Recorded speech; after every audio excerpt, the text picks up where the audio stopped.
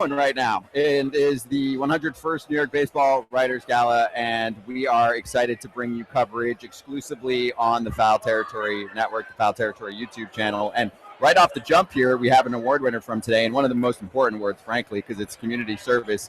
Yankees starting pitcher Carlos Rodon is here right from the jump. So, Carlos, thanks for joining us. Good to see you. You look great, and obviously this is a really cool award to get. So let's start right off the jump with, what community service that you've been doing here in New York and all around the country, frankly. Yeah, so my wife and I started the Carlos Rodon Foundation a couple years ago, and right now we give grants for families that struggle with infertility. At the moment, we actually have 5 families that are pregnant, and we've reached out to 35 that we've given grants to.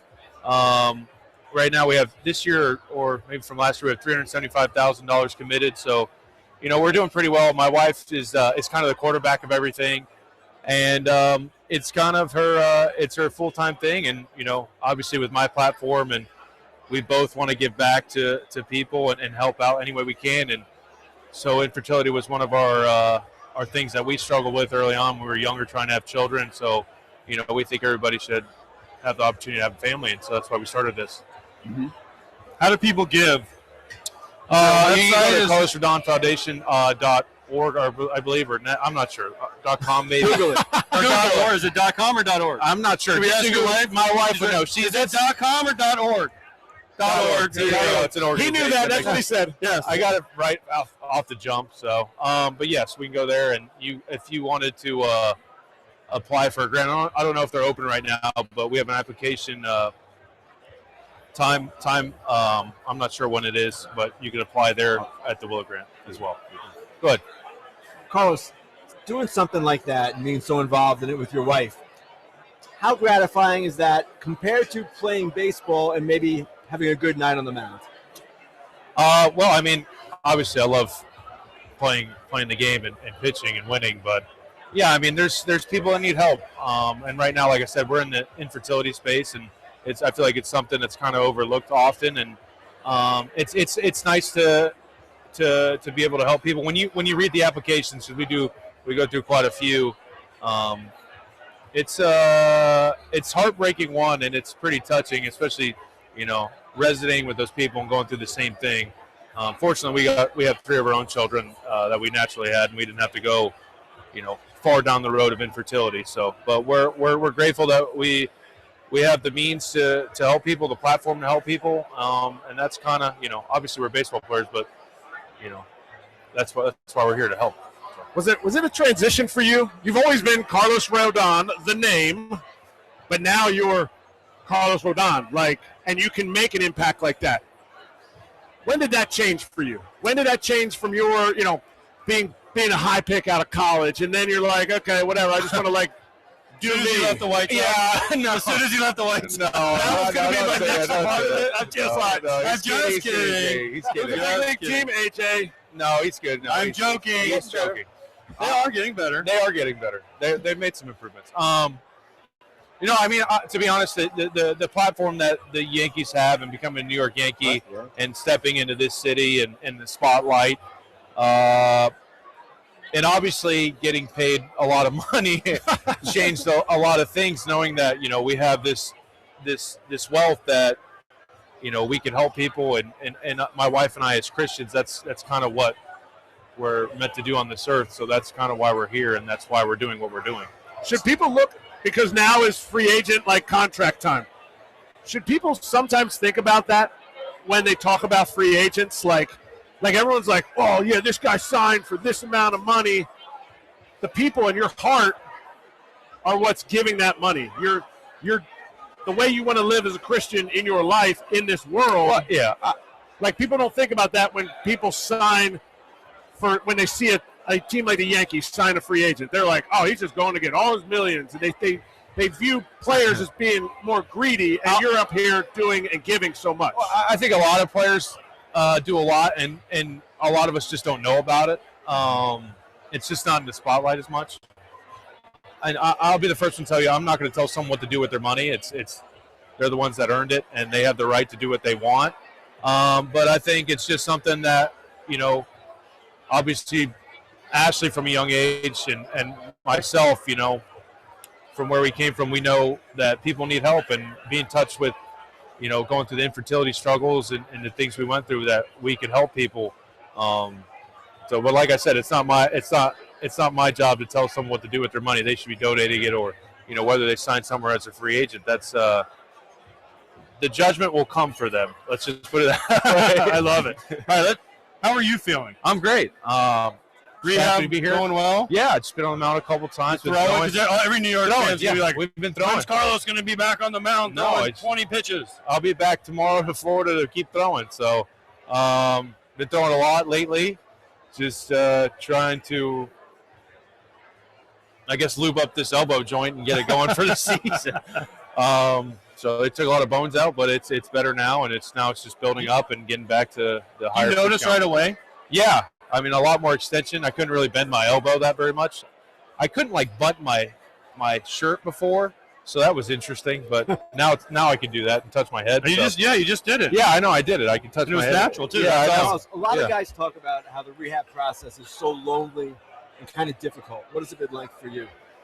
Oh, man, it's I've gone through it a couple times. Tommy John can be definitely a lonely place, because it's such a long and monotonous rehab, and you're watching your boys play, and it's 16 months, and you're watching a whole season of baseball as a fan, doing whatever it is, flexor extension stuff for strengthening and all sorts of shoulder stuff, stability, and you're just watching baseball, and it could be a lonely journey. But this one's a little different, a little elbow scope, and I got back to throwing fairly quickly, 8 weeks, and it doesn't really feel like much of a rehab, so I'm hoping I don't miss too much time, but obviously I want to be prepared and ready to compete. So I'm sure you were excited to see Bellinger resign. Yeah, I am. I'm very excited. What did he mean to your team? I mean, Belly's such a dynamic player for us, a left-handed bat, the ability to hit 35 homers, especially in Yankee Stadium, who knows, 40 if we're really optimistic.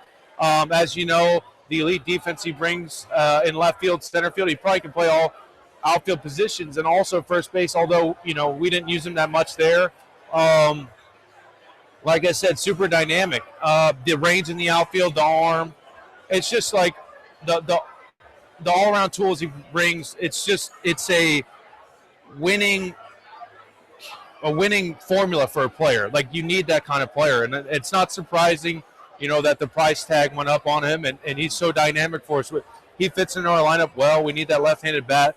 That veteran presence, there's some protection there wherever he fits in. Either it's behind Judgy or in front of Judgy, whatever it is, we needed him. So I'm glad we did it. Mm-hmm. I love it. Yeah. All right. Well, Carlos, great to see you. Yeah. It's great to have you here. We appreciate it. Say it one more time. Carlos. The CarlosRodonFoundation.org. There you go. Perfect. We got it right that time. You nailed it that time. First try. Got it. Congrats on the award. Have a fun night. Thank you so much. I can't wait to hear your speech. 2 minutes or less. You got to beat Sale. I will. I probably won't. Yankees starting pitcher Carlos Rodon with us. Eric and I will chat while we get his mic situated. So welcome, everyone. Thanks, appreciate it. We are excited to be here. This is your time to shine, Kratz. Tell everyone about your second go-around here, and just set the scene. What's the room looking like for you? Well, fortunately, this year we are in the room. So we're like, the people you see behind us are where they would just zoom past us last time, and now we're in the VIP room. So really, I feel more important, especially since I'm sitting next to Ken. And yeah, I mean, there's a shot of the room. Like, that's everybody. Like, you can't find somebody in here, they shouldn't be in here. Like, this is it's fun to be at this kind of stuff. I was fortunate I brought my son Ethan this year. It's fun to be at this stuff because, like, just you see the players in a different light, in the sense that, like, do they want to be doing their own thing? Yeah, but they're like, also, dude, I'm getting an award. The greatest awards that you can get as a player. We saw him out there. I took pictures and videos, and Rick Cerrone was nice enough to let us through the rope to get pictures with him. He goes, "Oh, you can pick them up and everything." I was like, I'm not picking it up. I'm not going to pick it up. You don't want to touch it. No, I don't know why. But you're not playing anymore. It's not like you're cursing your career. No. You're cursing your broadcast career? No. That's not it at all. It was more of like the guys that won it did such an amazing job that I'm like, that's their award. I don't need to touch it. I don't need to maybe the Cy Young one because pitchers are just kind of weird anyway. But and I think this is one thing I wanted to ask Ken. All the awards, you see them laid out there. Which one looks the coolest? Not which one is the most grandeur, which one means the most to the player because it's a pitcher, a position player, a rookie, all that stuff. Which one just looks the coolest, do you think? If I recall last year, I didn't see anything this year. Same award, I know. Cy Young was the coolest, if I recall right. I don't exactly remember, but I will say this about this dinner. I've been to a number of them. And for me personally, it always gets me excited about the season. It's almost like the kickoff. Obviously, it's in the middle of winter, and there's going to be a blizzard here overnight. But it does get you excited for everything to come in the coming year. For sure. That's right. It starts to set the tone for I didn't even think about that. You don't see guys for a while, right? You want them to disappear. It's a good thing. They work their tails off all year, and everybody's hustling during a season where you don't get many off days, right? It's a very different sport, so it's cool to get some face time right before everybody heads to spring training. They get to appreciate spring training because it's usually really cold here, so you're like, cool, now I get to spend time in Florida and Arizona for a while. And it's also cool to see all the award winners in one room. Yeah. I mean, that is something. That'll be cool. For a fan of the sport, if you're watching tonight, obviously, Judge, Ohtani, the managers of the year, the rookies of the year, all in one place. Tarik Skubal, Paul Skenes. It's cool. He didn't come? It is really cool, yes.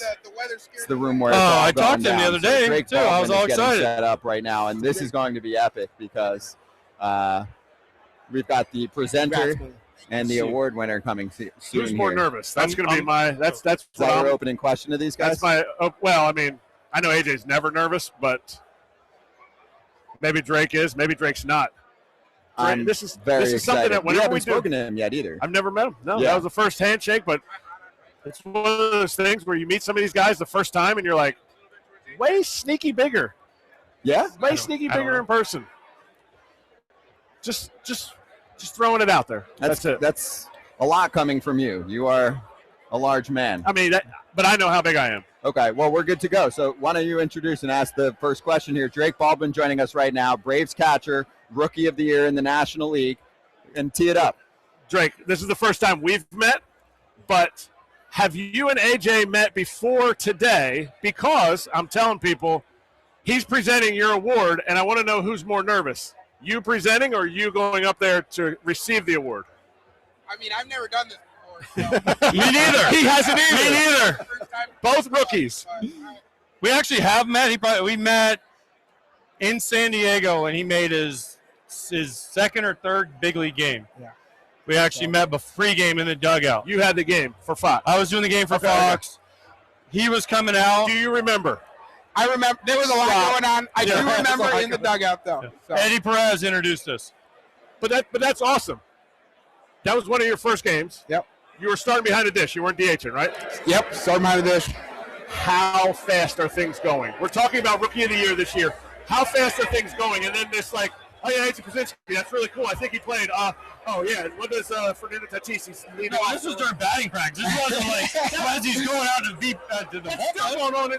Is that still going on in your mind? I mean, there was a lot of stuff going on there. Like, I mean, I know the first day walking out with like Sale next to me, and I was like, wow, in San Diego, it's cool. I mean, there's a lot of stuff going on, but then once you get on the field, it starts to calm down a little bit after those first couple pitches. So that's how I remember. It's the same as the games you're playing in minor leagues. Exactly. Same as any baseball game, honestly. What? People that don't know a lot about you, you're a hockey guy, get into baseball, you go to college to play baseball, then you get drafted by the Braves. I did a lot of homework on you, I made a lot of calls to a lot of people. You were terrible. You couldn't hit when you first signed. Like, you couldn't hit. And then you made some changes, right? And then you get to the big leagues, and you started out 0 for what when you got to the big leagues? It was like 8 or 9. Like 7-line drives at dudes, right? Yeah, I felt like I did about as good as I could, and I didn't have any hits.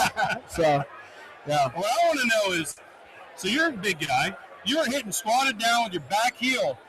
Squatted down, back heel. I have video. Back heel off the ground. So squatted, back heel off the ground. What were you going to? going to take a penalty shot? Yeah. You were sprinting out of the. I don't know how I got to it, but I must have hit like a homer or something. I was like, you know what, I'm gonna stick with this. I'll do anything. Nobody couldn't hit. They were like, In college, I was good, and then I mean, obviously, pro ball is a little bit of a different game, so there's adjustments there. But I mean, going through some struggles there definitely helped throughout the like longevity of my career so far. Everyone I talked to, Garrett Wilkinson, everybody, Greg Walker, Smith, all of them, they all praise you, your everything about you, your leadership, everything. I don't want to give away too much of my speech, so I got to stop. But talk about making that adjustment, because you said it worked in college, then you get to pro ball. And I remember Greg Walker, he told me, he goes, the first time I saw him, I looked at this guy and go, you got to be kidding me. This kid can't hit like that. And you wouldn't change. And then you struggle. So talk about making a change like that, because most people won't do that because they say, oh, I raked in college. Yeah, I mean, I was probably a little hard-headed at first, but then, I mean, when you're facing elite guys every single day, you start to realize how hard it is and how to become that hitter that you want to be able to move up the levels and stuff. So, I mean, there's tinkering, I guess, every day, whatever it feels good, or just kind of figuring out what works, figuring out your feels, figuring out your routine, and I think that's a big part of it. And then obviously in the middle of that year, started to turn it around a little bit, change the swing a little bit, and I mean, it's kind of just gone from there. But I mean, it's definitely, I'm glad I went through it, because now obviously like that first week in the big leagues when I feel like I went over and hit everything hard, it's like you start to deal with failure and you know how to go through it because you've been through it before. Drake, from a catching perspective, what was the biggest adjustment being in the majors? I mean, the amount of information, there's so much. Every pitch matters so much more.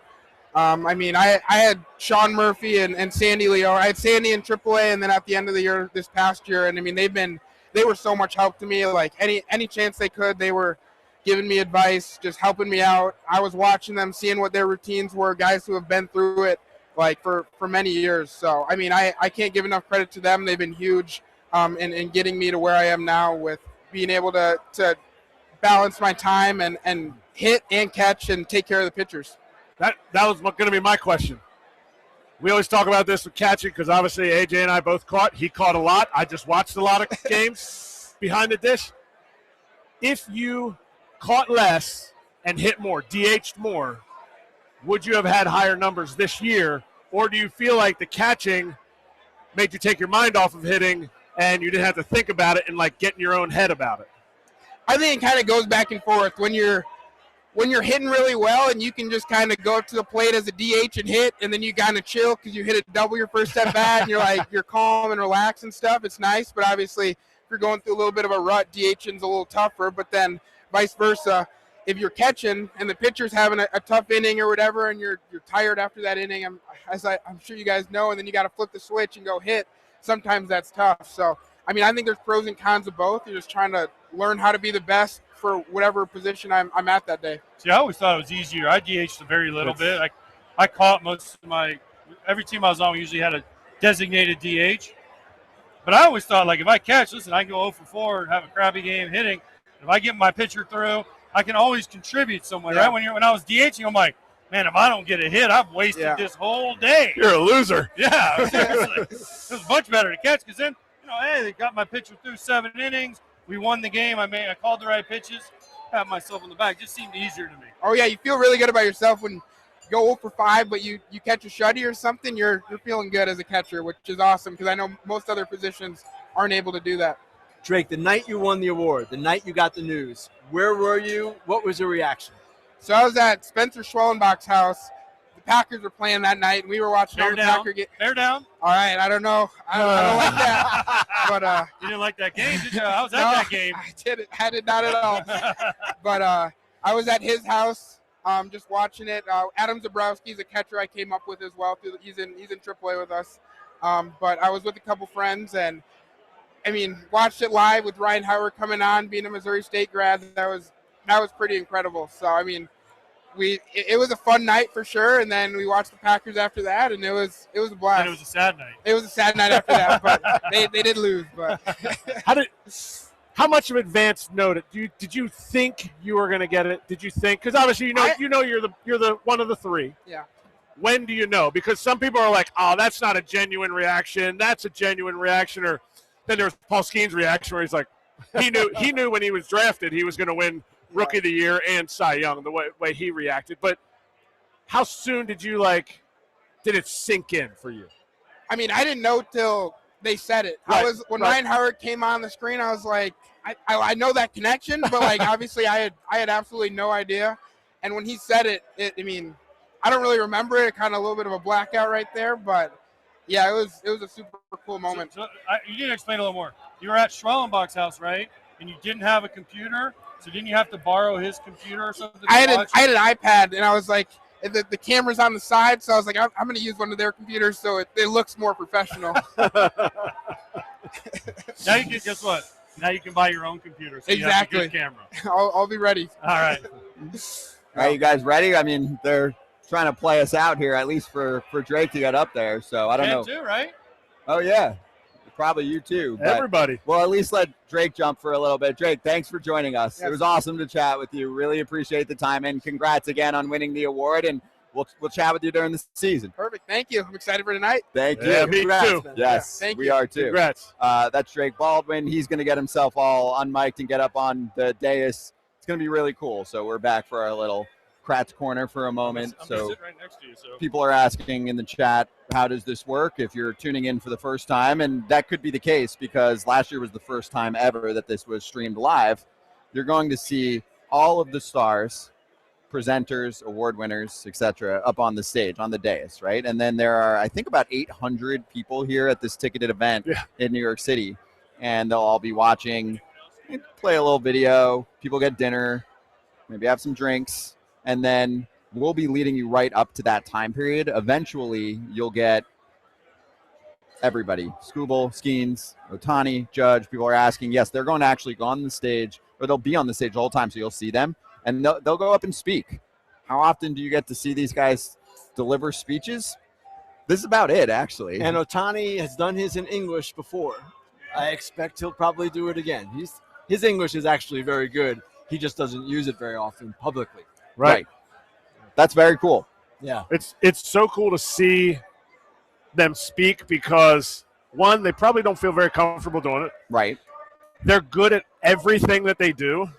Like we talked about Mookie Betts. We were talking about Mookie Betts with Rodon before he came on. And we're like, what is he not good at? And so you see these guys, and they're actually like really – I think they're really good speakers. The guys that put time into it, they put thought into it, and that's the thing that I listened for. Last year, Murph, he even had a suit that matched the school colors. And, like, it's people getting an opportunity to recognize the people that got them to this point. Like, I've never heard a speech that I've listened to or seen or heard of where guys are getting this award and they're like, well, I am the greatest. Thank you, Ken, for voting for me, but I am the greatest. It's usually about the people in the background. And for my career, that's what meant so much. My wife, my family, my friends, all that supported me throughout my career. It's a great point, Erik, and it does come out here. You often hear that from the players and the managers who get honored, how it's more than about them. And the sport is always like that. This is a 26-man team, a coaching staff of I don't know how many now. It's grown and grown over the years.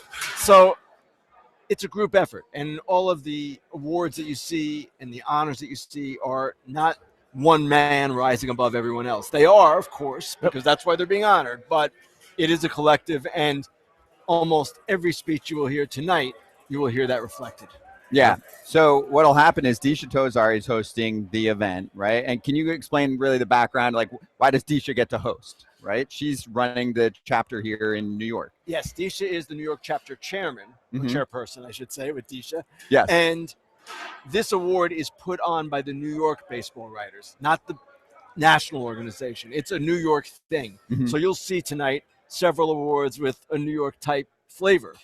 But at the same time, you also see the national awards presented. And it's kind of an old school dinner in that sense. It's something out of the 1950s. I don't know that this dinner was much different in the 1950s, which is cool. And then sometimes people wonder, well, when are we going to do it a little differently? But the New York writers do a great job every year organizing this and putting this on. It's not an easy thing to do. It's especially not easy for sports writers like me and everyone else in the BBWAA who have no or very little business sense. But they pull it off, and it comes off great. It is. It is a really cool event, and also it is not an open for media event, right? It's not like the guys that are back here are doing a little press conference corner to talk about the season. They'll do it here on the set as we get guys on to chat a little bit, but that's really it, right? And there's some fan connectivity. Of course, there's fans that can attend and buy a ticket, but yes, it's a very different type of event. You do get a little more of an intimate setting to be in a room like this, but at the same time, I mean, you've got some of the biggest stars in the sport that are actually not going to get mobbed by the media, because the media is actually part of the festivities, which I think is cool too, for everyone to just kind of be people and hang out. It is also cool to see baseball writers in tuxes. We don't see that very often. True. And the New York writers, they actually clean up for this event. Should they? Should they wear them more often? Because I was talking to Scott about his previous employment. I was like, you wear this all the time? Well, I don't know that the writers but should the writers suits should to the they ballpark, but they should clean up a little bit better than they do? Is that what you're saying, I don't want to say that, Eric, but all right, now we need names. Over the years. We need names. It's the whole group. The whole group, yeah. It's all about great writers, maybe not great dressers. In fairness, the players generally make more money than most of the writers. That's very true. So the get up for the players that enter the clubhouse should be a little bit nicer looking and fancier and bougier. Right? Yes. That's fair. Most of them can afford to do that. Quick reminder to everyone watching right now, if you want to be in the chat, you have to press subscribe. I know it's very difficult to do, to press one button. It's free. It is free. The whole stream tonight is completely free on YouTube, and you can get in on the conversation. I know a lot of people asking, what exact time is this person speaking? It's not quite like that. There is an order. It's kind of a loose flow. Yeah, it's a flow. Yeah. And also, you never know. Sometime, and there's the button for you for everyone watching right now. It'd be awesome if you could press subscribe. I know we have thousands that are watching live right now, which is awesome. We appreciate that. Foul Territory and the whole network, baseball the way it should be covered.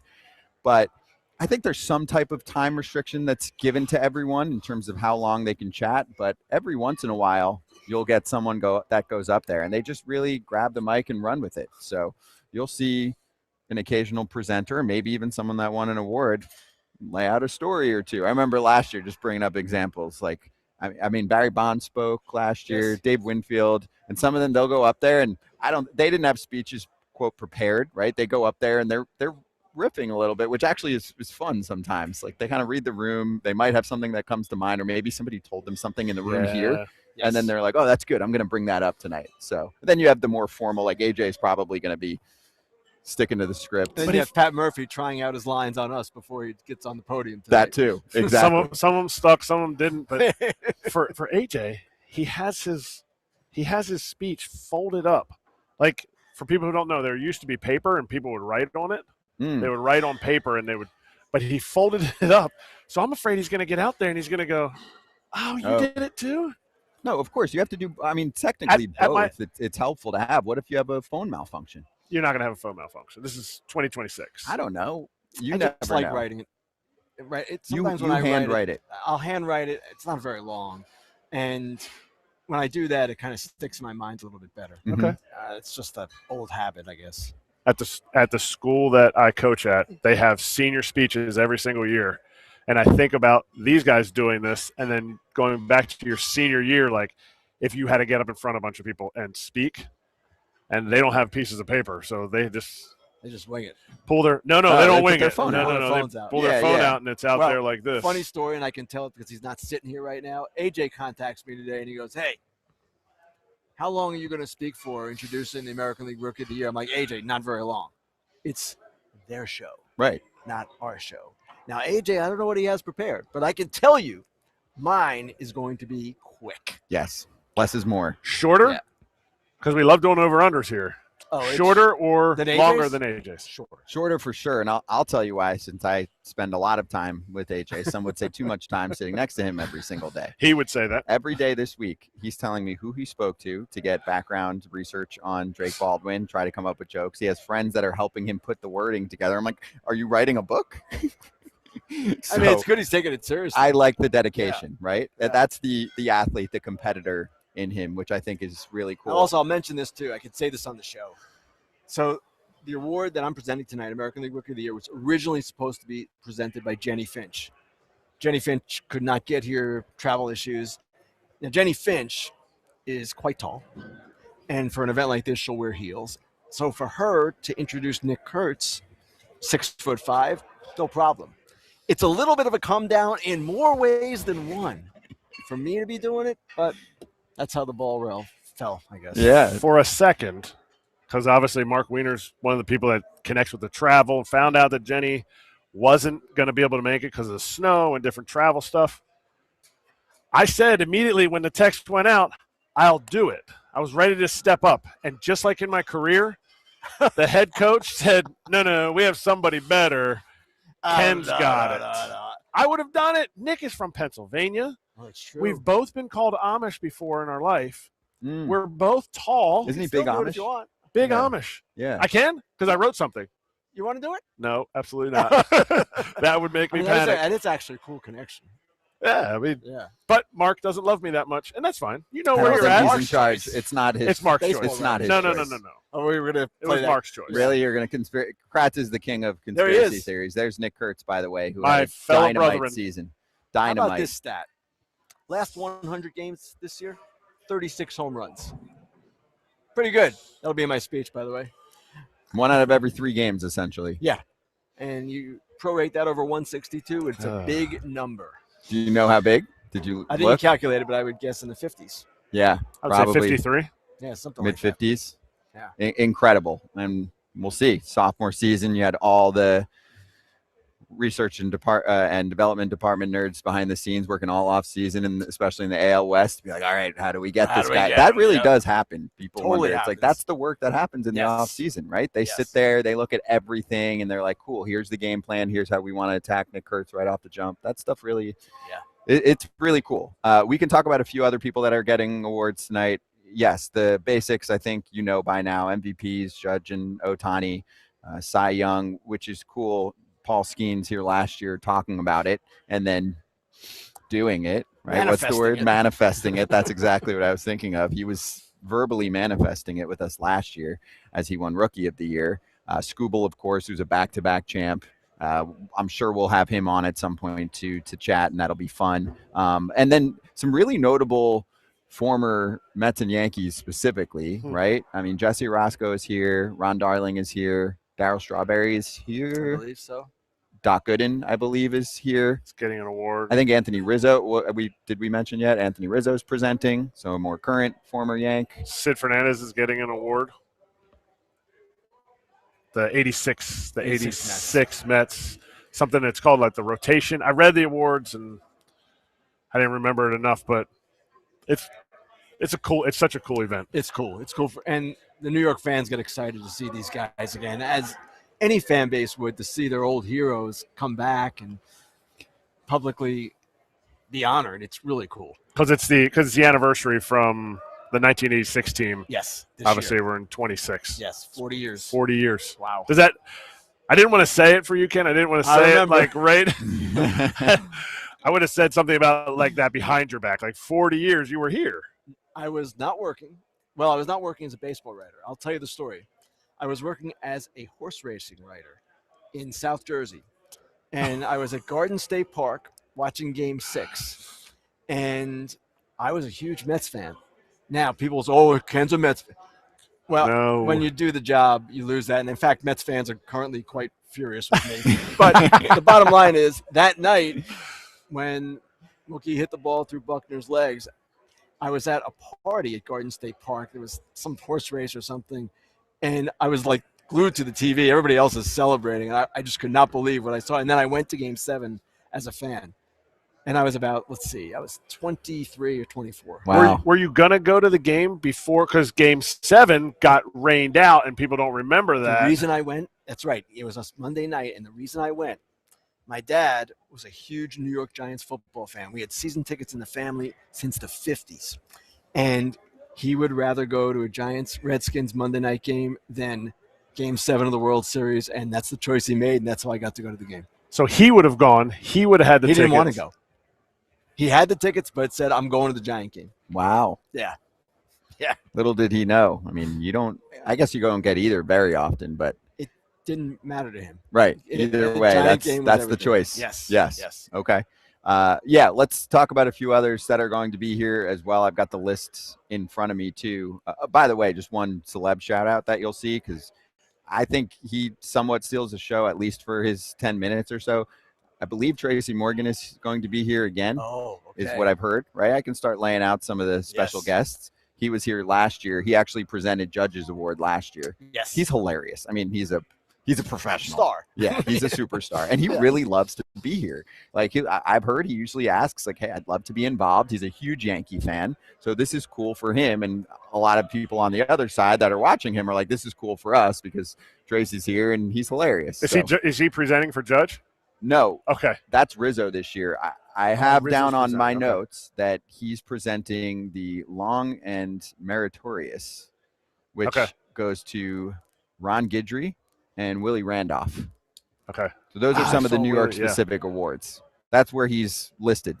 Yeah, this stream is not, cursing is okay. I mean, it's not like you're going to see a ton of that, but if it happens, it happens. We're not, the FCC is not coming after us. We're not on national TV. But anyway, yeah, he is one that's listed on here as well. I do think it's worth bringing up for a moment, and we're going to get to the room pretty soon, the AL MVP, because it was really fun to watch this year, and I just want to make sure we give it a little bit of love. Cal Raleigh is not here. He did not win the award, but damn, he had a good season, and he gave Aaron Judge a run. It was one of those years where any other year he wins, and he nearly won anyway. He had an amazing season. We can go through the stats one more time if we want to, but it really came down to a choice between two totally different players. And that's why I kept saying, and I still believe this, there was no wrong answer. But Judge obviously had the edge a little bit. I was torn about this all year. When a catcher does what Cal Raleigh does, historic performance as a switch-hitting catcher, it's hard to go against him, but look at that number there for Judge, 9.7 WAR. That's pretty big, and if you don't like WAR so much, look at the bottom line. That's 331 batting average, 457 on base, 688 slug. It was just, in the end, impossible for the majority of the voting writers to deny him. And keep in mind, too, it's two writers from every city. So people talk all the time, East Coast bias. It doesn't exist in the BBWAA awards voting because every team in that league is represented equally in the vote. And we broke it down. It was Midwest, West Coast, East Coast. Yes. It was almost exactly split. Yeah. To the point where it was like, how is that even possible without it showing like how unbiased you guys are? Like, right. I think it's I thought it was such an intriguing voting this year, and it is a travesty being here that Cal Raleigh's not here. Yeah, that's why I brought it up. But what does he get? Like, you don't just – it's not everybody wins a trophy. I was rooting for a tie. Yeah, and it could happen. Tie, we would have had that. It's hard to get a tie in this vote, but it was just an amazing season he had, an amazing postseason as well, an amazing run by the Mariners. It was just a great year all around, and unfortunately, you honor one guy, you don't honor two. And I will say, I don't know if this is the right way to put it, but I do think that catchers aren't getting enough love in general. Maybe with the statistics, right? With a WAR stat, they get more love, but I don't think they get enough. We don't measure them properly. There's no measure, and this was the problem for a lot of people in the vote. Mm-hmm. Oh yeah. The problem was that you can't measure all the things catchers do that people never see, the relationships with pitchers, the game calling, all the different things. And we can measure, yes, pop time now and framing and all that, but there's so much more that goes into it. Mm-hmm. It's seen in free agency. It's seen in their contracts too. Yes. The catchers' contracts, and I'm not being bitter catcher, but all the best catchers are not even making close to what the other positions are making, which is crazy, but it also is something where a team can find value that doesn't cost you the $40 to $50 million that some of these guys are getting right now. That's right. By the way, right now we're showing you a shot of the room before the room, right? So we have, I see now, Tracy Morgan, Pat Murphy. I see Skenes. We spoke to Carlos Rodon earlier. I see most of the big boys here right behind us. That's why we're showing you the shot. I just saw Skubal get up. There's Kurtz on the left side of your screen, the big boy. Yep, there's Murph. There they go. Big Skubal. Big Morgan. Tracy Morgan. This is good behind the scenes footage. Right, here. that's I like why. it. You only get it here. It's the room where it happens. That's right. So just showing you a little look at everyone as they're going to walk into the main room that has hundreds of people in it. So, there's AJ. He recognized. AJ saw the camera right as he was walking in. But just giving you a little look as everyone enters the room, which we'll bring you to coming up in just a moment. Aaron Boone's wearing a turtleneck. Oh, I didn't see looking him like yet. Jamie Moyer in spring training. No tie. No tie. Mm-hmm. Well, he's dressed for the winter. I bet he had That's right. I bet he had an ascot when he came in through the cold. I bet he had something like that. Booney's got a little bit of trend that you wouldn't think coming out of him. And you know what? I mentioned how there's the writers with the average salary of the players. And Booney's been managing for a minute now. Yeah, he's made a pretty penny. You're the He was manager on of the TV Yankees. too. Right, he was on He was on TV. TV. Right, he's got it. He's got it down. But I mean, he's been managing that team for a while now. It's been a minute. You don't need money to have style, right, Ken? I would disagree with that. I would disagree. You need style to have style. That reminds me though, because I do want to sneak this in as well. Can you shout out the bow tie? Yes, this one is for the American Brain Foundation, and it's one of those causes. If you know anyone who has ever suffered from a brain disease, a brain tumor, and know how devastating it can be. I lost my mother-in-law to this, glioblastoma. It's awful. And obviously, I wear a lot of bow ties for a lot of causes that are representative of really, really tough things for people. And this one is a special one to me. And I know a lot of people who have been affected by this particular thing. And it's the real cause that I enjoy representing all of them. But this one is a little bit more personal than some. Mm-hmm. And hey, I mean, part of why Ken does this is for awareness. So if you'd like to learn more, Yes. Ken always posts about it. Yep. Right. Go to the website. Also, if you even can't get there, Ken will always post about it. He already did today. So you can check that out. Check out his tweet, and then that'll lead you to find out more information. So we're 30 seconds away from taking you to the main room. Disha Tozar is going to lead things off. We'll eventually come back to us for a little bit while everyone eats, unless you want to watch them eat. Maybe we can show you a few shots of that, but we'll chat and hold things down. And then eventually you'll get the entire show, presentation, the whole deal. So we hope you enjoy that. Again, if you're watching right now, we'd love if you can subscribe and like what you're looking at. We'll be here for hours of coverage. It's a long event. It's really cool. Many VIPs that'll be speaking. So let's take you to the main room and we'll chat after that. Enjoy.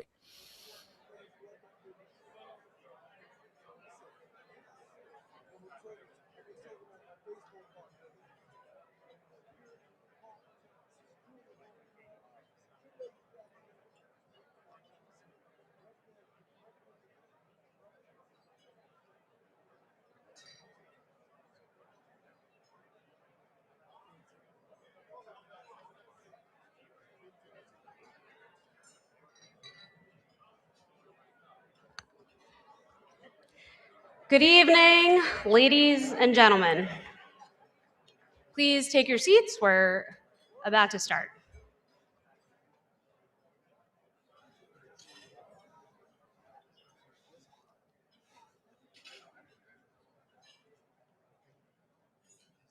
Welcome to the 101st Annual Baseball Writers Association of America New York Chapter Dinner. My name is Disha Thosar, and I'm a baseball writer for Fox Sports, as well as the chapter chairman in New York. It's my pleasure to welcome you here tonight.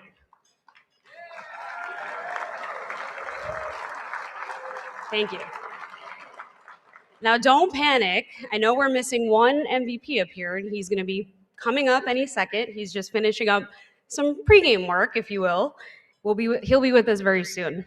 Because of the weather forecast, we're going to work very hard to keep this thing moving and get you out of here earlier than usual. Before we begin, I'd like to invite Allie Burke to the dais. She's known as Allie the Anthem Girl because she has sung the Star-Spangled Banner at 20 of the 30 Major League ballparks. And Allie will now sing our national anthem.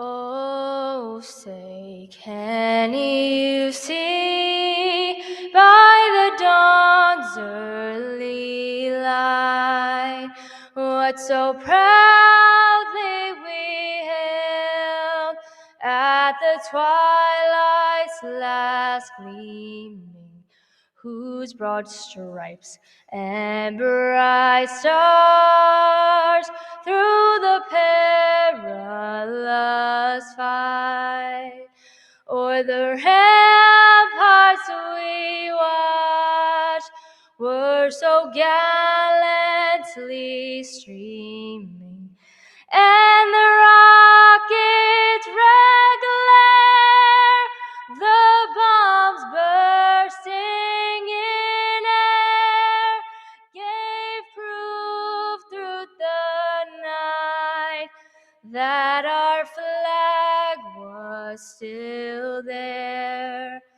Oh, say, does that star-spangled banner yet wave o'er the land of the free and the home of the brave? Thank you.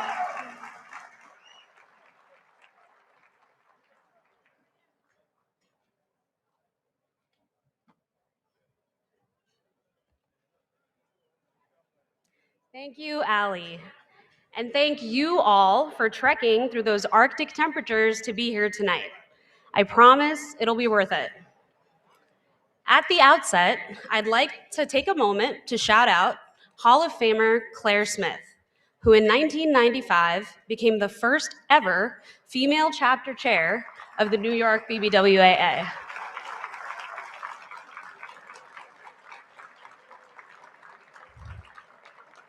Claire, a two-time Pulitzer Prize nominee, is the ultimate pioneer.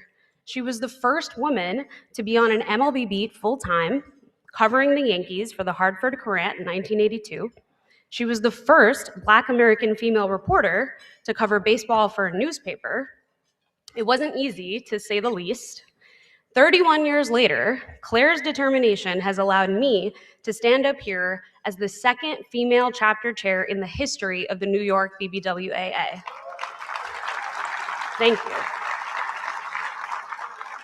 I'm so grateful Claire was able to change her plans tonight and be here with us for what should be another unforgettable dinner. I'll now ask you all to sit back, enjoy the dinner service, and in the spirit of keeping things moving, we're going to run a video a little later during the meal. Enjoy.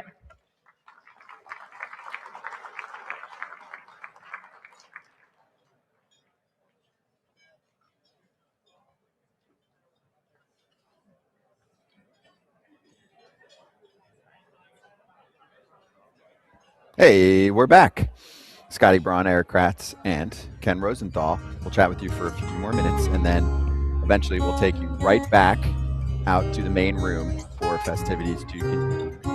And yes, that is really him. For fans that are live in the chat, they're like, oh, Shohei's right there, Judge is right there. That's right. Yeah, I mean, it's rare to get these guys even in a room together. I heard they were doing some photo shoot together, because if you think about it, that's not really happening any other time. So they're like, hey, let's take advantage of these two being here. It before the series they play every year. It's No. not photo opportunity time. This is the time. And all the biggest stars, not all, but a lot of the biggest stars in the game are right here in this place tonight. I think also underrated with baseball is that the schedule just doesn't allow you to do things the same way that you do in other sports. We get that question all the time. Oh, why there are even more, current players that take their time or do podcasts of their own, whatever.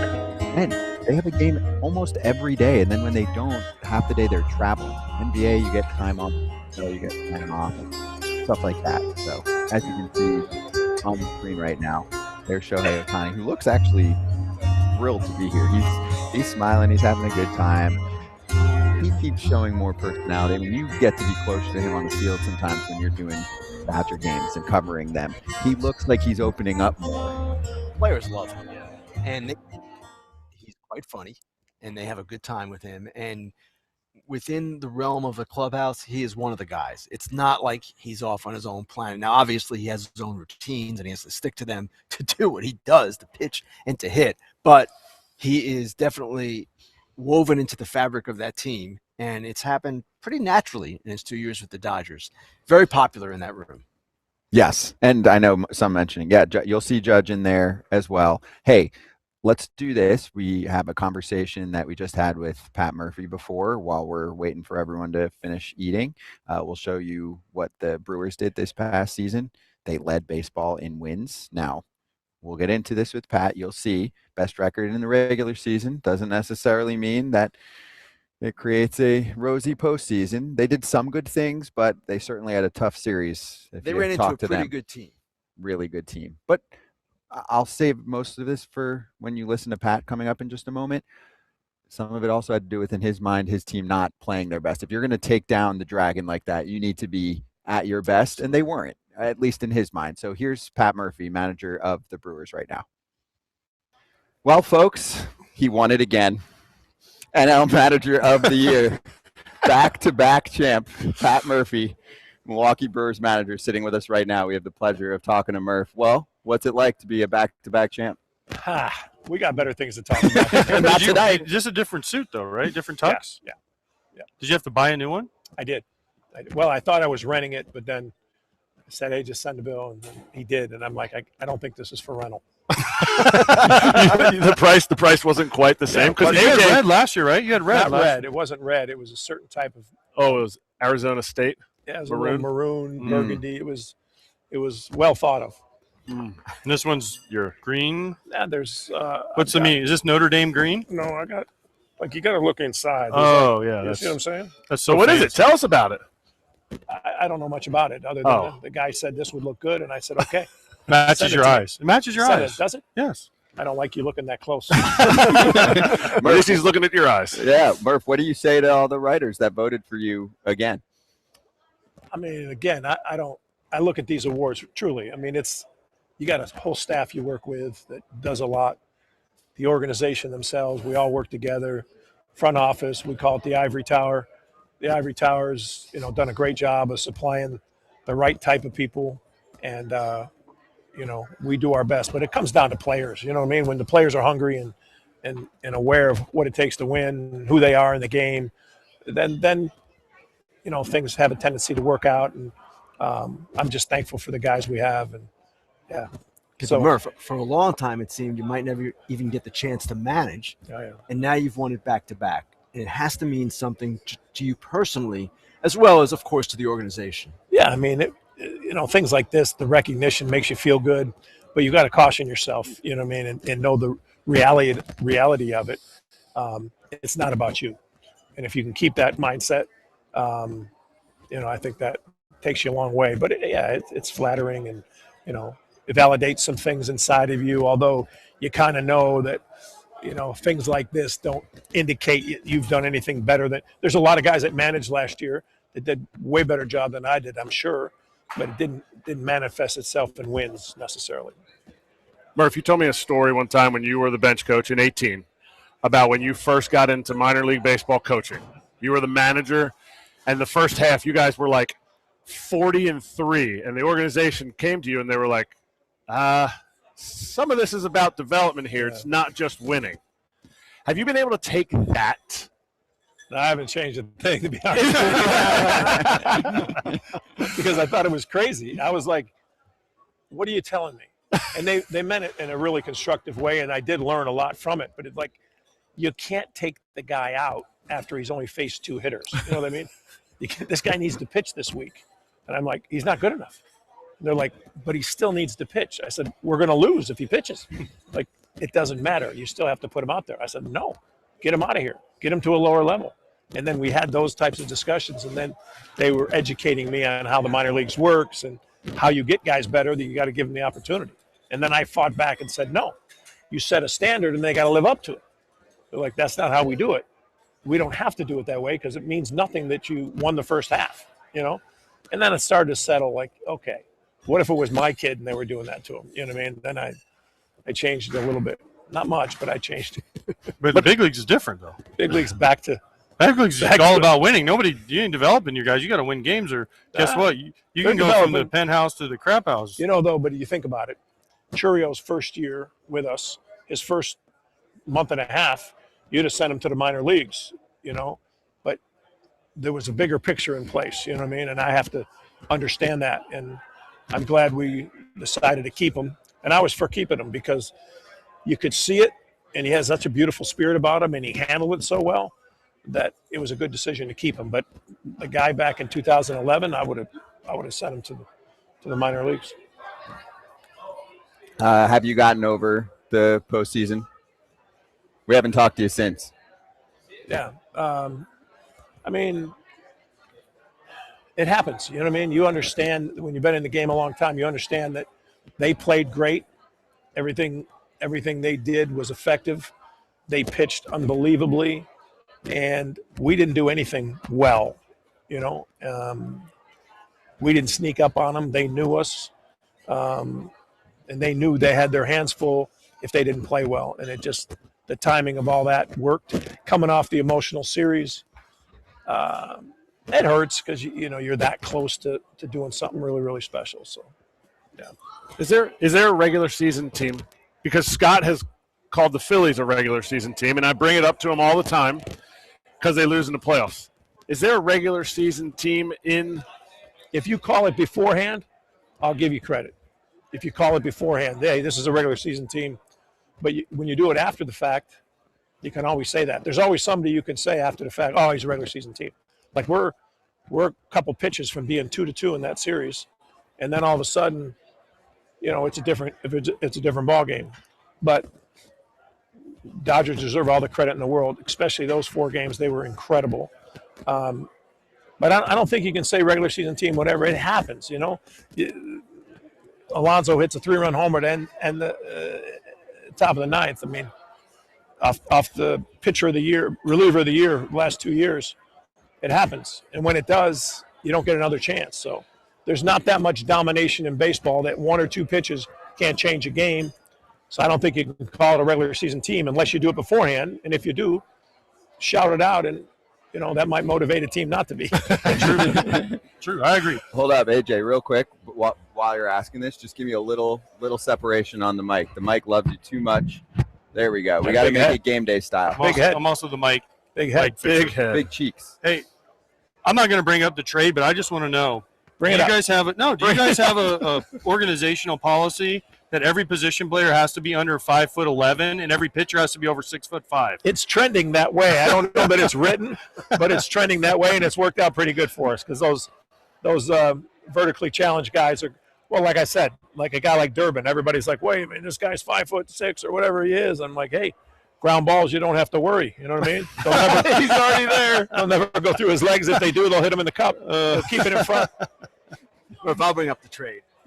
Peralta, what do you lose with him not being on your staff anymore? And what do you gain, from what you understand, with Sproat and Jet Williams? Yeah, we hear great things about the players we got. They were coveted players by a lot of teams, and the Mets especially. They knew they had to give up 2 really good players.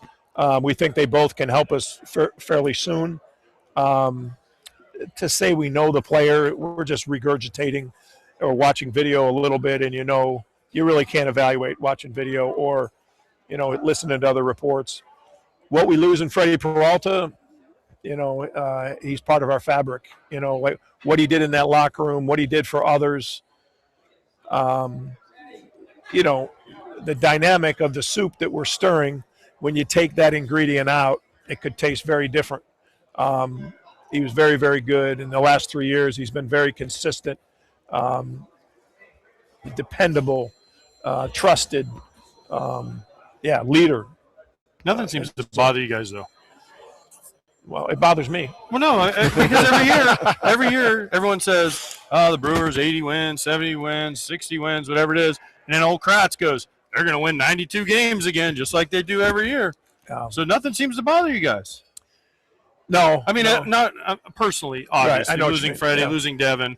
You trade Hader, you lose Corbin Burns, you lose all these guys, one after another, Willie Adames, one after another. But then you go out and win 97 games, right? And then Now Freddie's gone, and now you're like, they okay, do a we're great good. job. The Ivory Tower does a great job of identifying the guy that they think can play kind of the way we try to play. Not that it's too much different. We don't have any secret sauce. We've been very fortunate. Things have went our way a lot. And I don't mean to say at all that we play any different than other teams, but the things we emphasize, the front office does a great job of bringing those types of guys in that play defense and that run the bases, that, you know, are hungry. You know, guys that say, I might be in AAA this year, you know, they're renting their apartment for sure. You know what I mean? And that's kind of fun to be around. You have a college team, the way you like it. A little smaller ball than what most teams play. You put more pressure. I said this all the time. Yeah, but you have a team you like. I guess you guys hit home runs. I don't like. But it's more of a smaller ball than just mash, and we're going to outslug everybody. You guys put pressure. You play great defense. I think a lot of teams try to do that. But they're not as you good throw as that you- college as tag you on are. there is kind of like a detrimental thing towards me, and Not at all. That's fine. It's not at No, all. that's fine. You're a great college coach. No, you see, almost there you recruited go me. now. You There you almost go recruited me, and you're the two-time defending. I would have manager of the recruited you year. until I did my research. AJ, there's another college coach now. What's that? Now there's another college coach. Tony. Oh, I Vitello. forgot about yeah. Tony V. That's Yeah. right. So now he's got competition. What did you think of that? I think it was great. And Very I'll tell you, cool. I think he's going to do really well. I mean, Buster Posey, I don't know the guy, but I remember coaching against him and being on the other side. I'm like, this guy is incredible. Like, just the way he called the game, the base hit to right at will, big hits, poise. Like, this guy's not sitting in that chair, not doing research. He's just that type, you know? So I really feel like he did his research. I hear great things about Tony. I know we have a lot of common friends. We even ran across each other way back when, but we didn't have much conversation. But he's been in great places and he's done great things. And I think you can make the transition if the support group's around you, the staff, and he has the type of team. Ooh, they got a nice team. Murph, is there a Brewers player that we can expect next year to do some big things that we wouldn't anticipate necessarily? Yeah. I mean, you're going to anticipate Terang. I'm not worried about him. It's hard to keep taking leaps in the game, and he's taken 2 quantum leaps, defensively and offensively, and to ask him to take another one, I think he's going to be really good, but I want him to temper that. And maybe I'm wrong. Maybe he should just go do it again and take another leap. Maybe players can. Sal Frelick will be really good for us, and he'll emerge even more. You're asking for a player that, like, we might not know about, that kind of breaks through. You know, I mean, Durbin hasn't shown all that he has, so I think you could see Durbin become a little steadier. I think on the mound is where you might see somebody, you know, bust out a little bit. Murph, Yeah. good stuff. Appreciate the time, and My pleasure. congrats to the back-to-back champ. This is the one night we get to really say it, though. Like, give us one night where we're like, back-to-back manager of the year. We don't get to do it often. There's not many back-to-back champs, and like you said, it's a testament to the whole organization, It the really team, the is. whole deal. But you It's got to the players, players, because you know what? They make you look good when they're hungry like that, and that makes me, you know, like I'm over there thinking about something else, and they're over there kicking ass. So you know what I mean? It's kind of cool. and exceeding whatever you want to call it for the public, exceeding expectations, right? Nobody necessarily said, "Oh, this is going to be the team that leads baseball No, and no, wins no. and all that." They So did. That's part of this. But I don't think they'll snub us this year. I think somebody will say, "Hey, we're not going to do that again." They're And they looking do it for you now. And they do it the right way. Yeah, They do. You guys do it the right way. it's Develop, a fun product. bring in right people, have good people in the I just hate organization, and try to win. saying. I just hate saying that because I don't want any other 29 teams thinking that we're doing something, you know, like some secret sauce. No, or you some want secret- every team thinking you're doing something secret because then they're all trying to figure it out. No, that's not how it works, AJ. That's why you're doing this instead of doing what I'm doing. True, exactly. I promise We're here. they do have the secret sauce. It's Yeah, how that's what's it's with how they treat people. See? Exactly. That is like there is 0 war points for how you treat people. That You're is saying that though, but it 100% was who you were when you came in. You were a needed addition, and the pitchers wanted to throw to you. How does that develop? That's about you, and then that's how you won over everybody there. They're like, "Wow, this is the guy we need." I mean, he was I don't know, he was a week and a half away from independent ball, and then all of a sudden he's our guy, and we're playing in the the Final Four, whatever you call the Final Four. The only person I didn't like in the whole Brewers system, Schauger.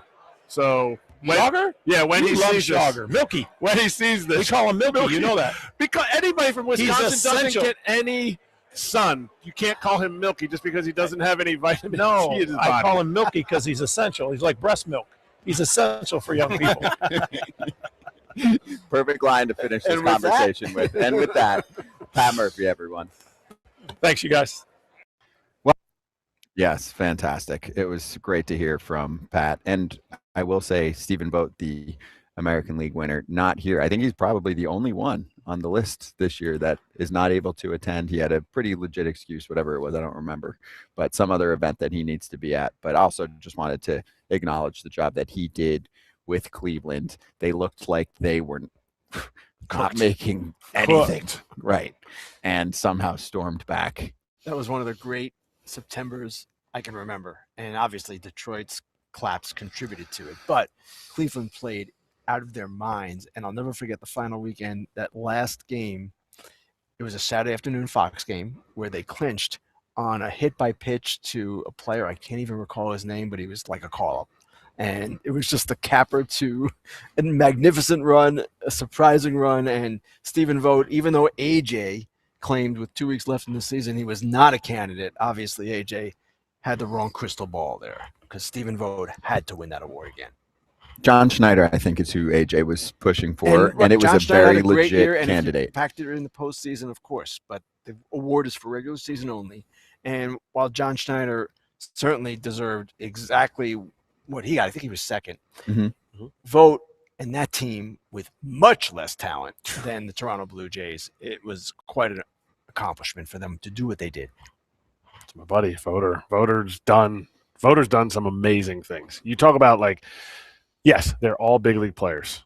They have one of the better bullpens, but even that, which was a strength in 24, right, took a little bit of a step back. It was probably one of the greatest bullpens collectively in 2024 of baseball history. They took a little step back, and they're still winning. And they lost their closer. They lost their closer, and they lost one of their starting pitchers, and they kept trucking on. And they traded guys that, yes. And it's something. It's a credit to. You heard it a little bit with Murph. We could get into it for an hour. The good managers manage the game very well. The great managers, the ones that get the most out of their teams, and that's how you win these awards, manage the people. Yes, and it's also a credit to the guy who signed a restructured contract today. Jose Ramirez gets 4 more years. He's going to retire as a member of the Guardians. His influence on that team is also immense. And it's a little bit different, of course, than a manager's, but the example he sets, playing his butt off every day, going in early and working every day, when your best stars or your best players are your best people, you hear this all the time about Judge, and you hear it about others as well. It makes a huge difference in that room. Yeah, that was a cool story that we saw today. And we'll get into it on Monday's Foul Territory. Yes, if you're tuning in for the first time here, we do a show live every single day. We do many shows. Ken's Fair Territory Mondays and Thursdays, Foul Territory live Monday through Friday, and we post all kinds of clips on the YouTube channel, socials, the whole deal. But we'll get into the Jose Ramirez extension, the deferrals, everything there when we chat about him on Monday. I think we should talk about NL MVP for a moment too. Shohei Ohtani keeps winning, so I guess he's going to keep showing up, right? Yeah. He had a pretty good year. He's okay. Is it difficult for anybody to compete with him because of the pitching and the hitting factor? Yes, and there's been some talk among writers, among fans. What are we doing here? This guy, it's almost unfair. He does 2 things where most players, well, it's even more than 2 things in some ways, but most players are not rewarded for their offense and defense the way he is because he's pitching. And you can say, well, it is unfair. And you see his ERA there, 2.87 in 47 innings this year. He came back late, but he still made a contribution. And, of course, in the playoffs as well. And that's hitting more, by the way, just to throw out there. That's not overall. 55 home runs, 1.014 OPS. What he does is unlike any player we've ever seen before. So, to me, there should never be a matter of voter fatigue where let's give it to someone else. If Judge is the best guy in a given year, if Shohei is the best guy in a given year, he's the MVP. these conversations, people say it's unfair. You do stop them immediately, right? Yes. Even though you want to let people have their opinion. Yes. The stats that we just put up on that board. Crazy. It's crazy. And this is the most valuable player. You're not having voter fatigue for like the Cy Young. Like there's other guys that are really close. There's nobody that's close. He is in a different stratosphere than even Judge. I agree with that, Eric. And I know there are fans of other teams who will say, tired of hearing about Ohtani. It's Ohtani all the time. Yes. If anything, in my mind, what he is doing in the moment is underappreciated. Yes. We don't have a full grasp of this because we're watching it. It's happening right in front of us, but the context of it historically, well, there's nothing ever been like it. So I can't talk about him enough, and what he has done is simply incredible. And I'm looking forward to seeing more. Historically, sometimes loses, as we see Shohei on the screen. He's lapping it up with Paul Skenes is next to him, so they're having a great time. I like chit-chatting right now, right? Yeah. Yeah. That would be. I'd like to hear that combo too. Maybe We'll see it. if we talk to Paul later, we can ask. He's like, I'm going to strike you out. That's all Paul says. I'm going to strike you out. You know why? Because I'm pretty good too. Yeah. And Shohei's going to be like, well, I have a lot of power, and I could strike you out. And Paul will be like, okay, sure. That's probably how the conversation's going. Mm-hmm. But I think Shohei said, I'm going to take you into the Allegheny. Probably not. He already did hit a homer to center. He punched his ticket his rookie year. Right. And then he hit one to center later in the game. Like, the machine learns, and Shohei's a machine. You talked about historical context. Not everybody is a historian, and when we talk about baseball, sometimes like there's a whole group of people that just drop off. I don't want to hear historic. Right. Here's current day. Shohei Ohtani is in the top 99% in sprint speed, top 99% in starting pitching arm velocity, top 99% in exit velocity in the last 3 seasons that he has pitched. That is insane. And yes, if you want to ignore history and not get into the Babe Ruth stuff, great. Right, that's right. fine. I think people should enjoy the game however they'd like. But what Eric just said, that tells you all you need to know about what this guy is and how dominant he has been in this sport. It needs to be celebrated. And this is the way we celebrate it. This is a night of celebration. To me, this is how you celebrate it. And I would hope somebody comes up to me and says, is this really fair that he gets it? Because I will tell them yes. And I will tell every player you've gotten it wrong every single time that Shohei Ohtani is not voted as the best player in the game. Like this year was Kyle Schwarber. That was the players' vote? That's the players' vote. And they voted Ronald Acuna the other year. And I was... That was a much better case. Schwarber, Stop. it was a much better case than... It's a much better case, yes. Crazy. Yes. Yeah. Yes. But still, if he's pitching... Thank you, Ken. Thank you. It's no contest. Mm-hmm. Good. And by the way, I'm glad to hear someone besides the baseball writers blew a vote because we get accused of blowing votes all the time. You guys do a pretty good job. Hey, maybe the players should post because everybody's like, oh, writers should post. Writers should post. Well, maybe the players should post their vote. Speaking of post, this will get There you posted. AJ and Shohei hanging out. I'm gonna because AJ's here and he can't defend himself. Mm-hmm. He walked up and he goes, I shook his hand and I said hi to him. He did do that. He did. Yeah. As if he was 12 years old. He's seen As if him, he's- though. I mean, AJ's on the road every week for games. He's seen him. I think he was playing the part. Right. It's good. Good parody. Good. Well, Who's presenting for Shohei? Tom Verducci, Very nice. right? Tom Verducci, one-time Yes. pinch hit for me In spring training. in the Hall of Fame game. In the Hall of Fame game. Wow. Wow. Played at Cooperstown. I was walking up to the plate. I got my shin guards off, and he goes, I'm going to hit. John Gibbons sent him up, and Tom Verducci hit for me. Oh, my gosh. What do you do? Ground out because that was the third out of the inning, so I had to go back, put my shin guards on, put my catching gear on, and catch some kid that came up from Not like a lot of people rookie remember, ball. but Tom did go to spring training with the Blue Jays to I write a remember. story about it. I And remember. it was something else. And I will assure you that there is maybe 1 or 2 other baseball writers who could pull that off. But Tom played at Penn State and went in spring training and was on the cover with several Blue Jays in Yeah. uniform. It was cool. I remember that. I was a Blue Jay minor leaguer soon after that. Story broke. Tom Verducci, JP Ricciardi, That's right. together. Hey, we got a question in the chat. Someone was asking about Ohtani in the WBC. We're excited about that. That's coming up pretty soon, right? In March. I don't think he's going to pitch, but we haven't heard that confirmed. Although Dave Roberts was talking, right? Dave Roberts at one point said he would prefer him not to pitch. Yes. Actually, you know what? I remember now. We were joking. We're like, okay, that's cute. So he'll tell us what he wants to do. Yeah. If he wants to pitch, he'll pitch. My guess is that they might not have him pitch until, say, the semis or the finals, and then maybe he could be available and do what he did last time. Exactly. He might not start, but he can close. One of the cool things about last time and the amazing accomplishment by Team Japan in that WBC, Shohei was a vocal leader with that team in that tournament. I remember before the last game, this came out after the fact, against Team USA, he told his teammates, his Japanese teammates, hey, listen, guys, don't get starry-eyed about what you're seeing across the field, about all these guys you've been watching for years. They're just players like us. Let's go get them. And we don't see that side of him with the Dodgers. I don't know that it needs to be out there. It's a 162-game season. It's a whole different dynamic than the WBC, which is fantastic.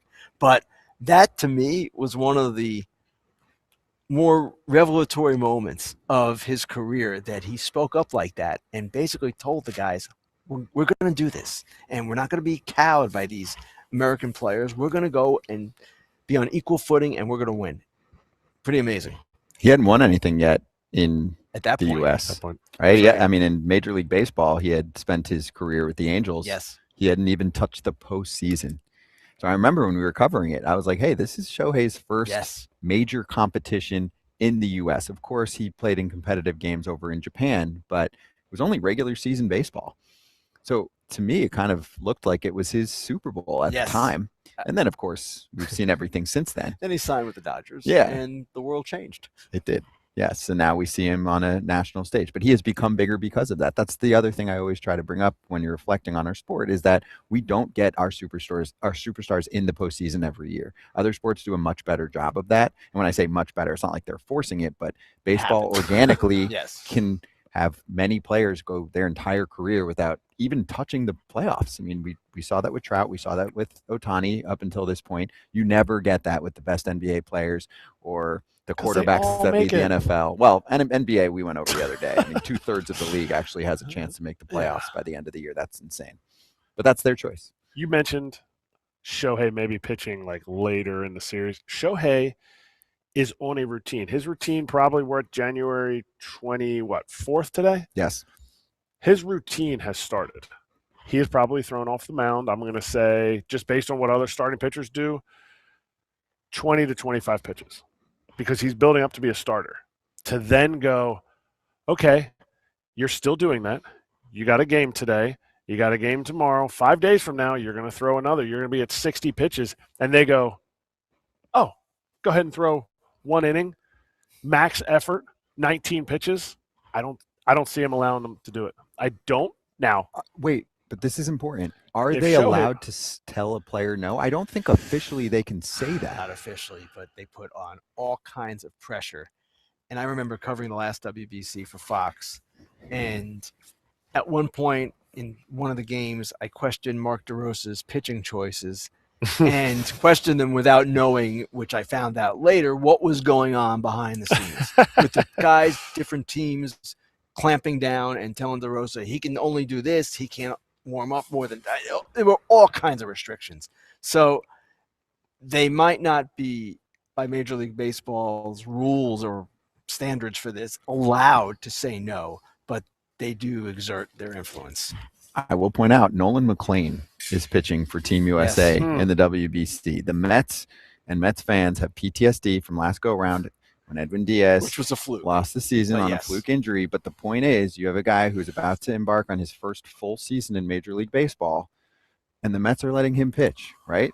That stands out. If I'm Shohei Ohtani and the Dodgers come up to me and say, hey, we don't want you to pitch at all, that's a tough debate. Hey, how much have I done for you? If this is what I have a hard time believing the Dodgers would put it like that.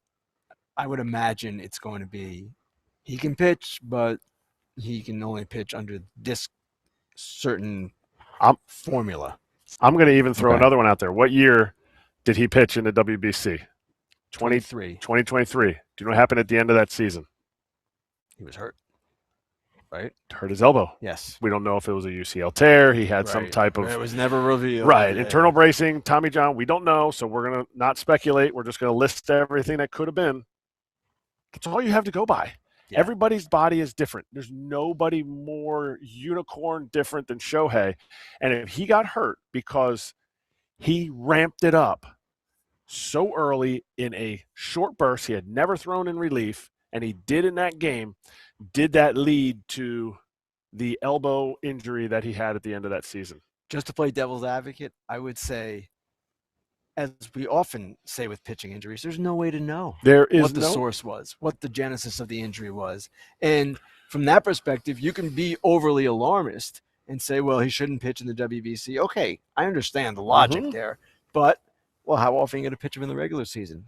Do we let the glass break ever, or do we just handle it so carefully that it never falls? Until the postseason. Until the postseason, which is kind of what they did last year. Of course, he was coming off surgery. But they're going to handle him with great care, as they always do. And I know the WBC, I imagine, is a huge sticking point with them. But I don't believe they can stop him from playing for his country. It was obvious, and it showed in his actions and in his performance in 2023 what it meant to him. I don't know that you want to take that away. That's why the WBC is so cool. When you have national pride on the line, it's just different. And Team Japan is competitive as hell. They have elite talent now more than ever. So it's hard to say no if your team asks you to do something. In the last tournament, I will say this. I've said this before. It was one of the best things I've ever covered. I've covered all these World Series, and I used to cover Olympics and all that stuff. That tournament, the quality of play and the electricity of the games, it was incredible. And when the season started, I was almost like let down. It wasn't going to be that good. No, especially the it was something regular else. Season. Yes. Yeah. Right. Then all of a sudden you jump from that to like March 28th. Opening day in Cincinnati. the Midwest, and it's freezing. And it's freezing. And you're like, And it got ramped up again quickly, and everything was normal. But I was overwhelmed by that experience. It was so cool. Ken experienced what players experience when they go to the postseason, and then they're like this high, they lose, they win, whatever, and they start the next season. You're like, womp, womp, womp. And you have to learn to lock it back in. You have to learn to be able to like take that focus and locked in part as a player into 162 games, and that's when you start taking the next step. And the cool part about tonight is that we're talking WBC, of course, for those of you just stopping by and watching us live here on the Foul Territory YouTube channel. You have guys here like Paul Skenes and Tarik Skubal that are both pitching in the World Baseball Classic. So cool. To me, that's the next iteration. Skubal in his free agent year is really crazy and cool. Skubal is dominating headlines in certain ways too. If we get him on, of course, AJ is going to be foaming at the mouth talking about the arbitration case too. Which is the he most hasn't interesting spoken arbitration since that. case in maybe the history of the yes. process. It is amazing. It is a foundation-changing arbitration case, no matter which way it goes. And so, and for anyone out there that kind of like has ever battled, with or wanted to feel like they deserve more compensation, you can kind of look at Tarik and be like, respect. Like, he is going after the process, and that part alone shows you how much of a gamer he is, even off the field. Well, even if he loses, he gets $19 million. One of the best salaries for a starting pitcher in arbitration ever. The second best after David Price is $19.75. So he's not going to lose. But if he wins, he gets $32 million. And what he is doing, yes, is trying to establish a new standard going forward. Now, you might say, well, how can he drag other players up when to get to where he is, you have to be a back-to-back Cy Young winner in your 5+ year going into free agency. Maybe no one ever does that again. No one ever done it before, but that is where he is, and that's what he's striving for. I know who's going to give him a good, solid handshake today. Paul Skenes. Paul Skenes is going to go up right to him there. and say, hey, dude, I'm already racking up awards. I like where your head's at. That's cool. right. That's why this respect, and they're the best in the sport. Yes. And we don't have to get into all the semantics, but Ken just mentioned David Price. That was 11 years ago. 11 years ago. And that's still the highest paid pitcher for arbitration. It doesn't really make sense. No. Even people sometimes that kind of side position with players' salaries and arbitrations have escalated appropriately. Not starting pitchers for whatever reason. But they're not. Yeah, I mean, Paul Skenes is. Wait till his arbitration. Oh yeah, and that's why this is and not. he'll probably take it to that. And this is not a. This is not a Tigers versus Tarik Skubal. This is Major League Baseball versus the union. Right. Exactly. In many ways, it's a bigger fight. A microcosm of what is going on and what will be going on. We don't need to get into this tonight for the entire year leading up to the expiration of the collective bargaining agreement. Yeah, that's right. And I love the fact that both sides are so involved in a player's arbitration. It should be that way for all players' arbitrations, but that's not how it goes. Coming from a player that was not as important as Tarik Skubal or even as important as AJ Pierzynski, who usually sits over there. Like, that's how it should be taken, because each of these guys' careers are their own career, and it's finite, and Major League Baseball will still be around when your career's over. Tarik Skubal's, Paul Skenes, Drake Baldwin's getting his first year. They'll all be around. We're 3 minutes away from going back to the big room, the main room, to begin, right? And so what you're going to see is presenters presenting awards, recipients hopping up on stage, or really to the dais, they're already on the stage technically, and laying out their speeches. You'll hear some that are serious, some that are emotional, some that are funny, right? You really get an eclectic, mix of speeches out there, which I think makes it fun too. Of course, you always look for a good laugh, but Disha Tozar, who does a great job covering baseball for Fox Sports and kind of focuses on the Mets and Yankees, but we'll write about the game, who's leading the New York Baseball Writers Association of America chapter. She will be hosting and kind of point guarding, basically, to keep bringing different VIPs up there to chat. So if you're just joining us, that's what you're about to get. We're 2 minutes away from doing that. Could you do that one time, or have you done it? I've not done that because I am not a member of the New York chapter. That was going to be. I am a member of the Baltimore, Washington chapter, which is where I started my career. And does that stay forever, even though you're not? It does, in part because we've lost newspapers over the years. We've lost outlets, and I've had to stay in that chapter, even though I don't live there anymore, because we need voters in that. Gotcha. So you won't enter the transfer portal.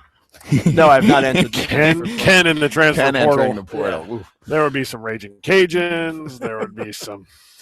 Some sponsorships. Some sponsorships for a lot of stuff. $1 million a post, all that, right? That's the game. High Just making standard. fun of the college game. He's a Tarik Skubal of writers. Right, exactly. Setting But the Ken bar. will be up there too. So this is the last you'll hear from Ken for a little bit until you see him up on the stage. So any sneak peek of what?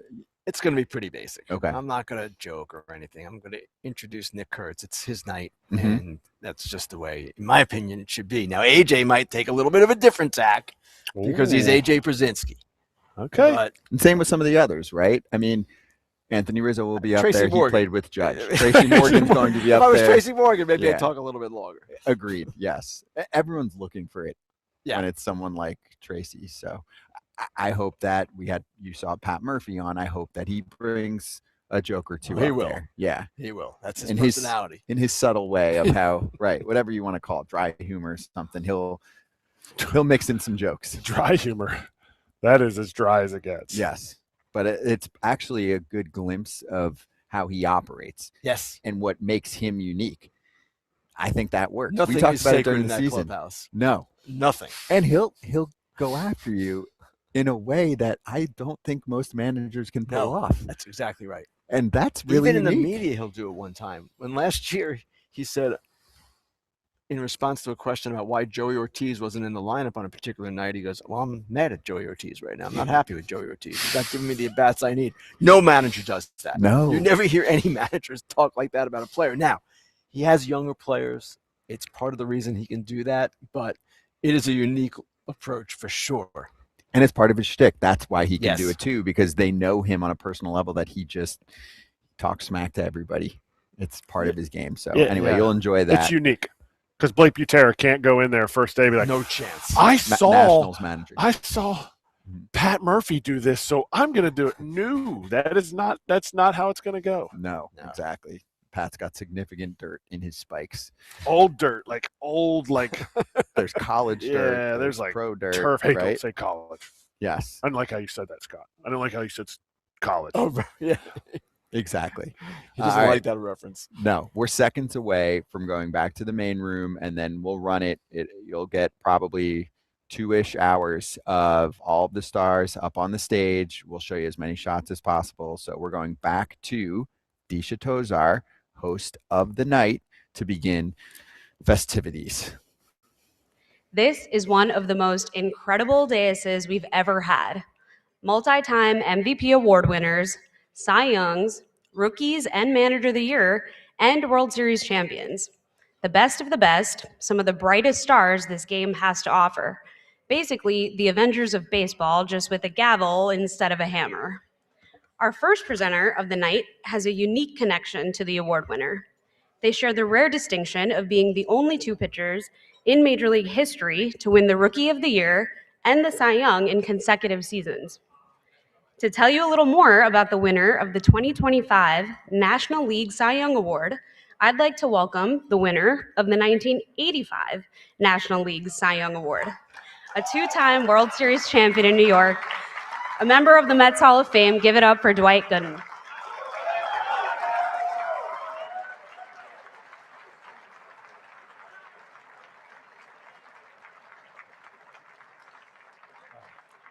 Thank you.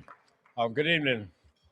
It's an honor to be here tonight to present Paul with the National League Cy Young.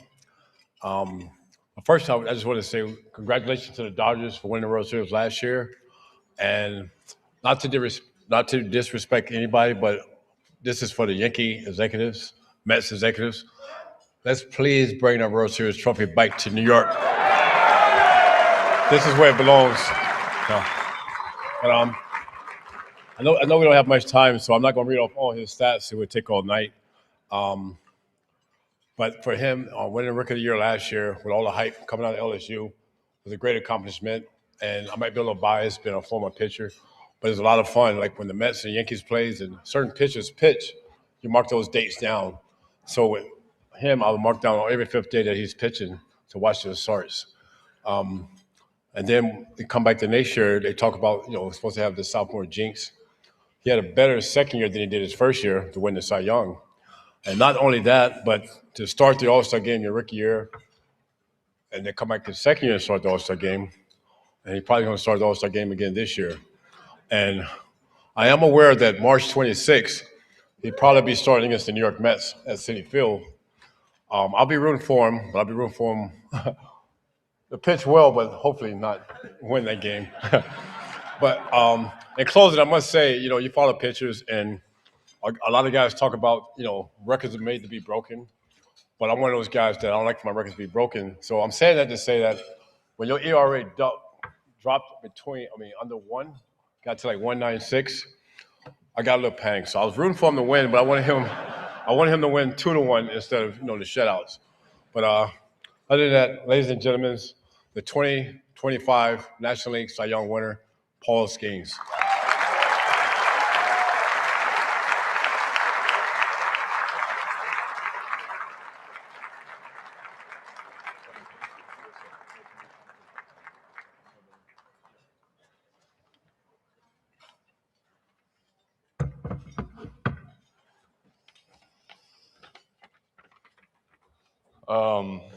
As cool as the award is, I think that's probably the coolest thing about tonight, getting to get introduced by Doc Gooden. That's pretty cool.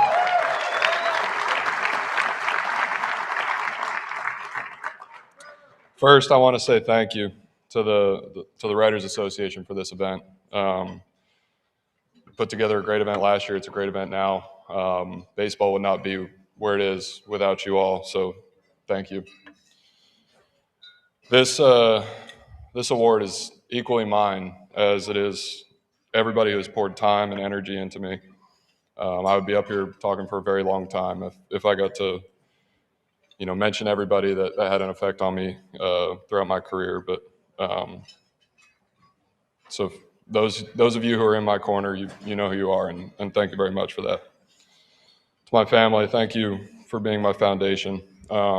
Growing up, baseball is the only sport I've ever played, and it's pretty much the only thing that I've, been passionate about for 23 years now. So The early mornings, the long drives, the tough conversations that we've had, and the constant support. Thank you. You taught me how to work, how to stay grounded, and how to never take any of this for granted. So thank you. To my teammates, this is a team game. This game is impossible to do alone. You make me better with the work that you do every day and playing with me for 162 games. My biggest goal every day is for my work to make you all better, the same way that you make me better. I can't have any success without you competing behind me and having my back. I mean it when I say that this award is equally as much yours as it is mine. And everybody else in my corner, everybody else on my team, thank you. On my team, all my trainers, all my coaches, chefs, everything. Thank you. Like I said, you know who you are. Let's keep pushing. Obviously, there's been some time since I won the award and now, so I've had some time to think. And with this being the Baseball Writers Association of America's event, I've had some time to think about what writers mean to this game and what they have meant to me. They have a very interesting job. They come into the clubhouse every day and ask you questions, whether you played well or poorly. And a lot of the times they ask you questions that make you think about yourself. And one thing that I've thought about a fair amount, but, based on some of the questions they've asked me, is what I would want to say to the young players and the fans out there. And so to whoever's watching, I want to say this. No matter where you come from, no matter how long the road feels, no matter how many times you hear not yet or not possible, keep going. Bet on your work, trust the process, and don't let anyone else define your ceiling. I'm here right now because I don't understand the word can't. Thank you all. This is an honor that I'll never forget.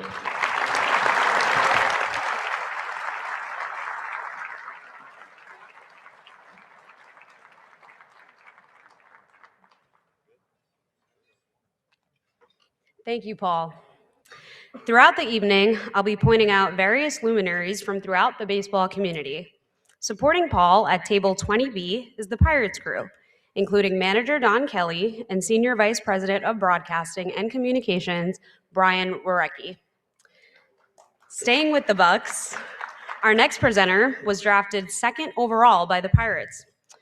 He played 6 seasons in Pittsburgh, and in 2013, he led the National League in home runs.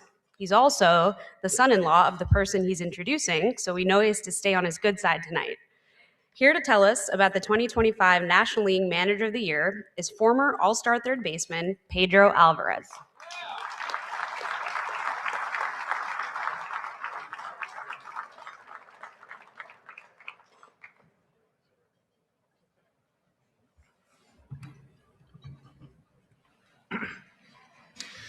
Good evening. I'm Pedro Alvarez, and if the name sounds familiar, but the Troy Polamalu hair is throwing you off, yes, I used to play for Pittsburgh and the Orioles. Tonight, I have the honor of introducing my father-in-law as he accepts his second consecutive National League Manager of the Year award. To people outside of baseball, Murphy's rise to manager legend might seem fast, maybe even surprising. But for those of us lucky enough to have a front row seat, we've known for decades what happens when Murph enters the ring. Murph has always had a big personality. This is a man who used to box, believes pocket pancakes are a perfectly reasonable travel snack, and somehow has kids who ages range from 40 to 7, which means he's coached every generation, including his own family. And yes, Murph used to box. If you didn't know that, don't worry, he'll probably bring it up. When I met Kelly, my wife Kelly, almost 20 years ago, Murph was already one of the best and most successful college coaches in the country, with incredible careers at Notre Dame and powerhouse ASU. Even though he didn't recruit me out of high school, I remember that, I always admired the way success followed him, and more importantly, followed the people who played for him. When Murph faced a devastating blow that forced him to make a career change, He didn't chase headlines or attention. He quietly and humbly found his way back to impacting the game he loves. What we now call the Murph era of baseball started in short season games in Eugene, Oregon, and was forged alongside veterans and rookies in AAA El Paso. When his longtime friend and former player, Craig Counsell, asked him to join the big league staff in Milwaukee as a bench coach, Murph accepted with the same eagerness and curiosity that defined his entire career. The Murph era might look like bunts and PFPs, but that's not the real philosophy. The real lesson is showing up for the people around you. A dugout full of average Joes and bringing your best self every single day. It's getting knocked down and having the strength to start over. It's the win tonight mentality, no matter where you are or who you're playing. Murph has a lot of sayings, but one that's always stuck with me is this: it's not where you're going, it's who you're bringing. I'll admit, when Murph started coaching again in short season ball, I wasn't sure that where he was going would be in this room 2 years in a row. But there was never any doubt that Murph would be the kind of person who deserves to be here. Because Murph wins at every level, and he does it the right way, by being present, by lifting others, and by making everyone around him better. And with that, ladies and gentlemen, your 2025 National League Manager of the Year, Pat Murphy.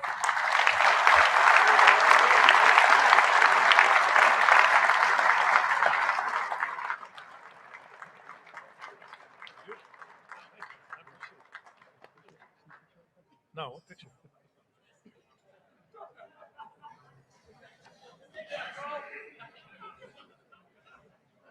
Pedro, thank you very much. He hasn't always been so good to me.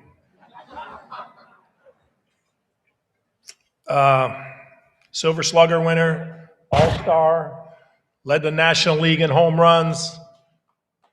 But in 2015, when his father-in-law got a chance to be in the big leagues for the first time, he had to hit a 2-2 changeup down, missile past the second baseman to walk it off, and kind of look at me as he ran to first.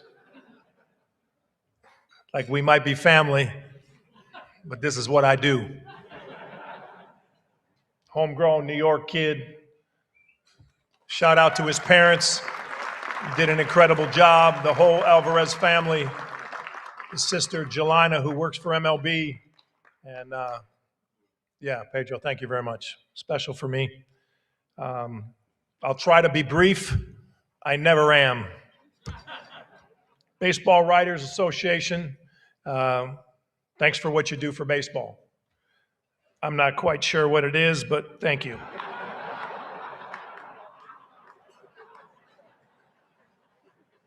Shout out to the '86 Mets. You know, I was never good enough to play against the '86 Mets, but I played against '83 Lynchburg Mets. Where's Doc? How about it, Doc? Doc started 0-3 and then won 19 straight. Yeah. Dykstra was your center fielder, like 150 pounds, remember?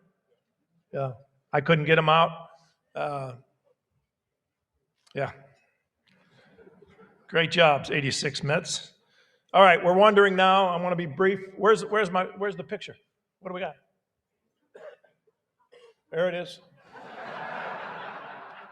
Okay, you guys remember Coming to America, right? Put up the other guy, the real guy. King Joffrey.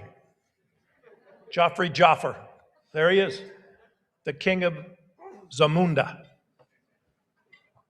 So here's the story behind it. This was going to be my outfit tonight. Go back to the other picture.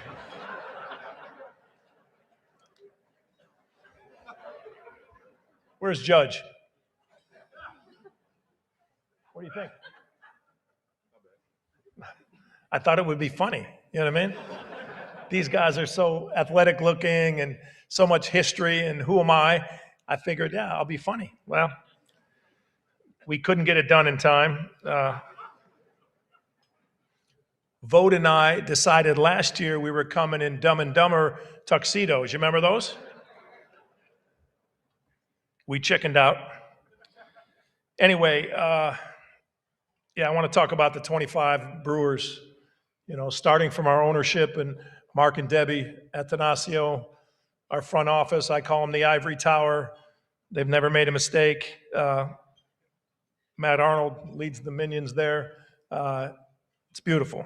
It is a real family atmosphere. We have to thread the needle. But I think about the most important thing, and that's those players. And I think about the 25 team. I mean, we got off to an unbelievable start. You guys remember the Yankee series? Judge didn't hit a ball below 105. He had like 7 homers in the first weekend. We had the biggest run differential in baseball history. True story. After 4 games. We got beat 11-0 on our home opener. It was beautiful.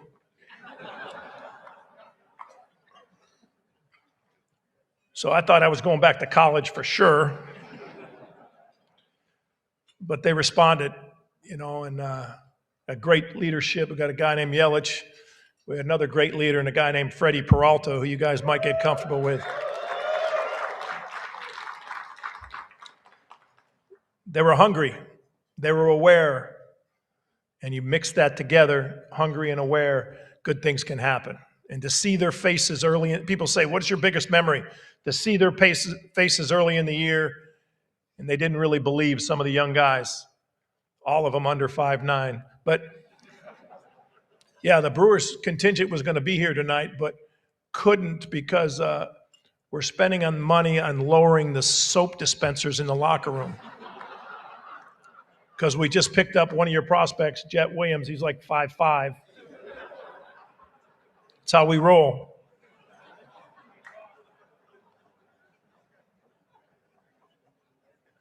No, but it's a beautiful thing.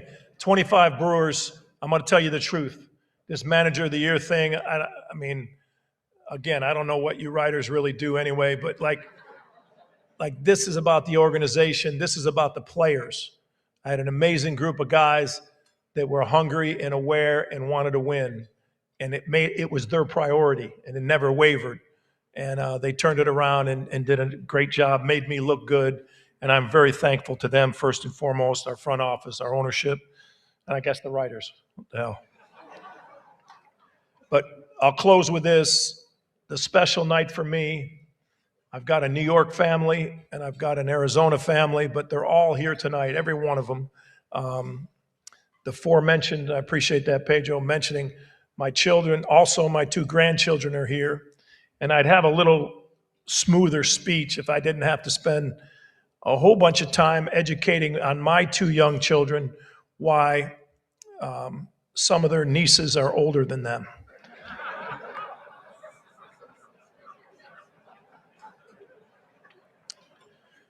Yeah. From every different country, every ethnic background, the whole Murphy family. It's the most important thing in my life. My 4 children, beautiful Kelly, who gracefully just turned 40. Kelly, stand up. Kelly, please. Kelly, stand up. My son Kai, 25, minor league player, on his way. My son Austin, 11 years old. Raise your hand, Austin. My son Jackson, who's 6. My 2 beautiful grandchildren, Lucilia, who's 10, and Nayli, who's 5. I couldn't be more proud. I'm so thankful. They can teach you a lot in this game, and I'm so very grateful and thankful to be in the game overall. And I thank you all very much.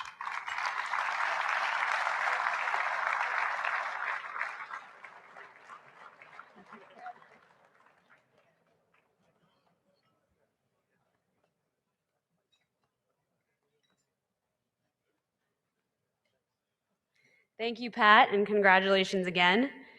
Cheering on Pat tonight, he mentioned some of them, are also at 18B. We have Brewers reporter Sophia Minert.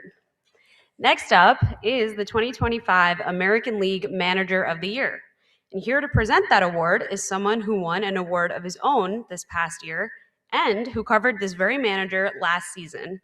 Please welcome our 2026 recipient of the BBWAA Platinum Pen Career Excellence Award, longtime Cleveland Guardians beat writer Paul Skenes.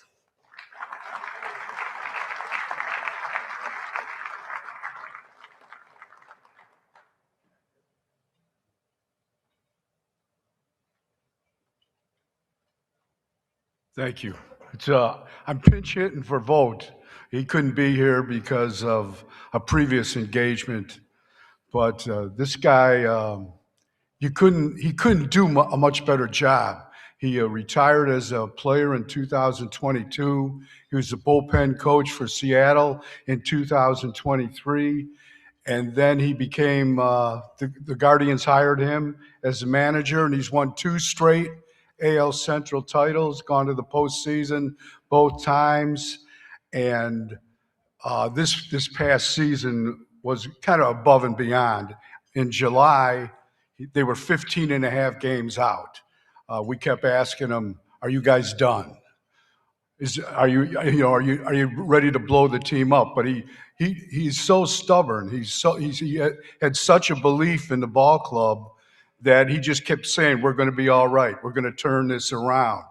And on September 4th, they're 11 games out, and we're still asking him, "Are you guys done?" And he still would refuse to take the bait. And lo and behold, on the last game of the season, they won the AL Central for the second straight year. And I really believe he willed that team to win because there was a young ball club, and I think he refused to let them lose. So, and that's why he was voted manager of the year for the second straight season. And I think he couldn't be here tonight, like I said, but he has prepared a video, and if we can play it. I'd just like to start off first and foremost and apologize for not being in attendance tonight. My wife Alyssa and I have already committed to hosting a charity event in California for a special group that we've been involved with for over 11 years. I'd like to thank the Baseball Writers Association for this tremendous honor. Didn't think it would happen 2 years back to back, but I'm super thankful and super blessed. I couldn't have been more proud of the job our team did this last year. The resilience that they showed through a lot of adversity, some tough times on the field, off the field. They continued to keep their heads down and compete and come back and win the division title. I'm so thankful to be able to lead this group of people and to work with them every single day. I'm thankful for the front office, ownership, the coaching staff, the other staff members. They all contributed to this. But again, as I said last year, and I will continue to say, it is 100% about the players. The job that they did, the focus that they showed, the commitment to being great despite where we were in the standings, despite what they were going through on the field, off the field. The players kept working, kept believing, and we saw it through the end with a division title. I can't thank you all enough. Again, I apologize for not being in attendance, and I'm super honored to be the American League Manager of the Year again for 2025.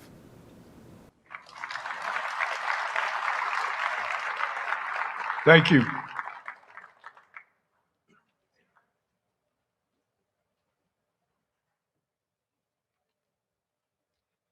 Thank you, Paul and Stephen, for that video acceptance. Next to present is the manager of the Yankees, and I heard that this year he's turning a new leaf. He's going to be nice to the umpires and yell at his players instead. So be warned, Aaron and Carlos, unfortunately you don't have the power to eject him. Here to present the Joan Payson Shannon Ford Award for Community Service, please welcome Aaron Boone.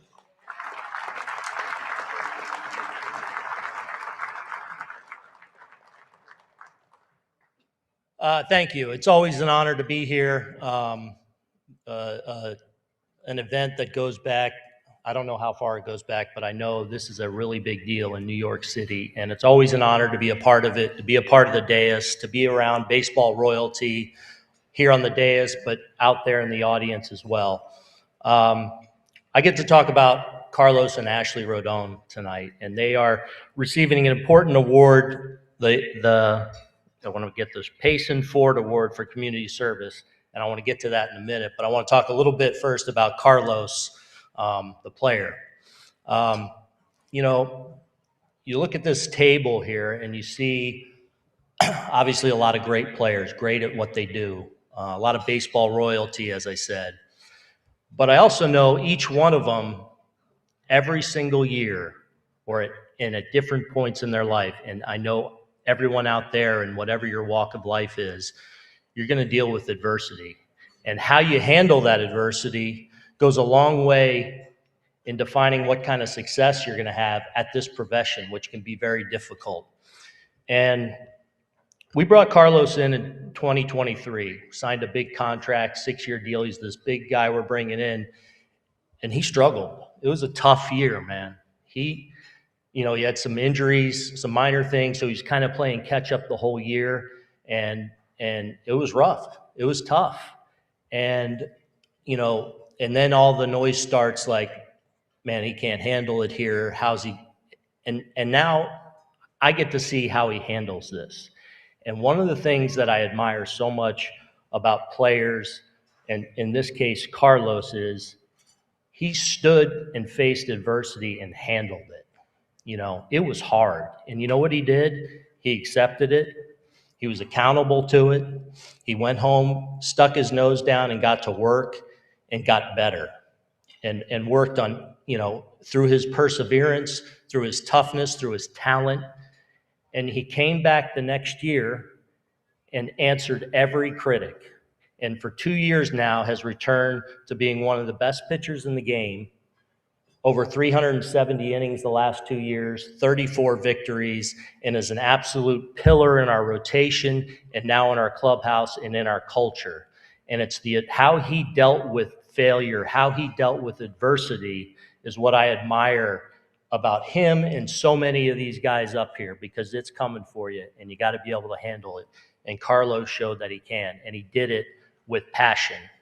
And speaking of passion, man, Ashley has a lot of passion too, if you know Ashley Rodon. And one of my favorite things during the year is when Carlos pitches, Ashley is usually within an earshot. And, I sometimes got to rein Carlos in because he can get passionate and emotional, and Ashley's up there, come on, Los, lock it in, and I'll hear her voice in the stands. Like she's getting after it with him. And I love it. I love it. She's in the trenches with them. And you can tell the closeness they have and their family ties that they have. And, I think together they're a powerful force. And they've become a very powerful force in the community. And why they are being honored tonight is for their community service. The Carlos Rodon Foundation does so much good work. And the passion you see from Carlos on the baseball field, he's taken his platform and poured it into community service and his life away from the field. And what he and Ashley are doing with the Willow Grant, helping families realize the goal of having children, which is one of those things that's not talked about a lot, but infertility can be a real struggle for families. And they've taken their blessings and some of their personal hardships and poured it into that. And I know have raised so much money to help families realize the dream of having children.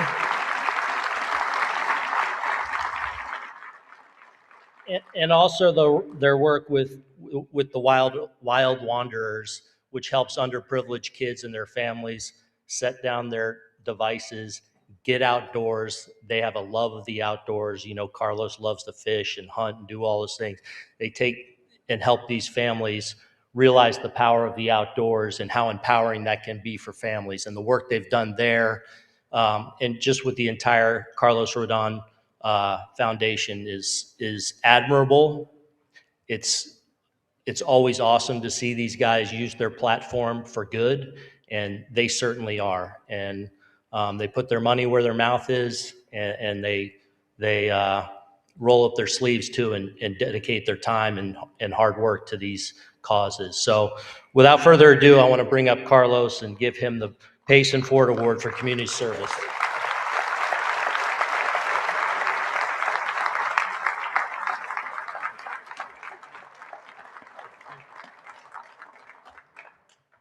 Hey, everybody. Oh, that's a little loud. I'm sorry. Those are very kind words, Booney. I got a few things on my phone here I probably won't even look at, but first I'll correct you. 35 wins over the last 2 years. We can't forget one. All those mean a lot to me. Sorry, Booney. First, I want to thank the Writers Association for obviously having me up here tonight. My wife is in the crowd, so she sent me up here solo, which is funny because I'm the introvert of the group, and I'm talking to all you beautiful people.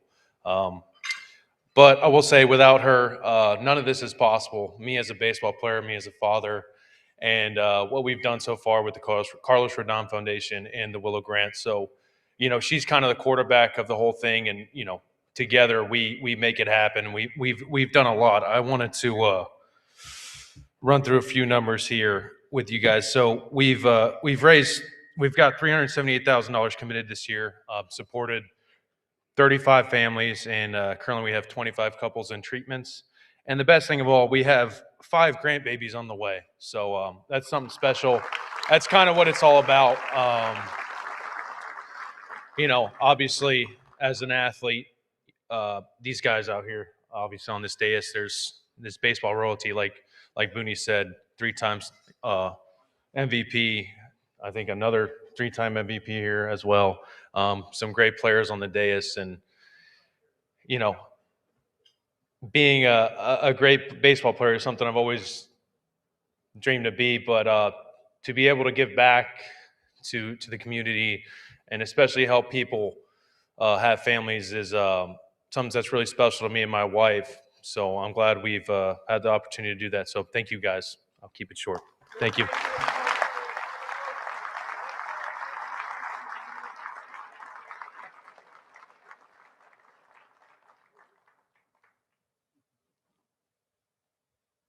Thank you, Carlos and Ashley.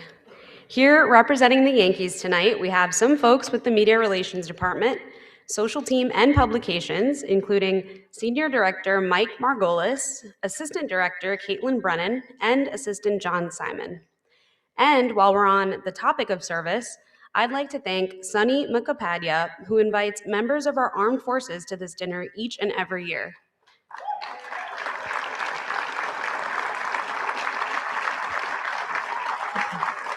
Yes, I'd like to ask them to stand. Any other servicemen and women, please stand to be recognized now.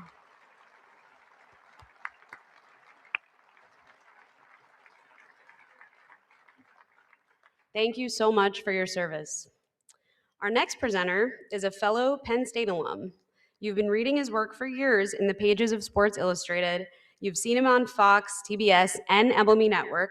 Here to present the 2025 National League MVP Award, please welcome Tom Verducci.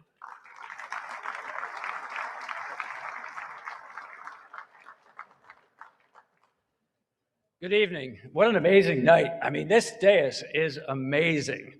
How about the food? The food was amazing. So shout out to our celebrity chef who whipped it up this afternoon, Shohei Ohtani. And for those of you who are driving home on the FDR, the potholes have been repaired, courtesy of Shohei Ohtani. The guy does it all. The late, great sports writer Roger Angell once told me that he actually saw Babe Ruth play. Saw him walking around Manhattan in his camel hair coat. And I was like, wow. I mean, that is baseball mythology, right? That's seeing a legend in the making. Well, our generation, we have a legend in the making with Shohei Ohtani. Just want to give you a couple of numbers here, because there is no one like Shohei, never has been. 55 home runs he hit, and he had a 2.87 ERA. Crazy. 202 balls he hit 100 miles an hour or more, the most in Major League Baseball. And he threw 39 pitches 100 miles an hour, second most among starting pitchers. Crazy. 3 straight MVPs unanimously. Before that, no one had done it more than once. I could go on with these numbers because you can't even get them on PlayStation, folks. They're impressive, but what's even more impressive is the person that Shohei is. The word that comes to mind for me is respect. Respect for the game, respect for the opposition, respect for the umpires, for the fans, for competition. As parents, you can feel good about about buying your kid a Shohei jersey. Heck, we know you can buy one for yourself too, right? There really is no one like him. So when I tell you he's a generational legend in the making, it's not hyperbole. And I think someday you can look back and you will tell people that you saw Shohei play. I'm not sure if we'll see anything again, but enjoy it. Don't ever get used to what we are seeing, folks. No more than you would get used to seeing the Grand Canyon. It's that special. It's my honor to present a guy who does it all, and I'm sure he can even rock a camel hair coat. Your 2025 National League Most Valuable Player, Shohei Ohtani.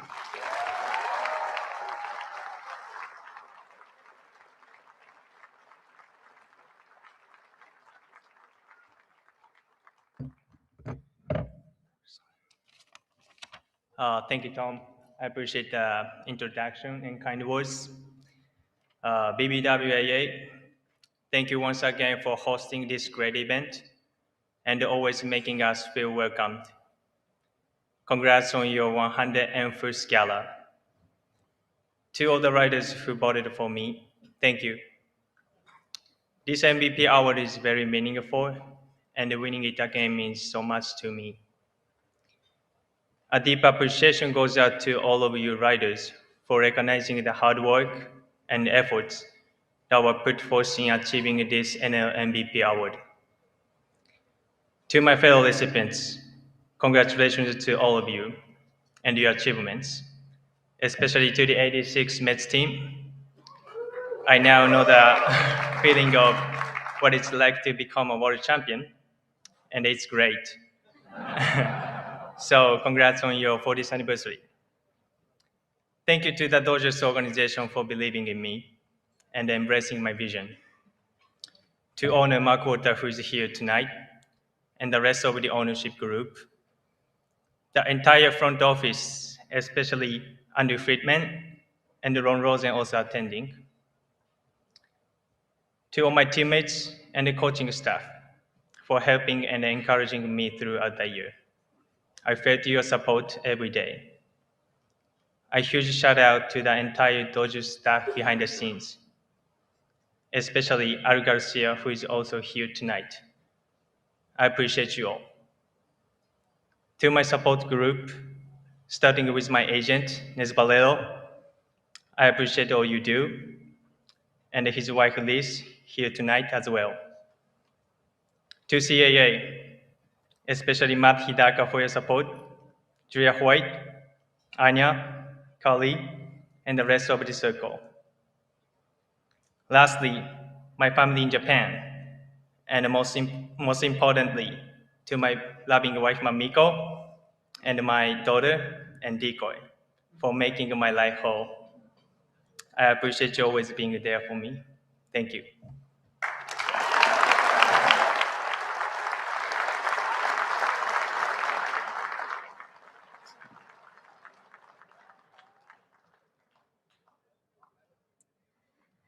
Thank you, Shohei, and congratulations again.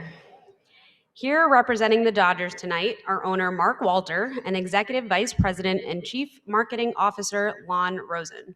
They're at table 17B. As everyone knows, this was an incredible week in Cooperstown. The BBWAA elected 2 new members to the Hall of Fame, Carlos Beltran and Andrew Jones. Also joining the 2026 class, Jeff Kent was elected by the Contemporary Baseball Era Committee last month. And it's pretty cool that all 3 players spent at least some time playing with the New York clubs. I'd like to thank the president of the National Baseball Hall of Fame and Museum, Josh Rawich, who's up here on the dais, for making it to the gala tonight, despite his super busy schedule. Also here from the hall are folks at table 23, including John Shestakovsky. Now, I'd like to point out a large contingent from Major League Baseball. Joining us tonight, we have Senior Vice President of Communications, Matt Bourne, Special Assistant Glenn Kaplan, and Vice President of Broadcasting and Scheduling, Chuck Torres. And a very special thank you to Vice President of Communications, John Blundell, and Mike Teven, who win the award for fastest response time to my endless emails and questions, and they still pretend to like me. Thank you both for having my back through the years. I'd also like to welcome the worldwide audience watching the gala, which is streaming live on YouTube thanks to Foul Territory. Next up is one of the chapter's most prestigious and important awards, the Ben Epstein Dan Castellano Good Guy Award. This honor is awarded to the player who most helps the media do their jobs, and players can only win this award once in their careers. Here to introduce this year's winner is the Vice Chair of the New York BBWAA, entering her 13th season covering baseball. Please welcome Newsday's Laura Albanese.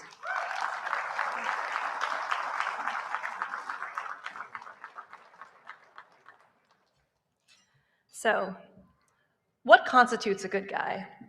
It can be hard to quantify sometimes because goodness, by definition, doesn't posture. It isn't loud, and it often occurs when people aren't looking. It is kindness for the sake of kindness. And that's why the Writers Association considers the Ben Epstein Dan Castellano Good Guy Award to be its most prestigious honor.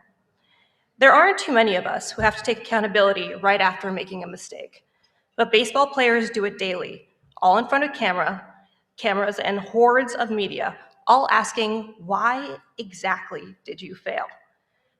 They do it, and they do it with professionalism. But that's just the baseline. Tonight's recipient, Clay Holmes, goes beyond that. And yes, he does answer the questions, some of them easy, some of them tough, and many of them are often repetitive. So to give him a little bit of slack, yes, he feels okay after converting to a starting role. No, the Mets have not asked him to go to the bullpen. And sure, he will explain his kick change at least one more time. But Clay also answered all of these with patience and aplomb. He was always in front of his locker before games and after them, willing to talk through the good and the bad. And pivotally, he did this in his role with the Yankees. And we know that 75% of the time, if you're talking to a closer after a game, something went really, really wrong, and he still did it. You know, I asked a few people what made Clay Holmes such a good guy, and even though I covered him both in my capacity as a Yankees writer and a Mets writer, and I had an idea, I did get a few interesting stories. One person, Larry Fleischer, reminded me that after the Yankees lost Game 5 of the 2024 World Series, Clay took the time to shake all the writers' hands while they thanked him for his cooperation in the year where he lost his closer's role. In spring training of last year, the Daily News' Abby Mastracco mentioned that he took the time to show her all of his pitch scripts. She said, and I quote, "There are very few pitchers I feel comfortable asking to do that, and I had met Clay exactly one time, and I felt comfortable enough." I also asked him about seam-shifted wake. I also asked Clay about seam-shifted wake for about 7 minutes, and he didn't kick me out of the clubhouse, which honestly should qualify him from canonhood. Abby continued, "It's the type of thing you see pitchers doing openly with men on the beat, but rarely with women. It's a small thing, but it mattered." And it's the small things, right? The professionalism, the accessibility, and the patience, all done in the background of playing 162 games. Goodness isn't loud, and it can go unnoticed, but not today. So it is my deep honor to introduce our good guy, Clay Holmes.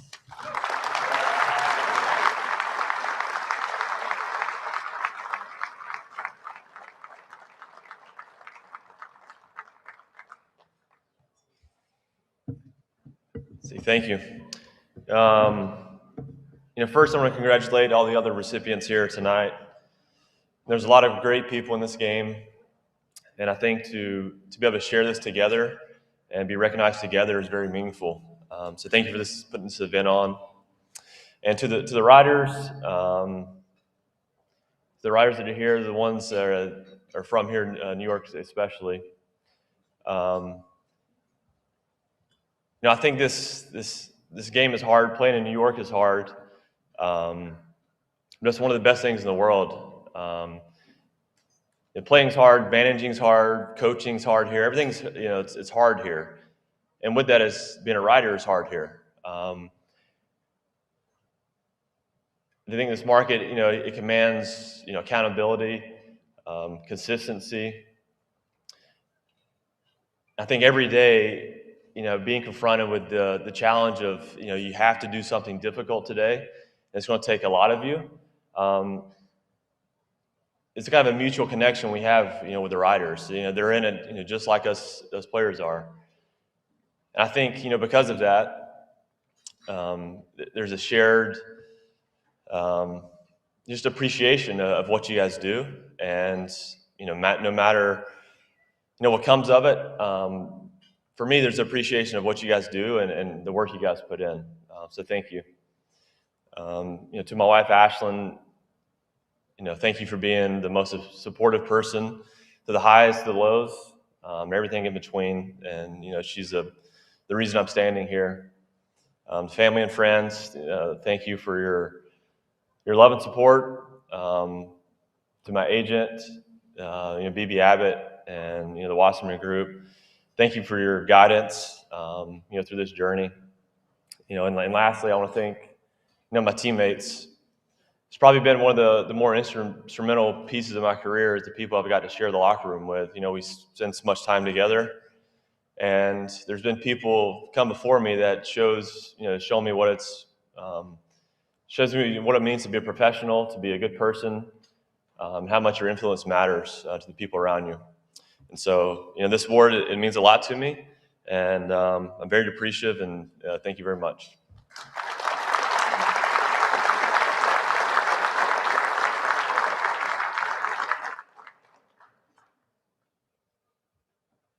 Thank you, Clay. Supporting him at table 5B, we have a big cheering section here from the Mets, including Senior Vice President of Business Operations, John Ricco, and from the Media Relations Department, Josh Letterman, Kenny Burgess, and Katie Augustin. And a special thank you to Executive Director of Communications, Ethan Wilson. Unfortunately, the recipient of the Joe DiMaggio Toast of the Town Award couldn't be here tonight. Former Mets first baseman Pete Alonso and his wife Haley recently welcomed a new polar bear into the family.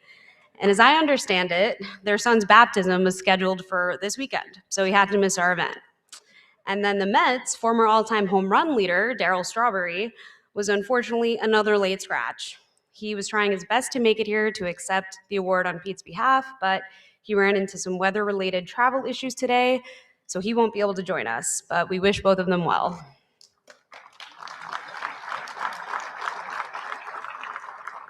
At this time, I'd like to recognize the MLB Players Association, including Executive Director Tony Clark, Deputy Executive Director Bruce Meyer, President of MLB Players Inc. Evan Kaplan, Vice President of Sponsorships and Partnerships Norris Scott, and Chief Communications Officer Ori Koren.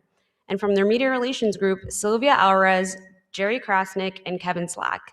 They're sitting at tables 8 and 9. Our next presenter is one of the most trusted voices in baseball, known for reporting the news with accuracy, integrity, and a signature bow tie. You've seen his work on Fox and Foul Territory, and you've read his words in The Athletic. Here to introduce the 2025 American League Rookie of the Year, please welcome Ken Rosenthal.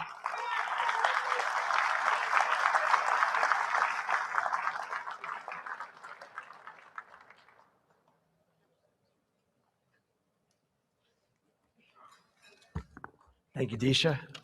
Hello, everyone. Good to see everyone tonight. As always, great night.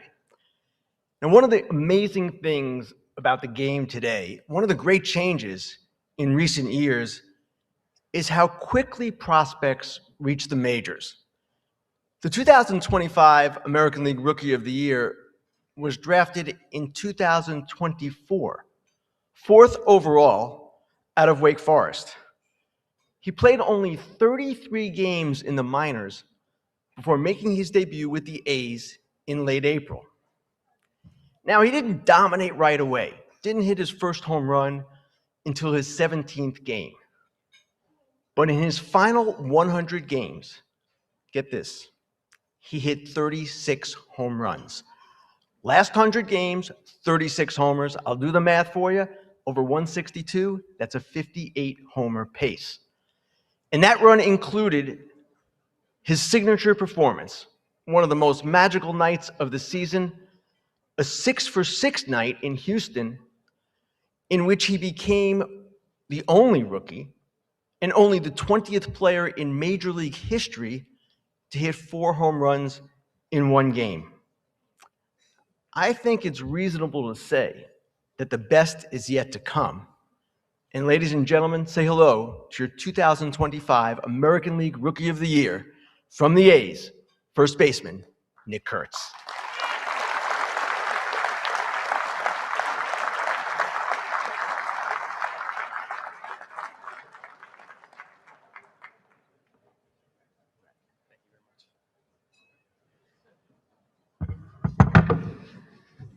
As the A's writers know, I'm a man of few words, so I'll keep this nice and short and sweet. Thank you to the Baseball Writers Association for putting this event on. It's truly an honor to be sitting back there with those players. Thank you to my family for being there for me every step of the way. I want to thank the Wake Forest coaching staff for, Matthew Wessinger, Billy Salento, Tom Walter, for preparing me for what the next level is and could be. I want to thank the A's organization for taking a chance on me in 2024 and bringing me up really fast. It gave me the confidence and the ability to do what I can do. And lastly, I want to thank my A's teammates. They make showing up to the yard every single day truly a blast, and I couldn't have done without them. Thank you.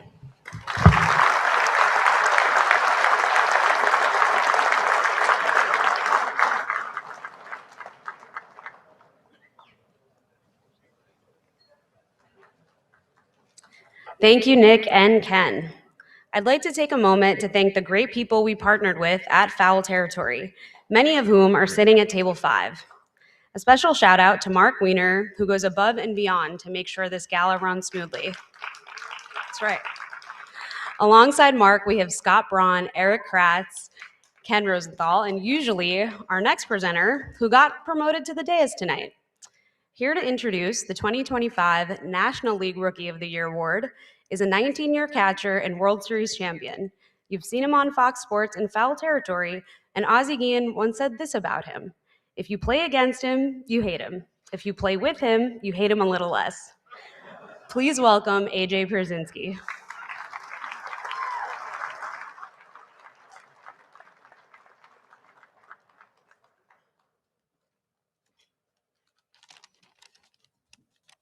First of all, thank you, everyone, for coming. I'm from Florida, so Judgy, Riz, Carlos, anyone got a plane going back to Florida tonight? I'm on it, because if I don't get on it, I might be here next year at the awards still.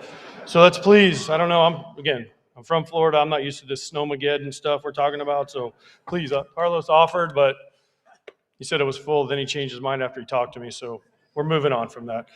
I'm really honored to be here tonight for the BBWAA Foul Territory, obviously.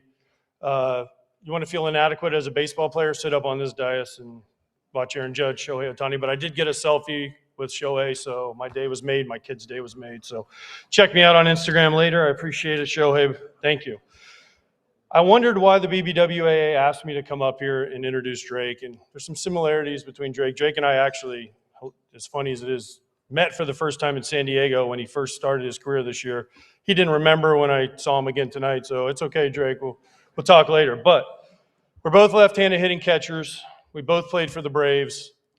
We both played for Brian Snicker. Was supposed to be here, but the weather got him. I played bad enough to get him hired. You played good enough to get him to retire. So, Drake, good job. Also, Chris Sale, I caught his debut, your Major League debut. You caught Chris Sale. So kind of some stuff that was a little bit different, but also, came together. Also, one more thing, Drake, in the BBWA, you didn't honor my 2015 Braves Player of the Year. It was voted on by the Atlanta Writers. It's not quite the same as Rookie of the Year, so I think you got me there. So good job. Congratulations. I made calls to a bunch of Braves people, again, because all I heard about was Drake was humility, maturity, leadership, work ethic, preparation, how well he learned the pitching staff. He became a psychologist, and for all the pitchers up here, you know how important the catchers are. The toughest job in baseball is being a catcher. I did it. I know you got to catch, you got to treat your pitchers right, and the number one thing is how can I help everyone else, and then you take yourself last.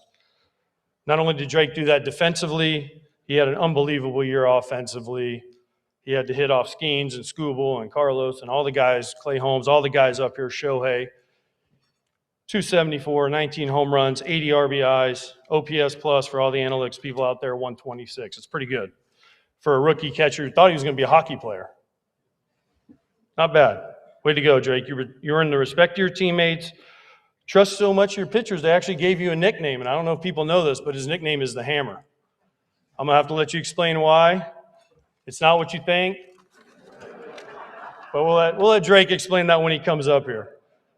Hope he has a little pressure on him now, though, because the last guy from Atlanta that was nicknamed the Hammer, Hank Aaron, he ended up pretty well. So good luck living up to that, Drake.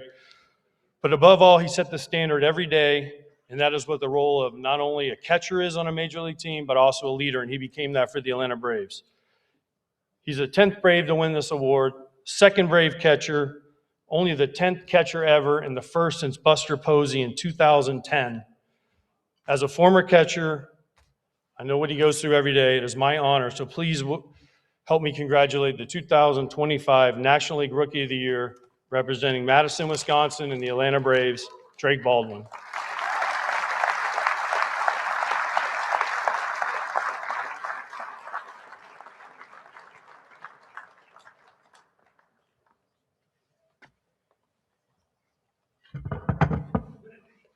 He's learned a lot about me since that first day in San Diego, but I think the talk about the Hammer might be for another time. But a lot of people to thank. I mean, first off, thanking the writers for this incredible event and for voting for me. It's really been an incredible experience, a dream come true to be up here. To be able to win the Jackie Robinson Award as an African American is pretty special. Just some recognition for him being able to allow me to play the game I love. So pretty cool. There's a lot of the Braves organization. Just want to thank them from the top down, from believing in me and putting support in to allow me to get to where I'm at today. Brian Snicker for kind of helping me through the early days of my career and really believing in me, putting me in the lineup, and just kind of helping me transition to the big leagues, which is not an easy thing to do, but the people around me made it a lot easier. So guys like him, two other catchers, Sean Murphy and Sandy Leone, were always by my side. They were doing everything they could to help me day in and day out. So just want to give a shout out to them because I would definitely not be here without them. Some of the stuff behind the scenes, agents, BB and Steph, thank you. Made life a lot easier. So I could just worry about what was going on the field. And then I think the biggest thank you is to my family sitting right there. So they love and support throughout my entire life. I wouldn't be there or be here without them, with them traveling to games, cheering me on, and just allowing me to just love the game of baseball and be able to play it my whole life. My mom taking me to games since I was 3 years old, supporting me and just wanting me to be out there and have fun. So definitely allowed me to love the game and allow this dream to come true up here. So, I mean, this is a really incredible event. Thank you all for letting me be here and speak. And I know some of you guys might not like this, but go Braves and thank you.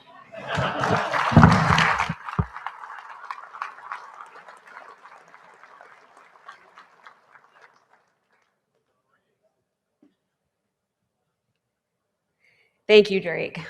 At this time, I'd like to recognize at table 14, Mo Resner, a former Montreal Expos minor league instructor who has attended 56 dinners. Good luck to anyone trying to beat that record. Thank you, Mo, for all the support over the years. Our next presenter doesn't get enough credit for being a two-way talent. No, not some guy named Shohei. Obviously, he gets plenty of praise for that. But this all-star pitcher once hit home runs in 2 consecutive starts for the Mets. He went to Yale, he's fluent in Chinese and French, and he's a familiar and insightful voice as a game analyst for SNY and TBS, as well as a studio analyst for MLB Network. Here to present the Casey Stengel You Could Look It Up Award, which goes annually to someone never previously recognized by our chapter, please welcome 1986 World Series champion Ron Darling.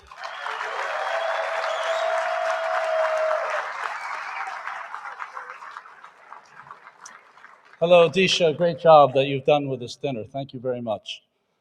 It was pretty funny. I was sitting there with my son, Pat Murphy. You might like this. He's 9 years old. And he said, "Why is everyone mentioning the 86 team?" I said, "Well, kind of an iconic team here in New York City." He goes, "Were you on that team?" No idea. I mean, crazy. So I thought he knew. Jesse Orosco is one of the most unique players to ever pitch in the major leagues. So the numbers, if you look them up, no one's pitched more games, 24 seasons, threw his last pitch at 46 years old. And he's the only person here of my generation of players that I think you still could get someone out if you had to, right? If you had to, he probably could still get someone out. But even more importantly, Jesse was just such a great teammate. When I came up to the major leagues, I was the world's worst loser. And he taught me that despite having a tough day at the office, maybe not getting through the ninth inning, the next day he still had the same smile, the same giggle, the same work ethic. And, that was a lesson learned that, Aaron Boone was talking about adversity. And I learned that from him, that it didn't matter what happened the day before, had to turn the page and be better the next day. And that's why Jesse lasted so long. We'll remember him forever in Manhattan and New York because of his iconic throwing his glove to the heavens and dropping to his knees in October of 1986. But I can comfortably say not only was he one of the great pitchers, but he also one of the great teammates you'd ever see and ever meet. Jesse.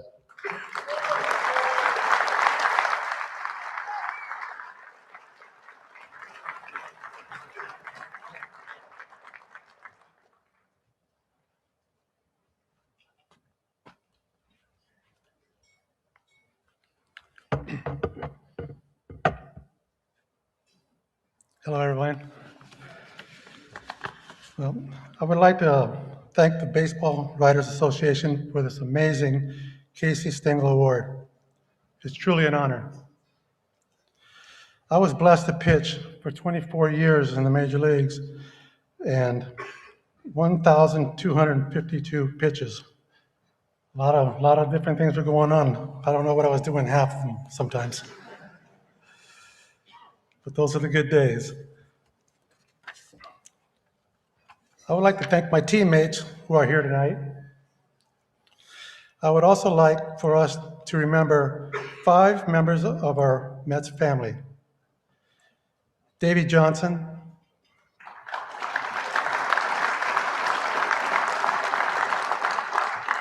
Mel Stoudemire,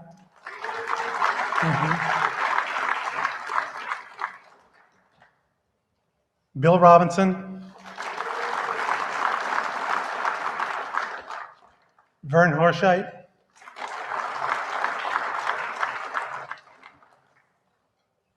Gary Carter.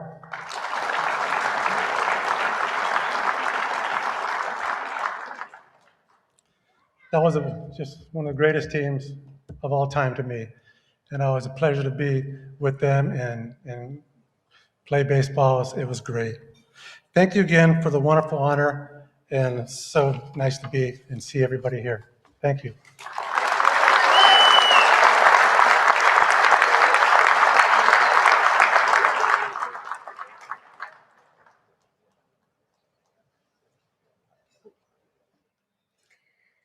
Thank you, Jesse. I'd like to recognize another Mets VIP, Vice President of Alumni Relations and Team Historian Jay Horwitz at table 11.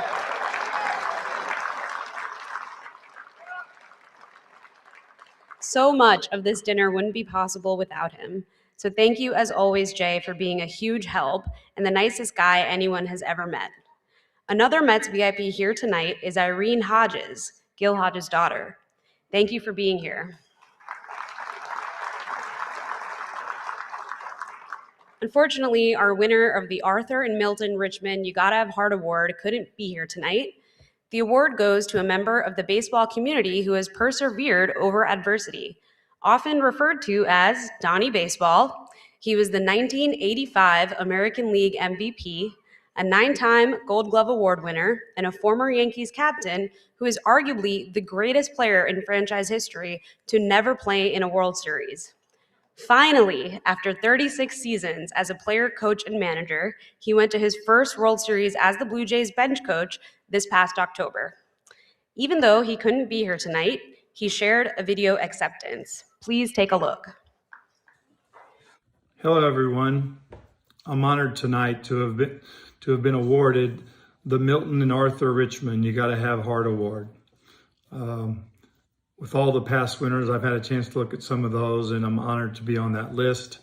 Also would like to congratulate all the winners tonight. Hope you guys are having a great time. I'm sorry, our timing has not been good the last couple of years with the event that we have here every year, coinciding with the Baseball Writers Dinner. So again, thank you guys for the award. Hope you guys are having a good time, and take care.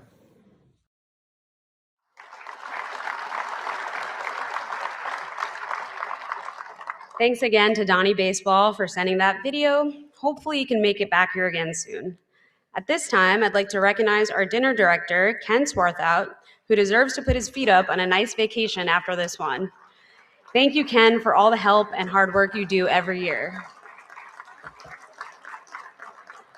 Our next presenter is a rising star in coaching circles. He's also the University of Michigan's all-time leader in innings pitched.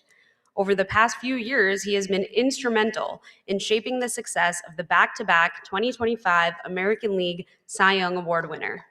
Here to introduce him, please welcome Tigers pitching coach Chris Fetter.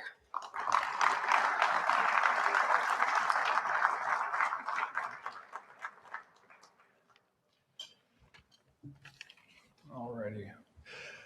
First, I'd like to congratulate everyone up on the dais for a great 2025 season. And I'd also like to thank the New York chapter of the BBWAA for giving me this opportunity to introduce a guy that I've had the pleasure of coaching for the last 5 years, Tarik Skubal.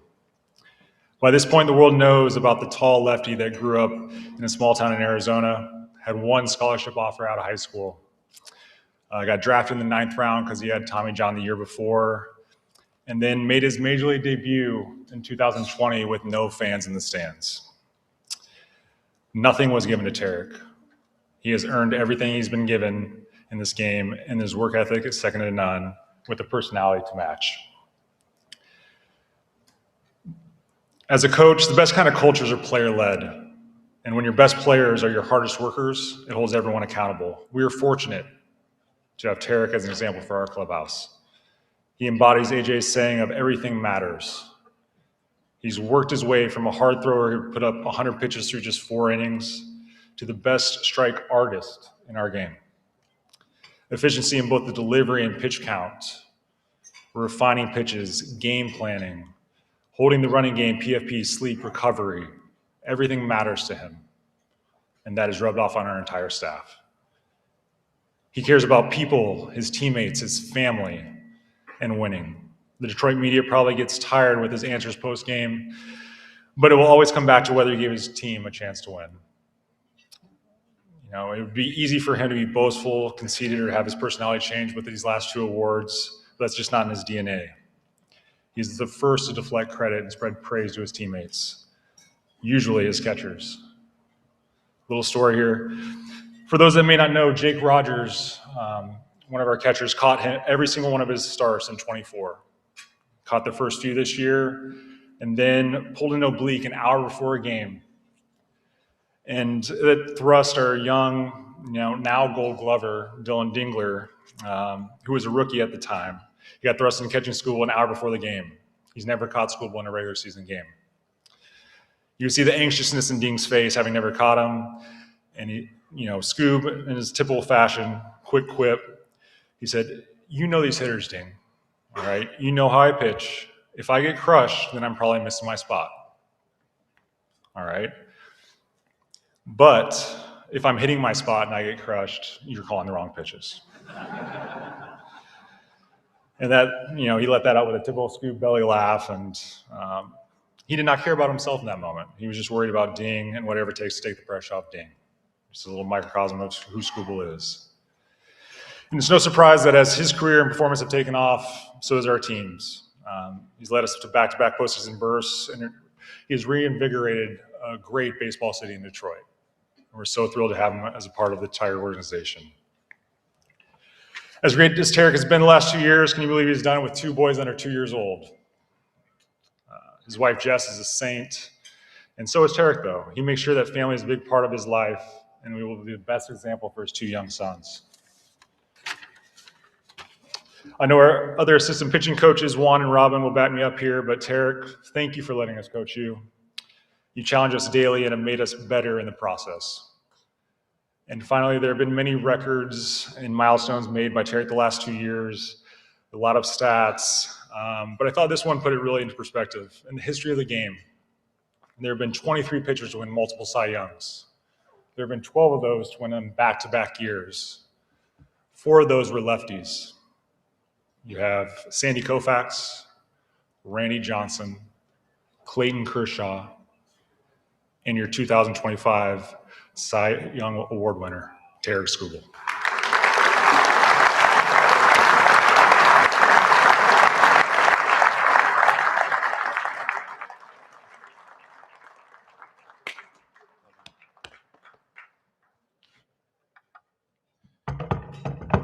Appreciate those words, Fat. The only thing I don't appreciate are mound visits.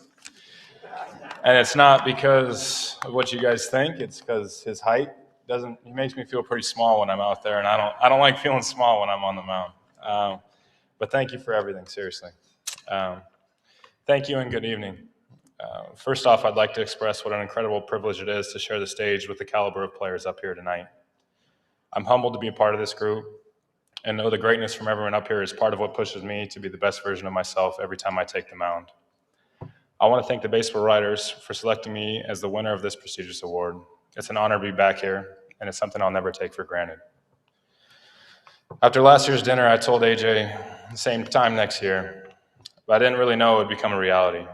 Skip, for the sake of superstition and a three-peat, let's go ahead and keep the same plan for a year from now.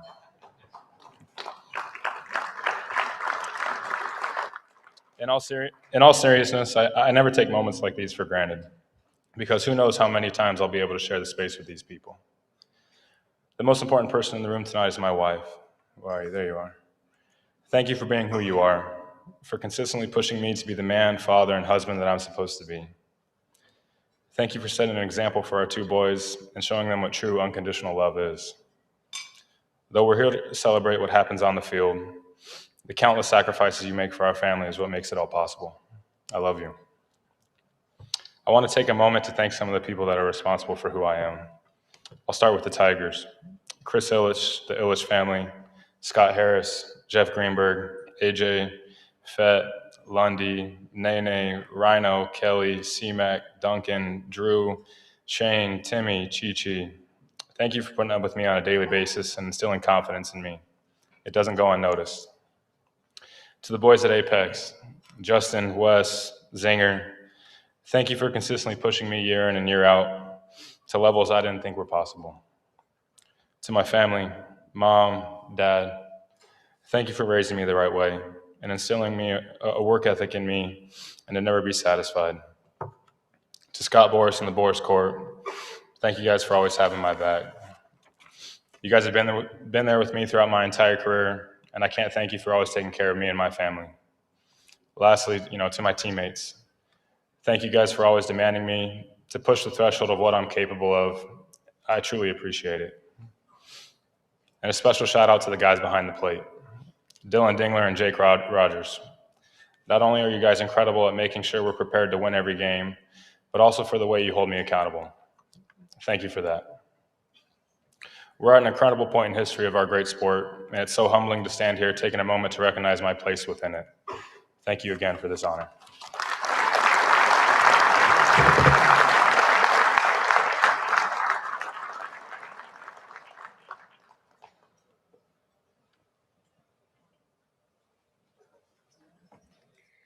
Thank you, Tarik and Chris.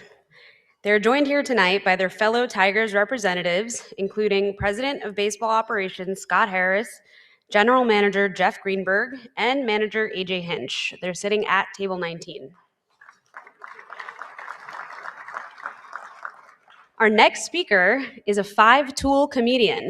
He can do stand-up, he can do impressions, he can do characters, he can act, and he has the best style in every room he walks into. You know him as Astronaut Jones on Saturday Night Live, and he has a new show out called The Fall and Rise of Reggie Dinkins. Here to present the William J. Slocum Jack Lang Award for Long and Meritorious Service, please give it up for Tracy Morgan.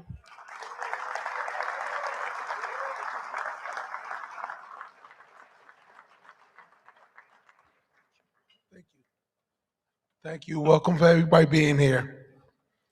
I'm honored to be here tonight to present an award to someone who embodies loyalty, grit, and the ultimate team player, Willie Randolph.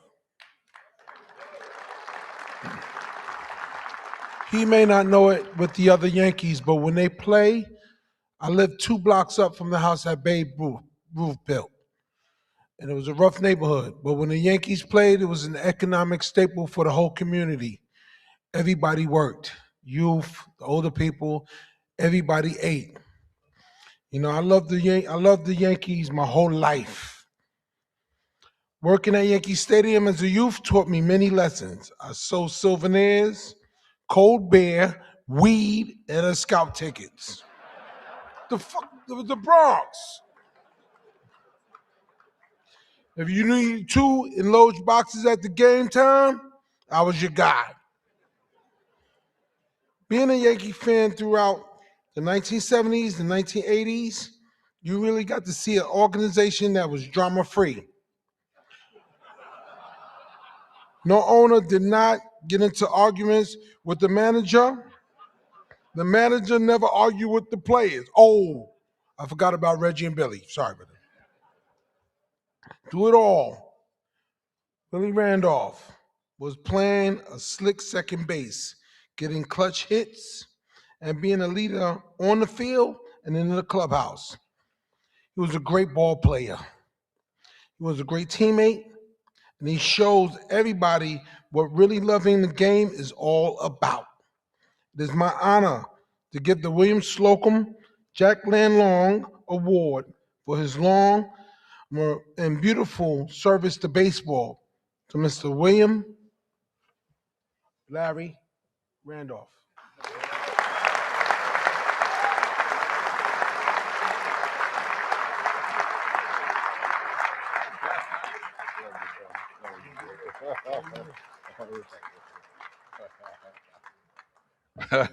Thank you. Get my paper. I'll get your paper. There you go. Thank you. Hey, I gotta get that GED. That was a long time ago, man. Thank you, Tracy. Thank you. Thank you. Thank you very much. This is, really kind of weird for me because I'm a huge Saturday Night Live fan. Okay, I go back to the days of Belushi and Aykroyd and Garrett Marsh and all those cats. So to see Tracy and to have him present me with this award is just really weird because when I first met him, he was fanning out on me one time, right? So he's like, "Hey, how you doing, Mr. Rudolph?" I'm like, "Rudolph?" I'm like, wait a minute. My name is, you're my fan and you caught, no. And how you doing, Mrs. Rudolph? My wife wanted to slap him, Like, you don't do that to the sisters. It's like, get my name right, But, you were excited. I understand everything. But thank you, Tracy. I appreciate it. I love you, man. I love you.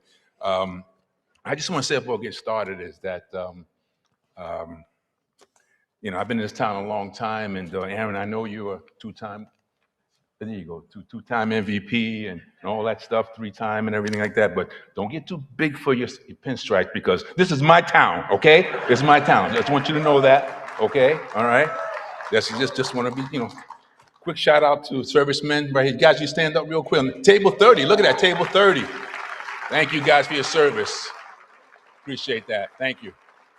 And how cool is it? Number 30, that's my number. I have table 30 right there. Thank you guys. Appreciate it.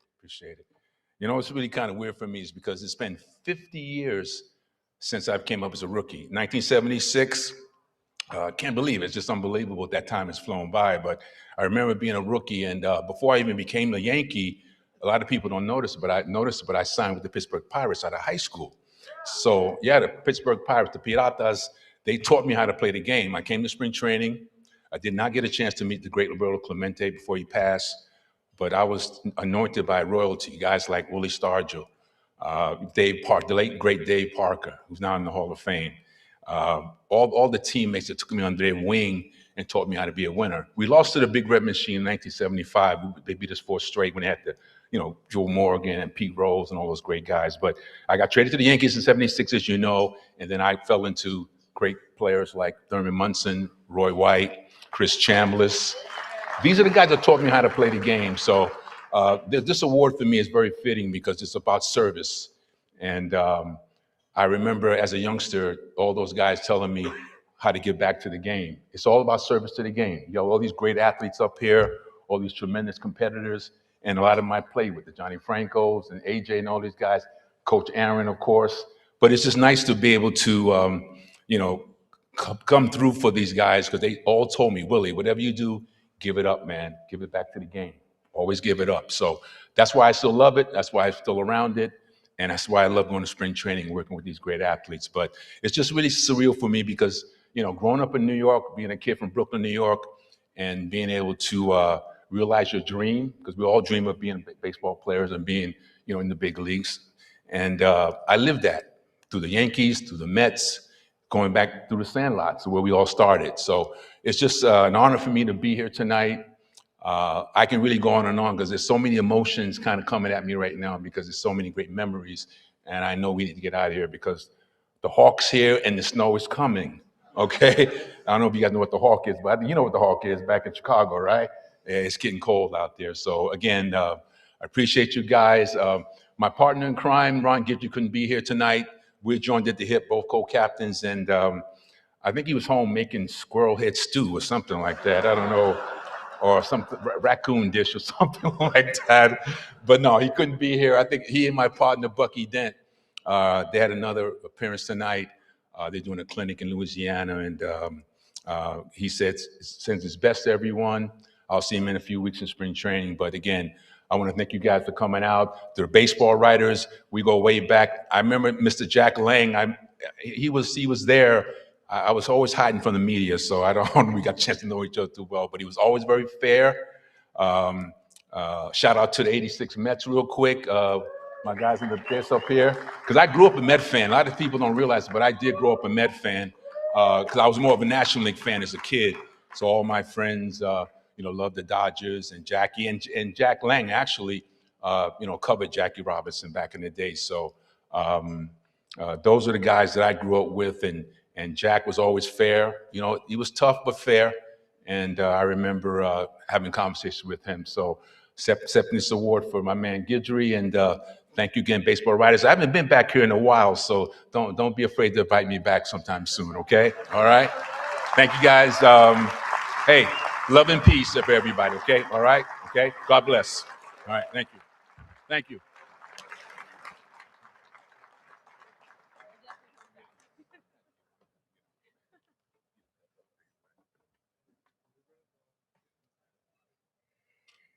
Thank you, Willie and Tracy.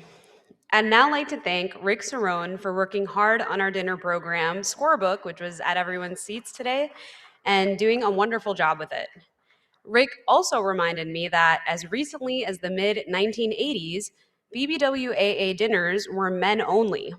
Tickets included the words formal stag.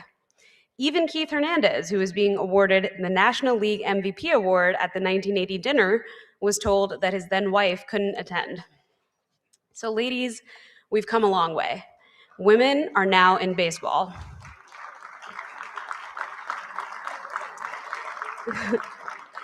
The only thing left to fix is no longer being surprised by it. Our next presenter is here to give out the Willie, Mickey, and the Duke Award, which goes out annually to a group of players linked in history. He's a Brooklyn native, grew up a Mets fan, and became a Mets icon and captain. To tell you more about the winners of this chapter award, please welcome two-time reliever of the year and the Mets all-time saves leader, John Franco.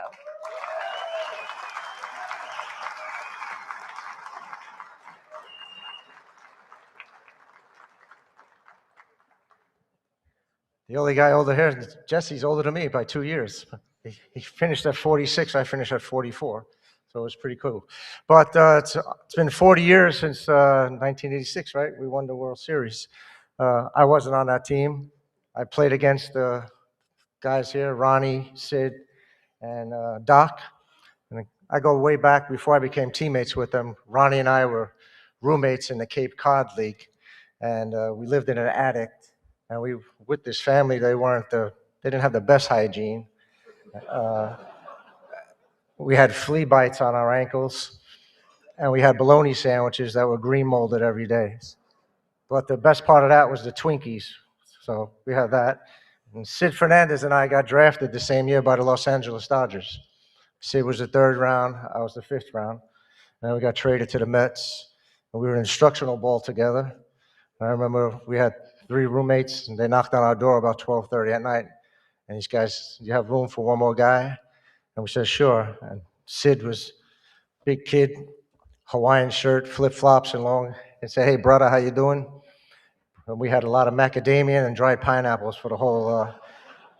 And then Doc and I, we became friends, going to dinner a couple of times, and we became teammates. So those of you from the New York area, you know about in the Italian neighborhoods, we have block parties.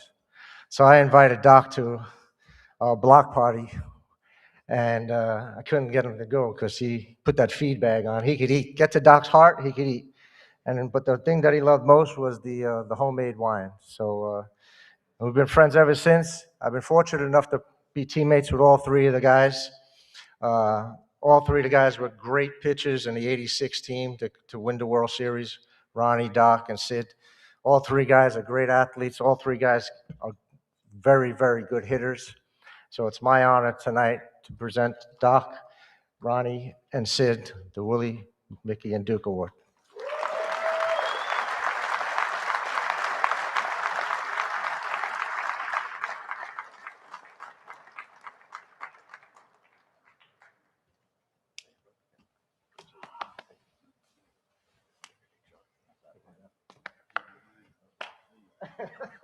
Only thing I want to add to that, guys, the guys who was there for '86, none of this happens without the support and the energy and the excitement that you guys brought to Shea Stadium. Thank you.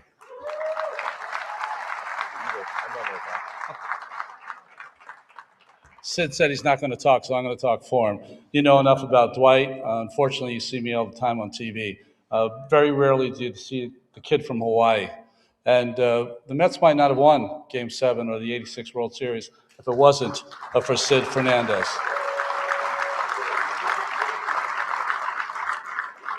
The analysts out there, they would love Sid Fernandez if he pitched in today's game. He was amazing, and thank you for this. Appreciate it, guys.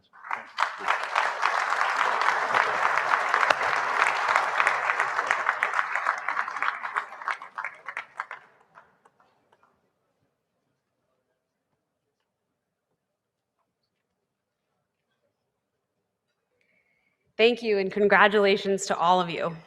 Before we continue, I'd like to take a moment to shout out all the former New York chapter chairs we have scattered across the room tonight. In addition to Tom Verducci, who was up here a little bit earlier, we have Bob Clappish, Claire Smith, Jack O'Connell, Pete Caldera, Tyler Kepner, and Tim Healy.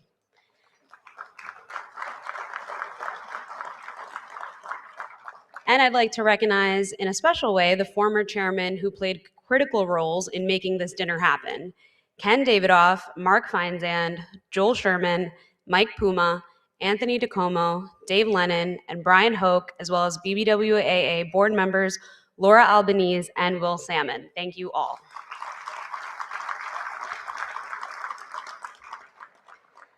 Lastly, I'd like to say my final thank yous for my own family and friends at Table 32. To my mom and dad, who are my biggest fans, my older brother Om, my fiance Daniel, and my best friend Karishma, thank you for telling me which jokes weren't funny and always believing in me. I wouldn't be standing here without your love and encouragement. It means the world that you're here tonight.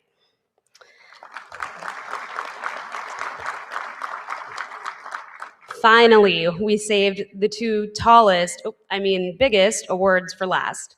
Just to be clear, it's 2 awards going to 1 person. That's the last thing he needs is 2 more awards, but he just can't help himself. Here to present our final awards of the night, the 2025 American League MVP Award and the New York Player of the Year Award is his good friend, World Series champion, 3-time All-Star, 4-time Gold Glove Award winner, former Yankees first baseman and recent retiree. Please welcome Anthony Rizzo.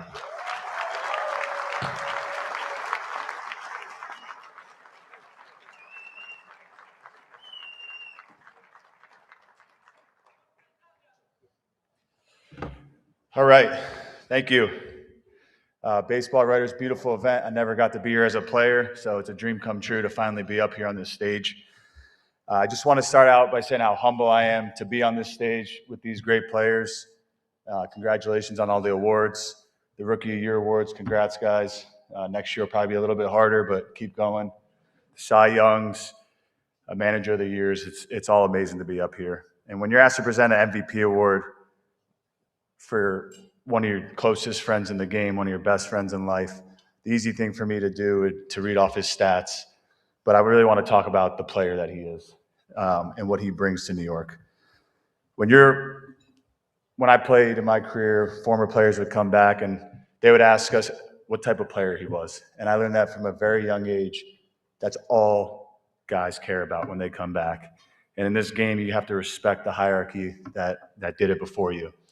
So now that I'm a former player, I asked Judgy what kind of player guys are, and talking to him all the time is just, it's awesome. But the type of man he is he's the most special person I've ever been around.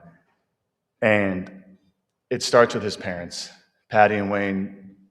You guys have done such an amazing job raising such a wonderful son. And getting to know you guys, our families are close. It's been amazing. And Sam, without you and getting to know you over all these years, without you, Aaron is not a 3-time MVP. And I mean that sincerely. You are such a rock for him, and what you bring, your steady presence is amazing. And it's been so amazing to see them welcome Nora, almost a year old now, on the 27th, and then become parents. And Aaron, you becoming a dad has been amazing. We're kind of going through fatherhood at the same time. So, and we can't forget Penny and Gus, too. Playing in New York is different. As everyone knows, that when you put the pinstripes on, you're going to have good times, you're going to have bad times, and they get heavy at times. And a lot of great players, a lot of great history in the New York Yankees organization. And right behind me, who's about to accept his award, is arguably the greatest to ever put on the pinstripes. And his career, the best is yet to come in his career.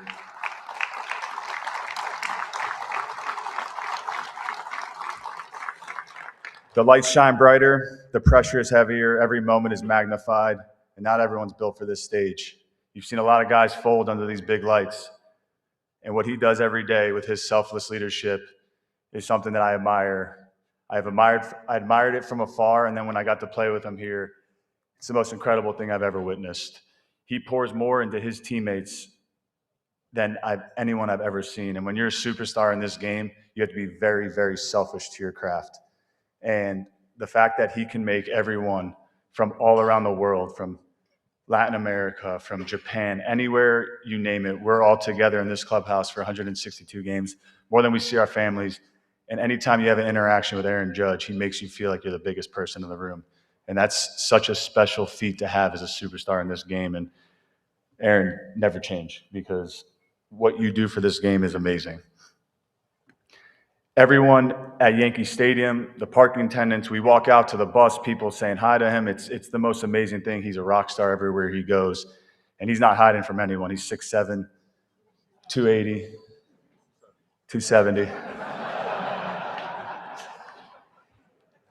And anyone he meets, their day is better after meeting Aaron Judge. And when you show up to the park in June, July, August, when you're grinding, some little kid got tickets and is excited to see number 99 play. And every single day he takes pride in going out there and making sure that little kid or that family who's having their first experience, make sure he sees him play and is at his best. He's always learning. He's always trying to get better. He's never, ever satisfied. And whether he's 4 for 4 or 0 for 4, it's the most I've never seen someone stay so steady. I used to say, yeah, I would be that way too if I hit all these home runs and did all this stuff. But the superstars, they go through their own grind and they struggle a lot more than people think. And the way you handle everything on this stage is just absolutely incredible. All the trainers that are in there every day in the clubhouse, the bus rides, the plane rides, the hotels, everything off the field to build people up is what makes Aaron so special. Your stats are amazing. I think I'll speak for him because I know he won't. I think the ones he's probably most proud of is that 331 average. There's no cheap hits there. To win a batting title, being this big, there's no infield hits. These are all hits the hard way, as we say it, and the pitching's only getting better.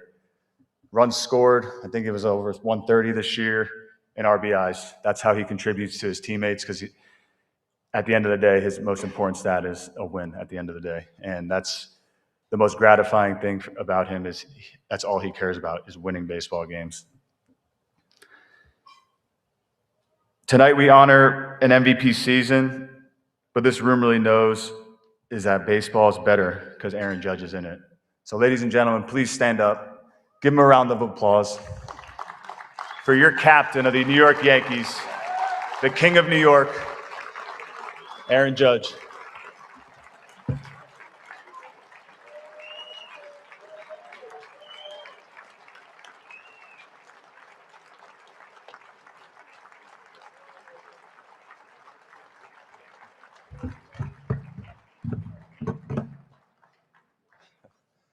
Thank you, guys. Thank you, Riz. That's a lot of great stuff there, man. It was incredible. No cheap hits, man. I'm working on my speed. That's kind of crazy. I feel like I got some speed, so we're working on that. But it's just, speaking of Riz, every time we get a new free agent, sign somebody, trade for somebody, I always like seeing what makes them special, what makes these individuals great. You know, why are we trading for them? And I go back to the first day in Miami, we just traded for Riz. You know, he's getting to know everybody. He's saying hi to everybody, this and that. So I'm watching his routine, how he takes ground balls in the cage. And then I fast forward to literally right before the game. I'm kind of watching, like, how does he prepare? Is it weight room? Is it something in the cage? And I see him, he throws on his uni, you know, filling it out. And he just does one of these and one of these. And he just runs out there. And I'm like, all right, maybe I missed something. And he goes out there, first at bat, hits a home run in Miami, 450 feet to right, and I was like, I think I'm doing this all wrong. He's got this figured out. But what I learned that day was he never forgot it was a kid's game, and just enjoy the moment. You know, be where your feet are. It's a special place to be. So it didn't matter if he was in Chicago, if he was playing for the Yankees, he was just going to enjoy the moment. So I appreciate that, Riz, a lot. Writers, I want to thank you for this event. It's incredible, you know, getting us all up here, especially our beat writers in New York. I know our travel's pretty crazy, and your guys' travel must be absolutely insane to try to catch us and share our story with the world. It means the most. Also to all the award winners up here tonight, it's just an incredible group. And I've never been around so many great players. You know, even starting down there with the rookies of the years, man, it's cool to see them develop over the years. And you know, everybody up here, hopefully we see this group, you know, a couple more times over the years. I'd like to thank my wife, Samantha, for all the love and support over the years. You know, I definitely wouldn't be standing up here, like Riz said, if it wasn't for you day in and day out. You're my hitting coach when I need you, my therapist when I need you, just kind of everything. And I think giving me the greatest gift of all, which is our beautiful daughter, Nora. That's been incredible to be a father and what that's done for our life. And, you know, it didn't matter if I'm 4 for 4 or 0 for 4, coming home and seeing their smiling faces that's what it's all about. It really puts it in perspective. And I'd like to thank my parents, Wayne and Patty. You guys, every time I come home from school, go outside to play catch, hit in the cage, do something, you guys never said no. You never said, hey, you know, give me a minute, my show's on. You guys went right out there and you know, you only asked me one question was, did you finish your homework? And I guess being a teacher never stops. So appreciate that. And one quote that I want to share with you guys that my dad would always tell me, and I look at it every day, is if what you did yesterday still seems big today, then you haven't done anything today. And it really sticks with me, and it probably sticks with a lot of the guys up here. It's, it doesn't matter if you pitch a complete game shutout, went 4 for 4 the night before, won the game for your team. That's in the past. It's about what you can do today, how you're going to show up today, how you can be better today for your teammates and everybody around you. So I appreciate, that hunger that you've instilled in me. My agents, Paige and David, thanks for believing in me when, nobody else was around. You guys came all the way out to Fresno, California. I don't know how many people are coming out to Fresno, but it means a lot. Just, I could call you guys any, day or night. It didn't matter. You guys always were there for me. And I want to thank the House Steinbrenner and the Steinbrenner family for believing in me all the way back in 2013 and drafting me. I want to thank all my teammates, staff, training staff, all the work that we put in that nobody sees that get me ready to go on the field. That's what it's all about. And lastly, I just want to thank the fans. All the fans here in New York.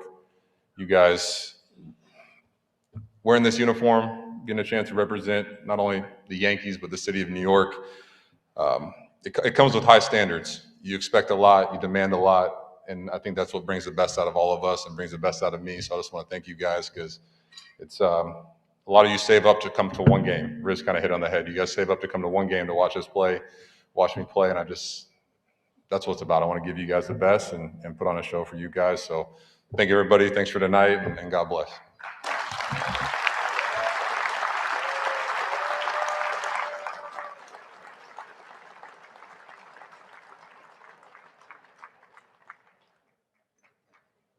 Thank you, Aaron, and congratulations once more to all of our award winners. On behalf of the Baseball Writers Association of America, thank you all for coming out tonight to the 101st Annual New York Chapter Dinner.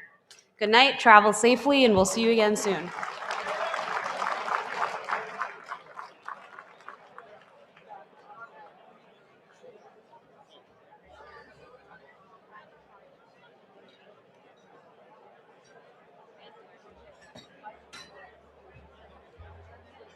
Braun, Erik Kratz, and Rosenthal. That was really fun. And I hope you enjoyed what you saw. And there's more to come. So I want to make sure everyone knows right now, we are going to get guests. We are going to speak to people that were in that room, that were on that stage. Who? Stay tuned. But let's first start with someone who was on that stage, as he mentioned briefly. Ken, how was your experience and your speech? How did you feel about the whole thing, too? Just your overall take. I love being here. And I love seeing everybody. And obviously, this was mentioned several times, but that dais tonight was power packed. Pretty stacked. It was pretty stacked. Pretty heavy. It was leaning. It was very heavy. The stage And was leaning. It's just a great night for baseball. And it always is. And it gets you fired up for the season. And I was particularly struck by Skenes' speech, his humility, and the way he talked about his message to young people. It was impressive. And we interview these guys during the course of the year, and that's one side of them. And then this kind of event is another side. And you see players and kind of their true souls. Tarik Skubal, the competitor in him, that kind of came out a little bit. So all of it was just so interesting and fun, and I'm sure people watching enjoyed it greatly. And we're looking right now at some shots of Aaron Judge with armed forces, active duty members that are here, which is a really cool table that was highlighted, and many people standing up and acknowledging that they were there. But you can see many people will now enjoy spending some time chatting with people that you don't get time to do that with, right? I mean, for a little bit of this, I had a front row seat of Skenes and Ohtani. And so you just want to see what that looks like. And there were multiple times where someone would crack a joke and then Skenes would say something to Ohtani, maybe, not that he needs to decipher it, but maybe adding to it. And Ohtani's laughing. And it's just fun to see that back and forth because you don't get that anywhere else. And Pat Murphy's speech was his audition for SNL. And it went pretty well, I thought, for him. It did. He was really good. He had visuals prepared. Yes, he did. At first, they show James Earl Jones. Yep.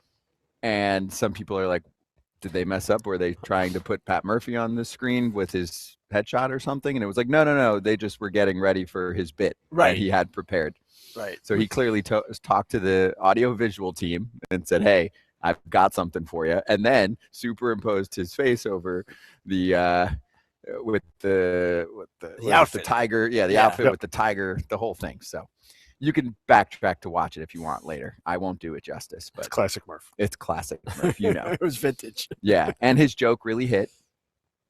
I mean, many of them did, but the one that he actually shared with us before the awards about the soap dispensers and why the Brewers are so busy right now, they're getting ready to lower all of the soap dispensers. I feel like I helped that because his first part of it wasn't, so I added a little bit to it and he used it. So I feel like I was on that stage with him. You know what, too? He mentioned that first series against the Yankees. Yeah. And it's so amazing to look back on that first series. We thought the Brewers were awful. We thought the Yankees with the bats were going to go crazy with the torpedo bats. And Murph said that Judge hit 7 homers in that series. I'm sure he exaggerated, but maybe not by much. It was 3. I looked it up. Okay, and yet the Brewers went on to win 97 games. And next year or this season, opening day, I'm sure panic will set in certain cities, and those people with those teams should point to that particular Brewers club and say, guys, settle down. Yes, you're going to see some team start off with a sweep or 5-0 or something and go, meh, means nothing. If you've been around the game for a long time, you know what it is. That series was really cool, though, because of that. First, you're looking at Milwaukee, and you're like, they look terrible. They have no pitching. And then look what they did. Nestor Cortez. Nestor got waffled by the ankles. Smacked, right. And then the torpedo bat discussion just took over the world for a week and change. Yes. And bat companies for the entire rest of the year. Yes. But then also you actually saw how virality can soar and plummet. We barely spoke about it the rest of the year. There were some guys that took advantage of those types of bats and didn't know that they existed or didn't try them out. But it did not take over the league. We had people complaining like, these bats are cheating. This isn't fair. This is going to change the game. 5 seconds later, we move on with the season. Nothing really changed. So it was cool. It's cool to hear the manager of that team is the National League Manager of the Year. That's incredible. It's incredible. Yeah. In a landslide, in my opinion. Right. I don't think they show the votes, but I think it's something. No, they do. Yeah, okay. I didn't well, know they show the results. They're public. Yeah, they're public. Okay. Right. I mean, he should have been, as much as we discussed the whole Schneider and Vogt and that in the American League and Hinch in the American League. I think, yeah. No question. Hey, Scott, you know what was also a highlight for me? Aaron Boone talking about Carlos Rodon and everything Rodon went through in his first season with the Yankees. Again, people rushing to judgment on a guy who was signed for 6 years and a guy who proved his mettle in his second season with the Yankees and really showed a lot, because once you get down in this city, once you're knocked down, it's hard to get back up. And Carlos Rodon did that. And, of course, he was honored for his community service. We had him on at the top of the show. But for Boone to speak that passionately about him and kind of from his heart about what Carlos Rodon went through, I thought that was cool. And in baseball terms, he's earning his contract now. Yes. He's been absolutely worth the price. Oh, easily. Yeah. I love how he also noted how Boone missed a win or something. Yes. Boone said he had 34 wins the last 2 years, and Carlos got up there and said it was actually 35. That's so good. That was great. And tremendous. When I'm a fan, I always want the pitcher that says that, because you're like, that guy cares about every single win he earned.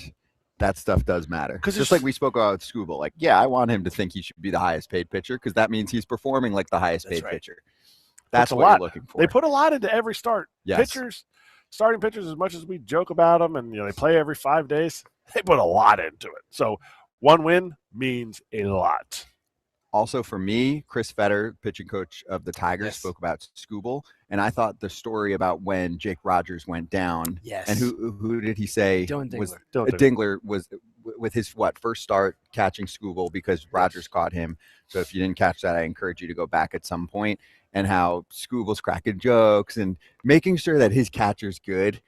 That's cool. Yes. Right? Yes, absolutely. For many pitchers, they know it's about them and their start and all that. And the catcher, I mean, you can speak to this too, is quote, second fiddle, right? But you've got behind the scenes a pitcher saying, hey, I want my guy to not be nervous. I want him to feel good, which of course is going to help the pitcher. But to think about your guy. I'm sure that's a cool story for you to That's hear. so cool. I put myself in Dylan Dingler's shoes, hearing It's got to be Federer terrifying. talk about it, and it was Roy Halladay for me.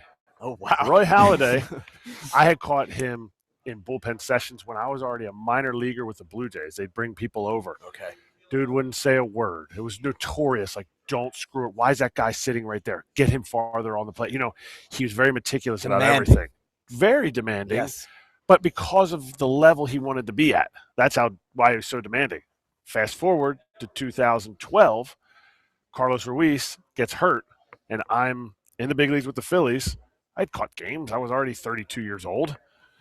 Not Dylan Dingler, a rookie like that, but I had a catch in him. And I remember warming up in the outfield with him and talking about the pregame stuff with him. And, like, in the meeting, I'm like, oh, man, like, okay, I'm going to hear his entire scouting report, and then I can't forget anything.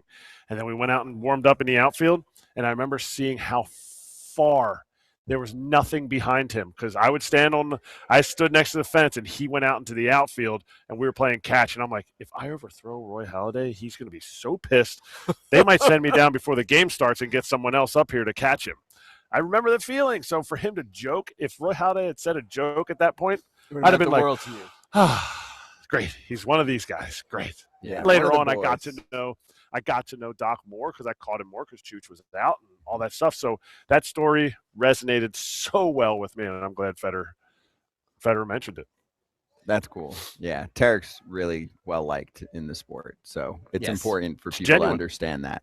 Not that he's in a small market, but he's in Detroit, so He's not as well known as some stars. he's not, right? Not as well known as he probably should be, to be Even honest. Skenes, right? I Even mean, Skenes. Skenes has been great, but I'm saying I think more people know Paul than they do Tarik. Yeah, I would agree with that. Yeah. Because he is this transcendent pitcher. Not that Tarik isn't, but it's almost as if Skenes is on his own level. Yeah, and Skubal didn't have that initially. He had some injury Right. issues. I don't think he was a high pick. I No, want to say ninth round. Ninth round was what And it not was. considered an amazing prospect early on. Right. And then, of course, he came on. Yeah, And Skenes now has he's a been the guy superstar. for a while, so then you start to build that up. Here's LSU. Here's the number one pick. Yes. He does have a very famous girlfriend. All of those things just make you more notable. And he's had the greatest start in the first 2 years of any starting pitcher ever. ever. Yeah. That'll be decent. Yeah. Because everybody waits. Baseball's a game where everybody waits for failure. There's inevitably somebody's going to have a blip on the radar. Look at his stats. Look at the fact that if the Pirates had scored 3 runs in every one of his starts, he'd be 43-1 in his career. Unbelievable. That And is he was- unbelievable. And he's 10-10 this season. 43-1. Talk about controlling what you can control. He's done it. And I would rarely say this. I would rarely say somebody in 2 years can accomplish this, because you know how hard it is to get into my aces category. Mm-hmm. Paul Skenes is obviously an ace. Sure. Obviously. But in 2 years, you can't do that in 2 years. In my opinion, what he did easily catapulted him into the ace category. And they're almost all stressful innings because the games are close. Yes. So, yes, he's not in a playoff race late in the season. I get that. But the games are always close. I actually think back to the Athletic article from a few weeks ago. Famgraphs, Tommy Pham was on the Pirates and talked about how they're always in these close games. And it was true when they did the research that Pham actually is facing, and the other Pirates hitters, closers more frequently than others because the games are close.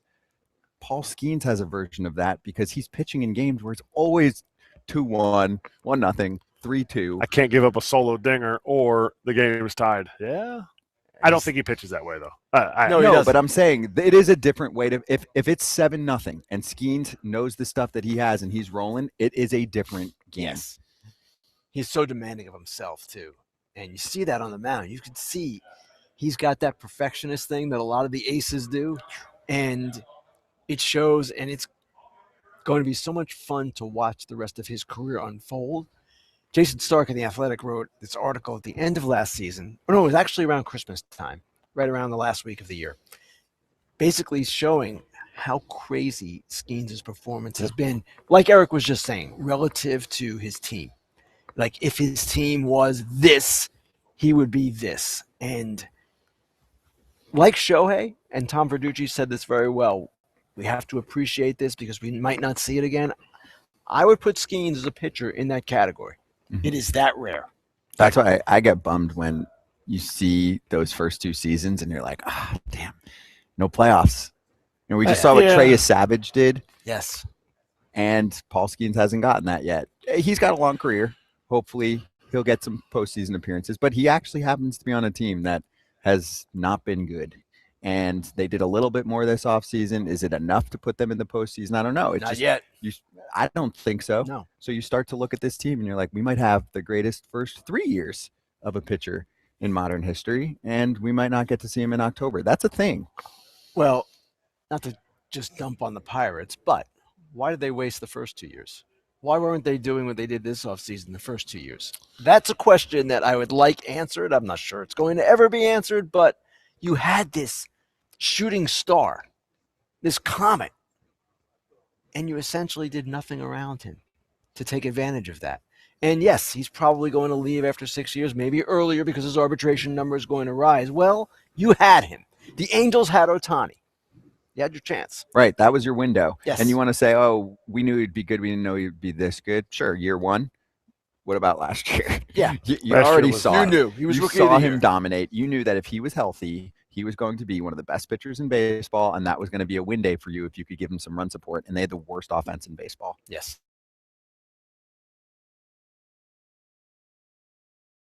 Four-hitter was not a big league four-hitter, and that shows how they constructed the lineup. Sure. Ryan Reynolds was hurt, but still in the lineup. Kutch was playing the outfield, and you were already down to more of like a 7, 8, 9 hitter in the 4-hole, and that's a credit to the organization for not building around a shooting star, like you said. That's right. AJ will join us soon.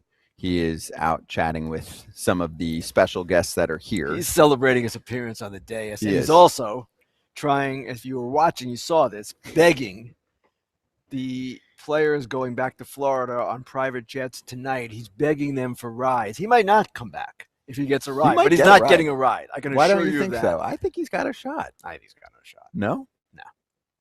No. I don't know. Let's put it this way. If there's somebody that can get something free, oh, it's AJ. AJ's the guy. I mean, he's not getting but the public begging. Wow. 800 people here. I'm not feeling bad about him being Fair Territory's Dork of the Year. He just kind of reinforces he just all the time,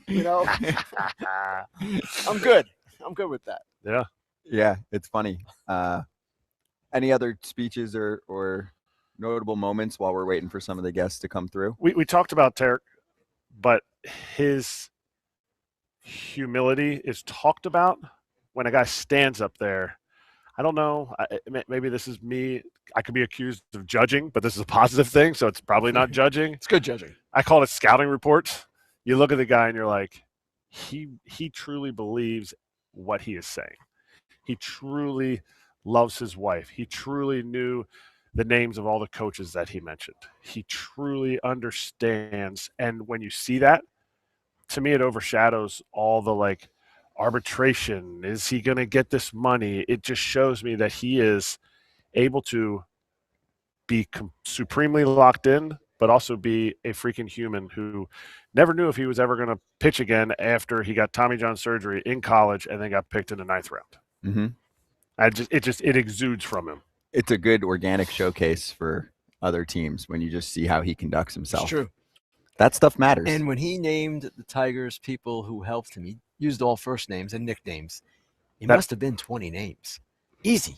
And it showed the gratitude that he has for the people behind him. Nobody does it alone in any profession. And yet when the best one recognizes that and understands that it's not just about him, it's impressive. And I have to say, to those people that he mentioned, man, they're going to float. Yes. It's 5 degrees outside right now. They're going to float through the cold air. They are going to – it makes it that much better because you rise and fall with the people that you're supporting. He has a bad start. Something's bugging him. I'm a trainer. This, that. You give a handshake. It seems meaningless. But to those guys, those women, those men that are helping him, He talked about his trainers. He talked about they're lifted up. And when you can lift other people up in your profession, especially as a superstar, one of the elite 0.1 percenters in the world, that means the world to those people, and it helps them give even more each day. Yes. Yes. It's an underrated part of the off season that we can't completely unravel. Ken and others try as best as possible, but we don't know when teams rule players out for things. We know for a fact that it happens. It only takes one person of rank within an organization. It could be an owner. It could be a general manager. It could be a tip from someone that someone in the front office spoke to. They don't always take everything to the heart, but sometimes they do. We don't know those stories where you're looking, you're like, that guy's a great fit for that place, but they never offered. They never were interested. Right. That stuff does happen where they're like, hey, this doesn't fit what we want, or we got one bad story and this guy wants 150 million. We're out. Framber Valdez. That's who I was thinking of. He is. And to what extent, I don't know. And I still expect he's going to do well because he should do well. He's a great pitcher. But the cross-up incident that occurred with the Astros, with the catcher, it has had some effect. Now, I can't quantify it. I can't tell you exactly what it is. I can't even tell you which teams were turned off.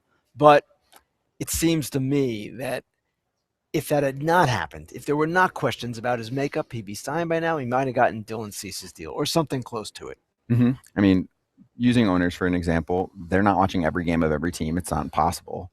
But when there are ultra viral moments, yes, you can make a decision. And we're not talking about several $1,000s. We're talking about many, many millions of dollars. So it's just something to keep in mind. It's important, and then it can work the other way too. I'll give you a good example from this offseason. Sure, he's worth it on the field, but Kyle Schwarber also gets paid for impact off the field, and Alex Bregman. Those are probably two of the, I would say, at least top 10, if not top 5 in baseball, who might get a little bit more and have more interest from teams because of what they can do besides their game. It's funny, Scott. I was reading a story by a Red Sox writer today. I believe it was Christopher Smith of MassLive.com. And he was pointing out and talking about their need for an infielder, that what they lost with Bregman statistically was not incredible. No. He was okay. It was good for Alex Bregman. He was hurt. They can replace that. What they can't replace is his unique ability, and it is unique. I don't know that any other player in the game does it the way he does. He helps other players improve as if he was a coach. Now, Schwarber's influence is just as pronounced, but different. Different it's way. just that Schwarber brings people together. He has a presence about him, a calmness about him. But Bregman, I've seen it. I've seen him talk to players. I've talked to players about him. Cedam Raffaello was one of them. Many of the young Red Sox players said, this guy helped me get better. It's hard to put a price on that as long as he's a good player, and he's a good player. Teams do put a price on it, though. Yes. Because just like we started the conversation with Framber, they take a price off of that. Yes. And one of the things you heard from every single presenter, from MVPs, Cy Youngs, to the Rookies of the Year, guys mentioned something about setting a standard. Yes. Being the best player on the field, being the best player on your team sets a standard. Feder said it. Anthony Rizzo mentioned it about Judge. And it was talked about with AJ when he talked about Drake Baldwin. Setting a standard for the rest of the team. You're paying Framber Valdez, you're paying Kyle Schwarber, you're paying Alex Bregman, all different parts of the spectrum for amount of money to set a standard. And if there's a little bit of, I don't know. It's hard. Then the price goes down. That's it. To Scott's point, when you're paying tens of millions, hundreds of millions, my gosh, these things really matter. And it's interesting. I've watched over the last couple of days some of the Orioles promotional videos from their caravan, their Birdland, whatever it's called. Pete Alonso has been out and about. He is connecting with their fans in ways that I am shocked by, imitating the Baltimore accent. And I know, because I worked there a long time and I married somebody from there, the people in Baltimore love that. He's one of us. He's going to be one of us. And Pete, to his credit, has embraced it, and they're embracing him. And again, it speaks to intangible value to a player. Mm-hmm. And I would go even just a step farther. This might be selfish because our show, for anybody who says, nah, I don't want to go on that show because I don't want to go on a show, or an agent who's like, I don't want to send my players on a show. Like, we sit here and we have real conversations. Ken is the greatest writer in baseball currently. He's a real person. I've never seen him be different on the screen than he is when we're hanging out. We don't hang out a ton. Right. He's never invited me to coffee because I don't drink coffee. You also or don't live near each other. Or AJ. Right. We live normal lives, but it is an authentic show. And I think when fans and fan bases connect with a player who's not on their team in an authentic way through a show like this, it can only help your free agency cause. Agreed. I would agree Yes. with that. Yes. Clips can go viral and they can resonate with Like, people. I think somebody that probably is AJ, who's joining us again. Yeah. Would have been during his time playing. Yeah. If there was a show like this and people could have seen how, yes, he is upfront and he is boisterous about things, he cares about the people that are on his team. He cares about the city that he's in. He's claims to be from whatever Long Island, but he has adopted Chicago, the city. And if he was a free agent and that some team was like, oh man, maybe I'll, AJ, we really like him, but I hear this about him, we'll take $1 million off a contract. But if he comes on a show like this and people find out what he does before every start for his pitcher, for his left-handed pitcher, he steps off the bed with his left foot first. All of a sudden you're an owner. You're like, wait a minute.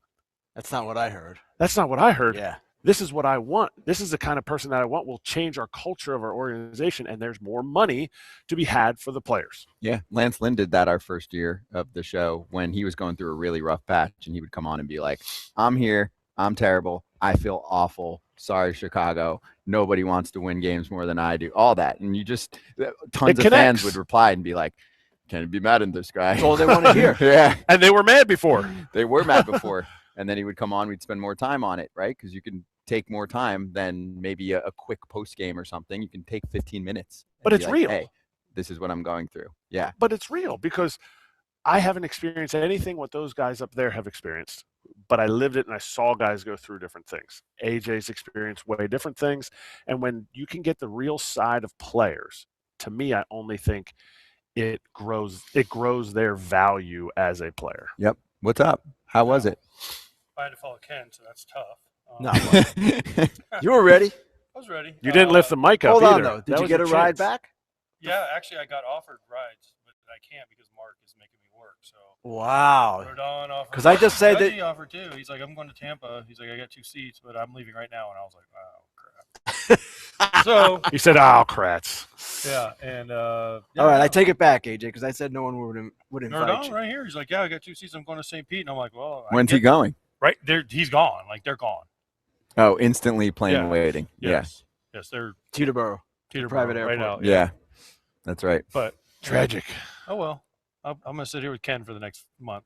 It's nice. It's a nice area of New York. Yeah, it's I know. beautiful this time of year. You got The next you have 48 your hours. mucklucks? You have your mucklucks? I don't know what that means. We'll go rent some skis tomorrow. Yes. Yep. I got some of those snowshoe things with like the look like tennis rackets. I'm Yeah, gonna it's walk not going to through. be it's not going to be as bad as you guys think. So you'll be fine. Yeah. No, they'll Listen, plow, an, they'll plow. an inch of snow is bad for someone that never gets snow. I don't even know. They're saying 12. Oh, anyways, How was the dais? It was awesome. I had Booney next to me, and I had John Franco next to me, and both were cracking jokes the entire time. So it was really funny to listen to Booney, who I've known forever. Drafted 1 pick ahead of him, by the way, in the draft. Wow, I did not know that. Yeah, and then I had John Franco, who's a New York legend, and then Sid Fernandez and Doc. And at one point, Sid's phone rang. It was FaceTime, and I think everyone heard it. And he didn't know how to turn it off. And then another time, when Judge was giving a speech, Doc had his phone. He was FaceTiming it. I don't know who he was FaceTiming, but he's like, "Hey, look!" You could see him go, "Hey, look!" He like look. He turned it around. It was Judge talking. It was pretty good. It was pretty funny. But it was, listen, it was, I mean, I said it in my speech, like, you want to feel inadequate as a baseball player, go up there and you look behind you, you got Judge, Ohtani, first of all, who's 2 of the greatest of all time, Skenes, Skubal, the rookies of the year, then the 86 Mets, who I told, by the way, first career RBI, Dwight Gooden, sorry, took a picture with him. But the 86 Mets were the first team that I remember winning the World Series as a kid. I was like 9 years old. So that was when I was kind of allowed to stay up and watch it. And So that was the one team that I remember. So then to be up on the stage with Sid Fernandez, Dwight Gooden, Ron Darling, all those guys was pretty cool. What was your Shohei Ohtani encounter like? I got two, actually. Two encounters? I got two encounters. I'm very fortunate because Matt, who's his personal interpreter, not his Dodgers interpreter, I know. So he had the room behind us where you couldn't go in, and I walked in, and Michael and everyone's like, you can't go in there. They won't let you in. And I'm like, I'm going in. Yeah. So I just walk in, and he's standing there. No one else is in the room, him and Matt. And I'm like, I kind of walked by Matt, and Matt looked at me, and I was like, and I walked, and Skubal was in there. And so I went over to Skubal, hey, what's up, buddy? And I turned around, and I'm like, hey, Matt. And he's like, hey, buddy, what's up? Da-da-da. And then he said to Shohei, he's like, da-da-da, I know him from Fukudome. Because Matt worked for Fukudome, who played for the White Sox, and we became friends. And I was like, oh, yeah, I still have the bat box. Because the first time I ever got like a bat box was Fukudome had one made for me. Because he had this cool bat box. I'm like, dude, I want one of those. And he had one. I still have it. My son uses it. You got a free one? Yeah, he gave it to me. He had it made. He had it made for me, right? It's awesome. And I still have it. And I was like, tell Kosuke when you see him that I still have his bat box. My son uses it. He's like, oh, yeah. And then he said to Shohei, explained it in Japanese. I mean, who knows what he said. But, Shohei shook my hand and, oh, how are you? Nice to meet you. Da-da-da. I'm like, hey, congratulations. We'll see you up on the stage. He's very nice. Very, very nice. Do you tell him you call his games? Does he even know? Listen, it wasn't that type of interaction. Right. But then up on the stage, like before, everyone was like, Shohei, and I forget who went first. It might have been Frank. It was Doc. Doc went up to Shohei and was like, hey, can I get a picture? And I was like, I go to Booney. I go, you think he'll take a picture? And me and Franco go, think he'll take a picture with us? And he's like, go for it, try it. So me and Franco went over together. I'm like, I'll take yours if you take mine. And so and John Franco's kid is in Tokyo. So he sent him the selfie with Shohei, and then his kid sent one back from some advertisement with Shohei standing next to him. So wow, that's cool. But I mean, listen, not many people get to say they got a selfie with Shohei. That's right. It's star-studded dais today, and Joel Sherman's joining us right now. New York Post, MLB Network. Star-studded down, didn't I? No, not at all. Brought it up. Absolutely not. Yeah. And hey, I mean, this is a really cool night, of course, for the New York baseball writers. But we were just saying how this is about as good as it gets in terms of star power tonight. Yeah, no, I love this dinner. I've been involved in it in some way for what are years, and this first time in like about 10 years, I didn't get to present something. I'm glad you got it. Like, allow me to drink earlier. But yeah, I like. First of all, I like that the awards are kind of like, as opposed to many awards, they last a week when we announce them. Because really, the MVP and the Cy Youngs in particular are so big that the rookies and the managers would be swallowed whole if we did it on one night, right? Like, so like you get the day for the managers, you get the day for the rookies, then the Cys, then the MVP. I like that. And then that the players still care to come here. Where, again, being romantic, where Babe Ruth came, where Lou Gehrig came, where every great player of the last century, it's the 101st dinner, has come to accept awards.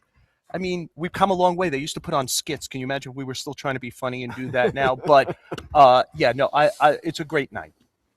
Oh, you would have loved that, AJ. Oh, be part of a skit. I love skits. I'm all about the skits. And all you have to do is threaten a snowstorm, and we did it in 2:45 right? Because this thing could drag sometimes. Pitch clock on this one with the storm. What was, I mean, I don't want to say favorite moment, but a notable moment for you that you really like? We were talking about maybe a speech you like or somebody up there that you were excited to see. I love that Ohtani did his thing in English again, which was the second time. The first time, I don't want to get this wrong, I believe he's come to the dinner 4 of the 5 times he was honored. Rookie of the Year and 3 of his MVPs. Yes, I think last year was the only year he could not make it. In one of them, he did it in Japanese with a translator and said, the next time if I ever make it here again, I will do it in English. And he has done it now in English. And I thought this was much more even expansive than last time, which is impressive for somebody who's failed every language you could fail when they were in school. So I thought that was great. The 86 team here means so much. Like, those guys weren't up there very long, but it's the last Met champion. It is 40 years. It just means so much to that group, that fan base, which is 40% of the city probably. You know, if you start thinking about the demographic of it all, I always think that the good guy for us matters a great deal. This is our chapter. We genuinely, if you were at our meeting in November, nothing gets discussed more at our meeting then who's the good guy, because it matters so much to us, because I do mean this sincerely to the two ball players who are here.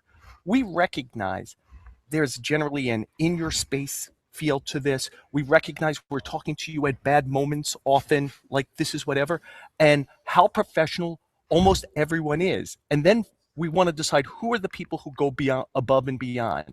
And Clay Holmes, in 2 different stops in New York, went above and beyond for us. That guy is like on his worst days, and I mean, there was some bad moments in 24 when he lost his job. That guy was accountable, but more than accountable, not accountable in a cliched way, in an interesting, introspective way, discussing his successes and failures. He's an impressive guy. So I personally, I think our chapter, it means a lot to it. And I know it means a lot to me, because I do, honestly, with the 2 players here, I get it.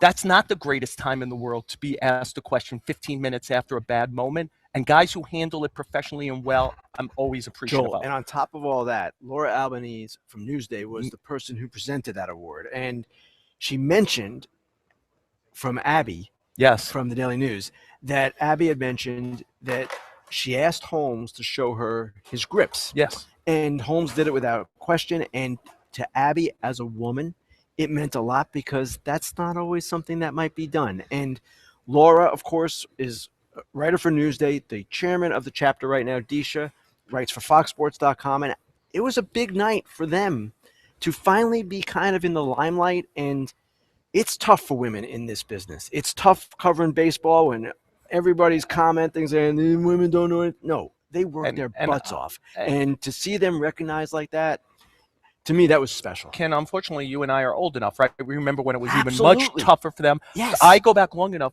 I was the vice chairman for Claire Smith, who I'm glad was here tonight and honored tonight and recognized as the first female chairman. She was great. I followed her as I was her vice chairman. Then I was the chairman, I think in 97 and 98. So she was 95, 96, and she was a real trailblazer. And I just think, Ken, you work with a lot of women at The Athletic. I think they're kind of among, if they're not the best and brightest, they're certainly among the best and the brightest of what we're doing here.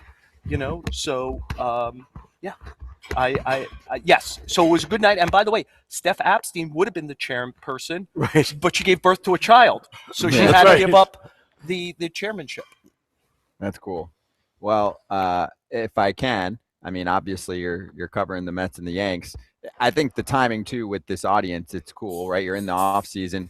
It just so happens that, forget the winter meetings, the Mets just did everything in the past week. So I mean, I came across fans that are the last here. Scene, didn't they? They really did. Settled all family business here. And you get some of the jokes and things mixed in throughout the evening. You've also got some Yankees players that are now Mets, the whole deal. But your thought on like the week, really, I could say in baseball here. For the Mets and the Yankees, they brought Bellinger back, but just the pulse, because there are a lot of fans here, of course, in New York that were excited. Yes. So it's something, again, I wanted to point out AJ and Kratzy. Nobody's better at this than Ken, right? Like what we do. Like you can make that argument. He's a bellwether. And Ken and I talk often. I count him as a friend and somebody I look up to in the business.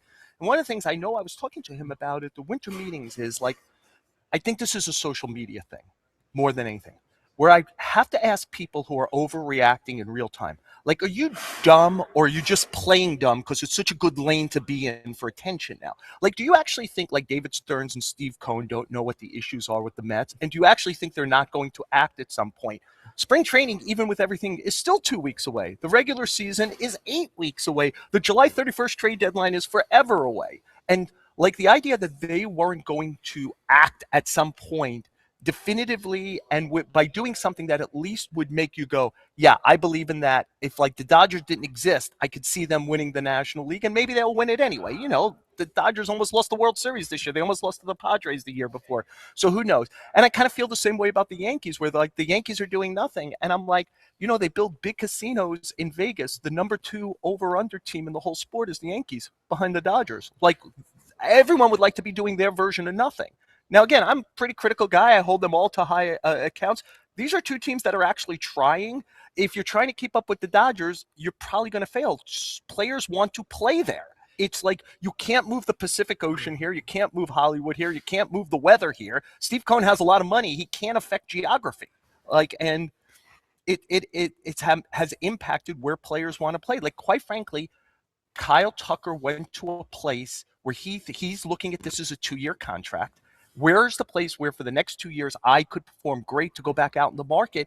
And the decision, by the way, a decision I think everyone would make, I'll do the Dodgers instead of anybody else. Joel, I'm going to interrupt you here, give you some kind words because you were too kind talking about me.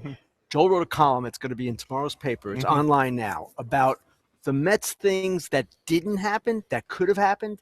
Joel, why don't you give us a little bit of a preview of that for people who might not have read it yet, and you should read it because it was absolutely fascinating. So the most important thing I learned over the last 4 or 5 weeks was the key thing for their offseason, if you keep asking their people, was being able to trade Nimmo. Like, they believed because he was owed over $100 million for 5 years and he had a complete no trade clause, they couldn't do it. And they were horrified of the idea of Nimmo and Soto in the corner outfields, already problematic defensively. And not just about 2026, 2027, 28, 29, 30. What happens when we have to move both to DH? Again, Steve Cohen has a lot of money, can't get 2 DHs at one time. I don't think they're going to pass that rule. So they saw trading Nimmo as the linchpin to their offseason. And when they were able to do it, Simeon worked for them because even though it's a little more per year, it's shorter. It's 3 years. It's a position they didn't have completely filled, and it's defensive, which they wanted to get better at run prevention, which was the thing.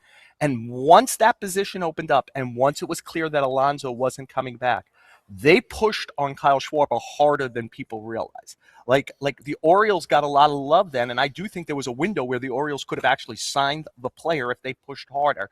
They didn't. The Mets wanted to do 4 years. It was the only player they would think of as a DH that they would do it, because the plan was for Alonso to DH 5 out of every 7 games. They had talked to him about it, and he said okay, because he thought at that point, the Mets might be the only place I get the money, so I better agree to whatever the rules of the game are. So there was that, and that's also when they decided Tucker. Let's stay on Tucker, push Tucker, and they were always worried that they'd make a number and the Dodgers would beat it. They made a number, the Dodgers beat it, and they then pivoted hard and got Bichette. Wow, that's fascinating. Yeah. But Nimmo, that's like one of those ones where you begin to report, and it's why it's always worthwhile. Don't ask one person, ask 10 people. How many of the 10 people say something to you like, yeah, like Nimmo was the key to the offseason, and you're like, oh, and so explain to me how the dominoes work, and the dominoes all fell right for them, because even Simeon for 3 years over at second base over Nimmo in a corner outfield for 5 years, regardless of what the money is for Simeon, or how much Simeon might have regressed offensively. It just began to open pathways for them that they didn't quite frankly think were going to open because of the no trade and how much money he was owed. Well, I'd say there's 2 things that stand out from what you're saying that fans might either not understand or agree with. One is Nimmo's defense, right? Definitely not great or took a step back, but like maybe internally they're thinking worse than what the public is thinking. So Nimmo is such a fascinating case. So I watched this happen with 2 players who were Met players. One was Zach Wheeler and one was Brandon Nimmo. If you showed up at a certain time, you were like, these guys are brittle. They never play. And then Zach Wheeler figured out how to make 30 starts a year and pitch in October. Nimmo used to not be able to play. Now he plays 155 to 162 games a year. I think the problem is he plays 155 to 162 games a year. And to play the way he plays, which is a leg-oriented game, even though he's, started pulling the ball, accepted the strikeouts, he breaks down at a higher level than he used to, but plays through it in a way that he used to not be able to play through it. And so that was like the bad news within the good news. Wow, he figured out how to get on the field. Oh, no, he figured out how to get on the field, and he's breaking down. And again, I think I said this earlier. It was a 2026 problem, but what about 2027, 28, 29, 30? That's what they were into him for, and they were really worried about the physicality moving forward. Can I do one other pushback then is DH? So interested in Schwarber, worried about Soto, that would have eventually been 2 DHs too. That's what they offered 4. They believed that Soto could hang in, like again, I would love to know what the players think of this, because last year Soto hit with a coach he really respected. Like, I think Soto's one of these guys, if he hears something from a coach that he thinks is nonsense, he shuts down, starts scrolling his phone, and never looks at the guy again. And I think that happened with their hitting group last year, but didn't happen with Antoine Richardson and stolen bases. He has told the Mets this year, I want to be a better defensive player in the way that I wanted to be a better base runner. He is a guy like shouldn't he be able to be major league average? He should be able to. Like, I feel, and You're not that old. Right. And so, like, and by the way, has a good arm and has a high baseball IQ. And so to me, like their feeling was they couldn't live with 4 years of Nimmo and Soto, but like Soto, a really good center fielder, a really good left fielder, and recommitment by Soto. And again, they were going to allow one player to be a full-time DH for them. The guy who's the best at it, aside from Ohtani, the guy who's the best at it, who would also bring something to their clubhouse at a time they were worried about their clubhouse. That's really good insight. That's great. Well, make sure you check out Joel's article. Obviously, you can get it now on the New York Post, but then also tomorrow if you're looking for it in New York. But Joel, thank you for stopping by. It's great to have you guys as part of this. Thank you. Like this, the dinner has been better the last 2 years because you guys have been part of this. I appreciate it. And for somebody who cares about this dinner, we're thrilled that you're part of the dinner. Thank you. I'm just happy people know about this dinner. Yeah. We had, because before nobody even knew anything. I have people now like, oh, that's really cool. I never knew any. I didn't even know that thing happened. Yes. There are many thousands of people that are live streaming this throughout the evening. I mean, if you saw the number for baseball to get that kind of audience on YouTube and some of the other social platforms we were on a Saturday night, right? Yeah. This is not baseball time to shine. It shows people will watch this if they can find it. So that was important to us. So I appreciate Anyway, that. great for you guys Thank to you, be Joel. here. Thanks, Yes, Joel. appreciate it. That's Joel Sherman. And then we can keep the combo going here while he gets himself situated there. But wow. I mean, just reflecting on what he said. That's mine, by the way. You can That's have it if you fascinating, want. right? I have a 2-hour drive home. Yeah. And like the pieces of how it all is like fitting in, you knew they were going to do something. Yeah. But you didn't know where the first domino was going to fall in the next steps for their moves. I wrote about them the other day, and I heard AJ on Foul Territory a couple of days ago. You're not totally convinced by this, but no, and I'm not totally convinced either. I mean, listen, I like the pieces There are a number though. of questions. I like a lot of the pieces, but there are a number of questions. They want better defense. We'll see if it's actually better defense. Injuries. There are a number of these players who have had a lot of injury issues in recent years. That's the best predictor of future injuries. So they absolutely rebounded from what happened, that pivotal 48-hour period in the winter meetings when they lost Diaz and Alonso back-to-back. But I'm still not totally sold. I'm not totally sold that they're better in the bullpen. I'm not totally sold that Marcus Semion's offensive decline is not going to continue. I mean, this guy's been a sub-700 OPS guy for 2 years. Okay, he'll play better defense. And even the question of left field and how that's all going to work, I get it, and I get where they are, and I understand everything that they're saying. I want to see it play out. It's easy to win the offseason, harder to win games. Especially in that division and that league. Yes. But he's right. I mean, it's in the article that Ken wrote. Bo Bichette has had a pretty good number of leg injuries, 5 right? IL stints due to leg injuries last 3 seasons. That's a lot. Knees, calves, right? Yep. Polanco's had his fair share Yep. the last few years. And who am I missing on the position players? Luis Robert. Luis Robert. Oh, really the pinnacle there of a guy that you watch. I mean, the Mets get him, and it's like, oh, he has so much potential. Yes, he has so much potential. 5 of the 6 seasons he's played, hasn't been on the field. Yeah. Ken, So we'll see what happens. as a White Sox fan, trust me, I know. Quit rubbing it in. Well, do you think he's going to suddenly? I don't know. I mean, he could. Maybe it's a different training staff. And Trend. maybe He went to Boris, though. He went to Scott Boris's winter training training institute, I camp, and he's figured it out. I mean, at this point, anything. Listen, yeah. you If he gotta gives him try it. 120 games, though, absolutely, then if he gives him 120 games in center field, plays center field, hits his homers, they can talk to him about. I know people at the White Sox, they were like, if he could just swing in the zone, this guy is going to be a monster. And there are Maybe. people who think also that being in a winning environment, which he hasn't been in a while, is going to help him. I have no question that might be a help. but he's got to be on the field. Yeah. Center fielder with hamstring issues is not usually a good combination. With 33 bags last year, he all of a sudden was like, I want to steal bases. Yeah. Right. He hit low 200s, but he wanted to steal bases. Yeah, freak athlete. So unbelievable it's athlete. It's an interesting It's conversation. great. It's a fascinating what the Mets have done. It's fascinating. It could go really good, or it could go south, and that's why the Mets listen in New York. That's the other thing. They give him something to talk about. Well, that's the other thing too. Luis Robert in New York. Do we know he's going to take to it as well as they think? Bo Bichette, all these guys, the guys who haven't played in New York, Devin Williams and Luke Weaver have. Are they going to adapt so easily? It's not so easy. Here's my I'm going to use an AJ when AJ talks about bullpen games in the playoffs. It takes one person to mess it up. Yep. You made all these moves, bro. All these new people into New York. What are the chances if you bring 6 new people into New York? And they're all going to thrive. And they're all going to thrive. And they're all going to, like, it just seems like it's a little bit too much. And a trend on Twitter is when somebody picks somebody up, they picked up Freddie Peralta, and then they put the whole rotation, name a better rotation in the game. And then they did that with the lineup when they picked up Bo Bichette and they had Luis Robert then traded the next day. Better lineup, and they compared the Dodgers to the Mets. I think some of it is satire, but I also think there's people who believe that, and it's going to be like their rotation last year. I'm sorry, let me though. watch. I mean, you compare anything to the Dodgers lineup. I'm sorry. It's not close. It's really hard to compare anybody to close. the Dodgers lineup. I mean, when you go Shohei, obviously, Freddie, Mookie, Muncy, Will Smith, Tucker, Pages had a really good year. I know he struggled at the end, but he was really great year. And whoever plays second base for him, whatever, hits ninth for him. If it's Mickey Rowe, whoever, we saw what he did in the World Series when they needed. I mean, find me a better.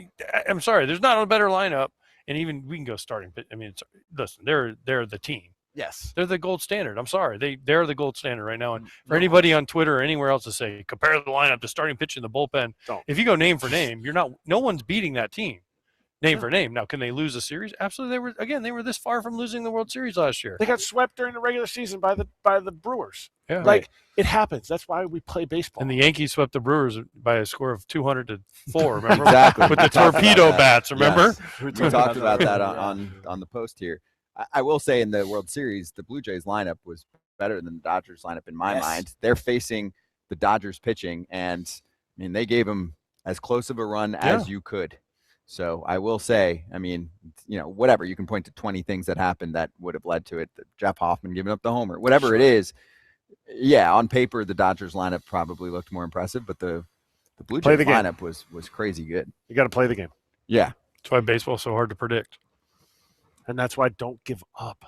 Players aren't giving up. No, of course. Fans, I think, are giving up when they see some of these signings, and I appreciate that they are upset, but don't give up.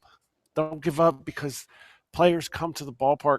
I thought I was going to be on that state. No, actually, I just thought I was going to be an all-star one day. But you think you're going to beat every team every day, right? Yeah, never once did I go into a game and go, we got no chance. We got no chance. There was a couple times, depending on what the matchup was on the mound. I was like, we might not have so good of a chance today. There were some times at the end in 2015, I came back to the Phillies for a month in September, and I felt the feeling when we got behind that some of the guys were just like, we're not coming back here. And I'm like, what is this? Yeah. Like, I had just come from the 14-15 Royals team where it was like, we're never out of a game. And they weren't, but it's really just a mindset. Yeah. And I remember so players don't think that. I think it was my last year, 2016, we're facing Kershaw in Atlanta. It was like a noon game. And I remember looking at so hot. I looked at the money line, and it was like minus 600 for the Dodgers. Because this is when Kershaw was like prime Clayton Kershaw. And I forget who was pitching for us. It was, I don't know who it was, but it was literally like minus 600. And I'm like, that's the biggest minus I've ever seen. I'd be pissed. I'd be like, yo, we're winning this game. Screw this. I was off that day because obviously Clayton was because it was a lefty day game. Exactly. Shocker. It's hot in Atlanta. But I just remember looking at it being like, wow, that's the biggest minus I've ever seen in my life. That's a big minus. Not that I looked at it very often, but for some reason I just want to look at the line. And I was like, whoa. Who was the backup at that time? Michael McKinnon? Tyler Flowers. Tyler Flowers was like, I'm hot and sweaty too. Why am I backing this guy up? I sucked that year. Like I said in my speech, I played bad enough to where I got Snit hired. That was good. That was good. Well done. And thank you everyone that tuned in for the whole thing, or if you caught bits and pieces, it's all free on YouTube for you. So you can check it out. You can go back to certain parts that you missed, and also we'll post certain parts of the evening. And make sure you please subscribe to Foul Territory if you don't already. Very easy to do. We loved hanging with you all in the chat. Thank you to Disha Tozar, who was fantastic this evening. She really was awesome up there. Others like Mike Puma, Mark Feinsand, Ken Davidoff, and so many others that I'm probably missing from the New York Baseball Writers Association chapter, but they were great. This evening was great. So thank you to AJ for his speech, Ken for his speech, Kratz for hanging out with me. Kratz ate all that cake. I was watching him. Kratz ate all that home plate shaped cake. You ate all, and you took the little bats and you scooped up the whipped cream. I saw you. There was nothing that was left. Isn't that kind of weird that he's watching you? Well, you guys are right From in the front of me. dais? I mean, come on, you're on the dais with Aaron. He's Boone, getting all these material. I'm superstars. impressed. He's getting material. You guys are right in front of me. He's getting material, right? We got to talk to each other every day. So we're back on Monday. Ken's show is back Monday. Fair Territory. We're back with Foul Territory this week. Nolan Arenado is joining us Tuesday. Max Muncy will be on this week, among many others, of course, like we always do. We'll see you soon.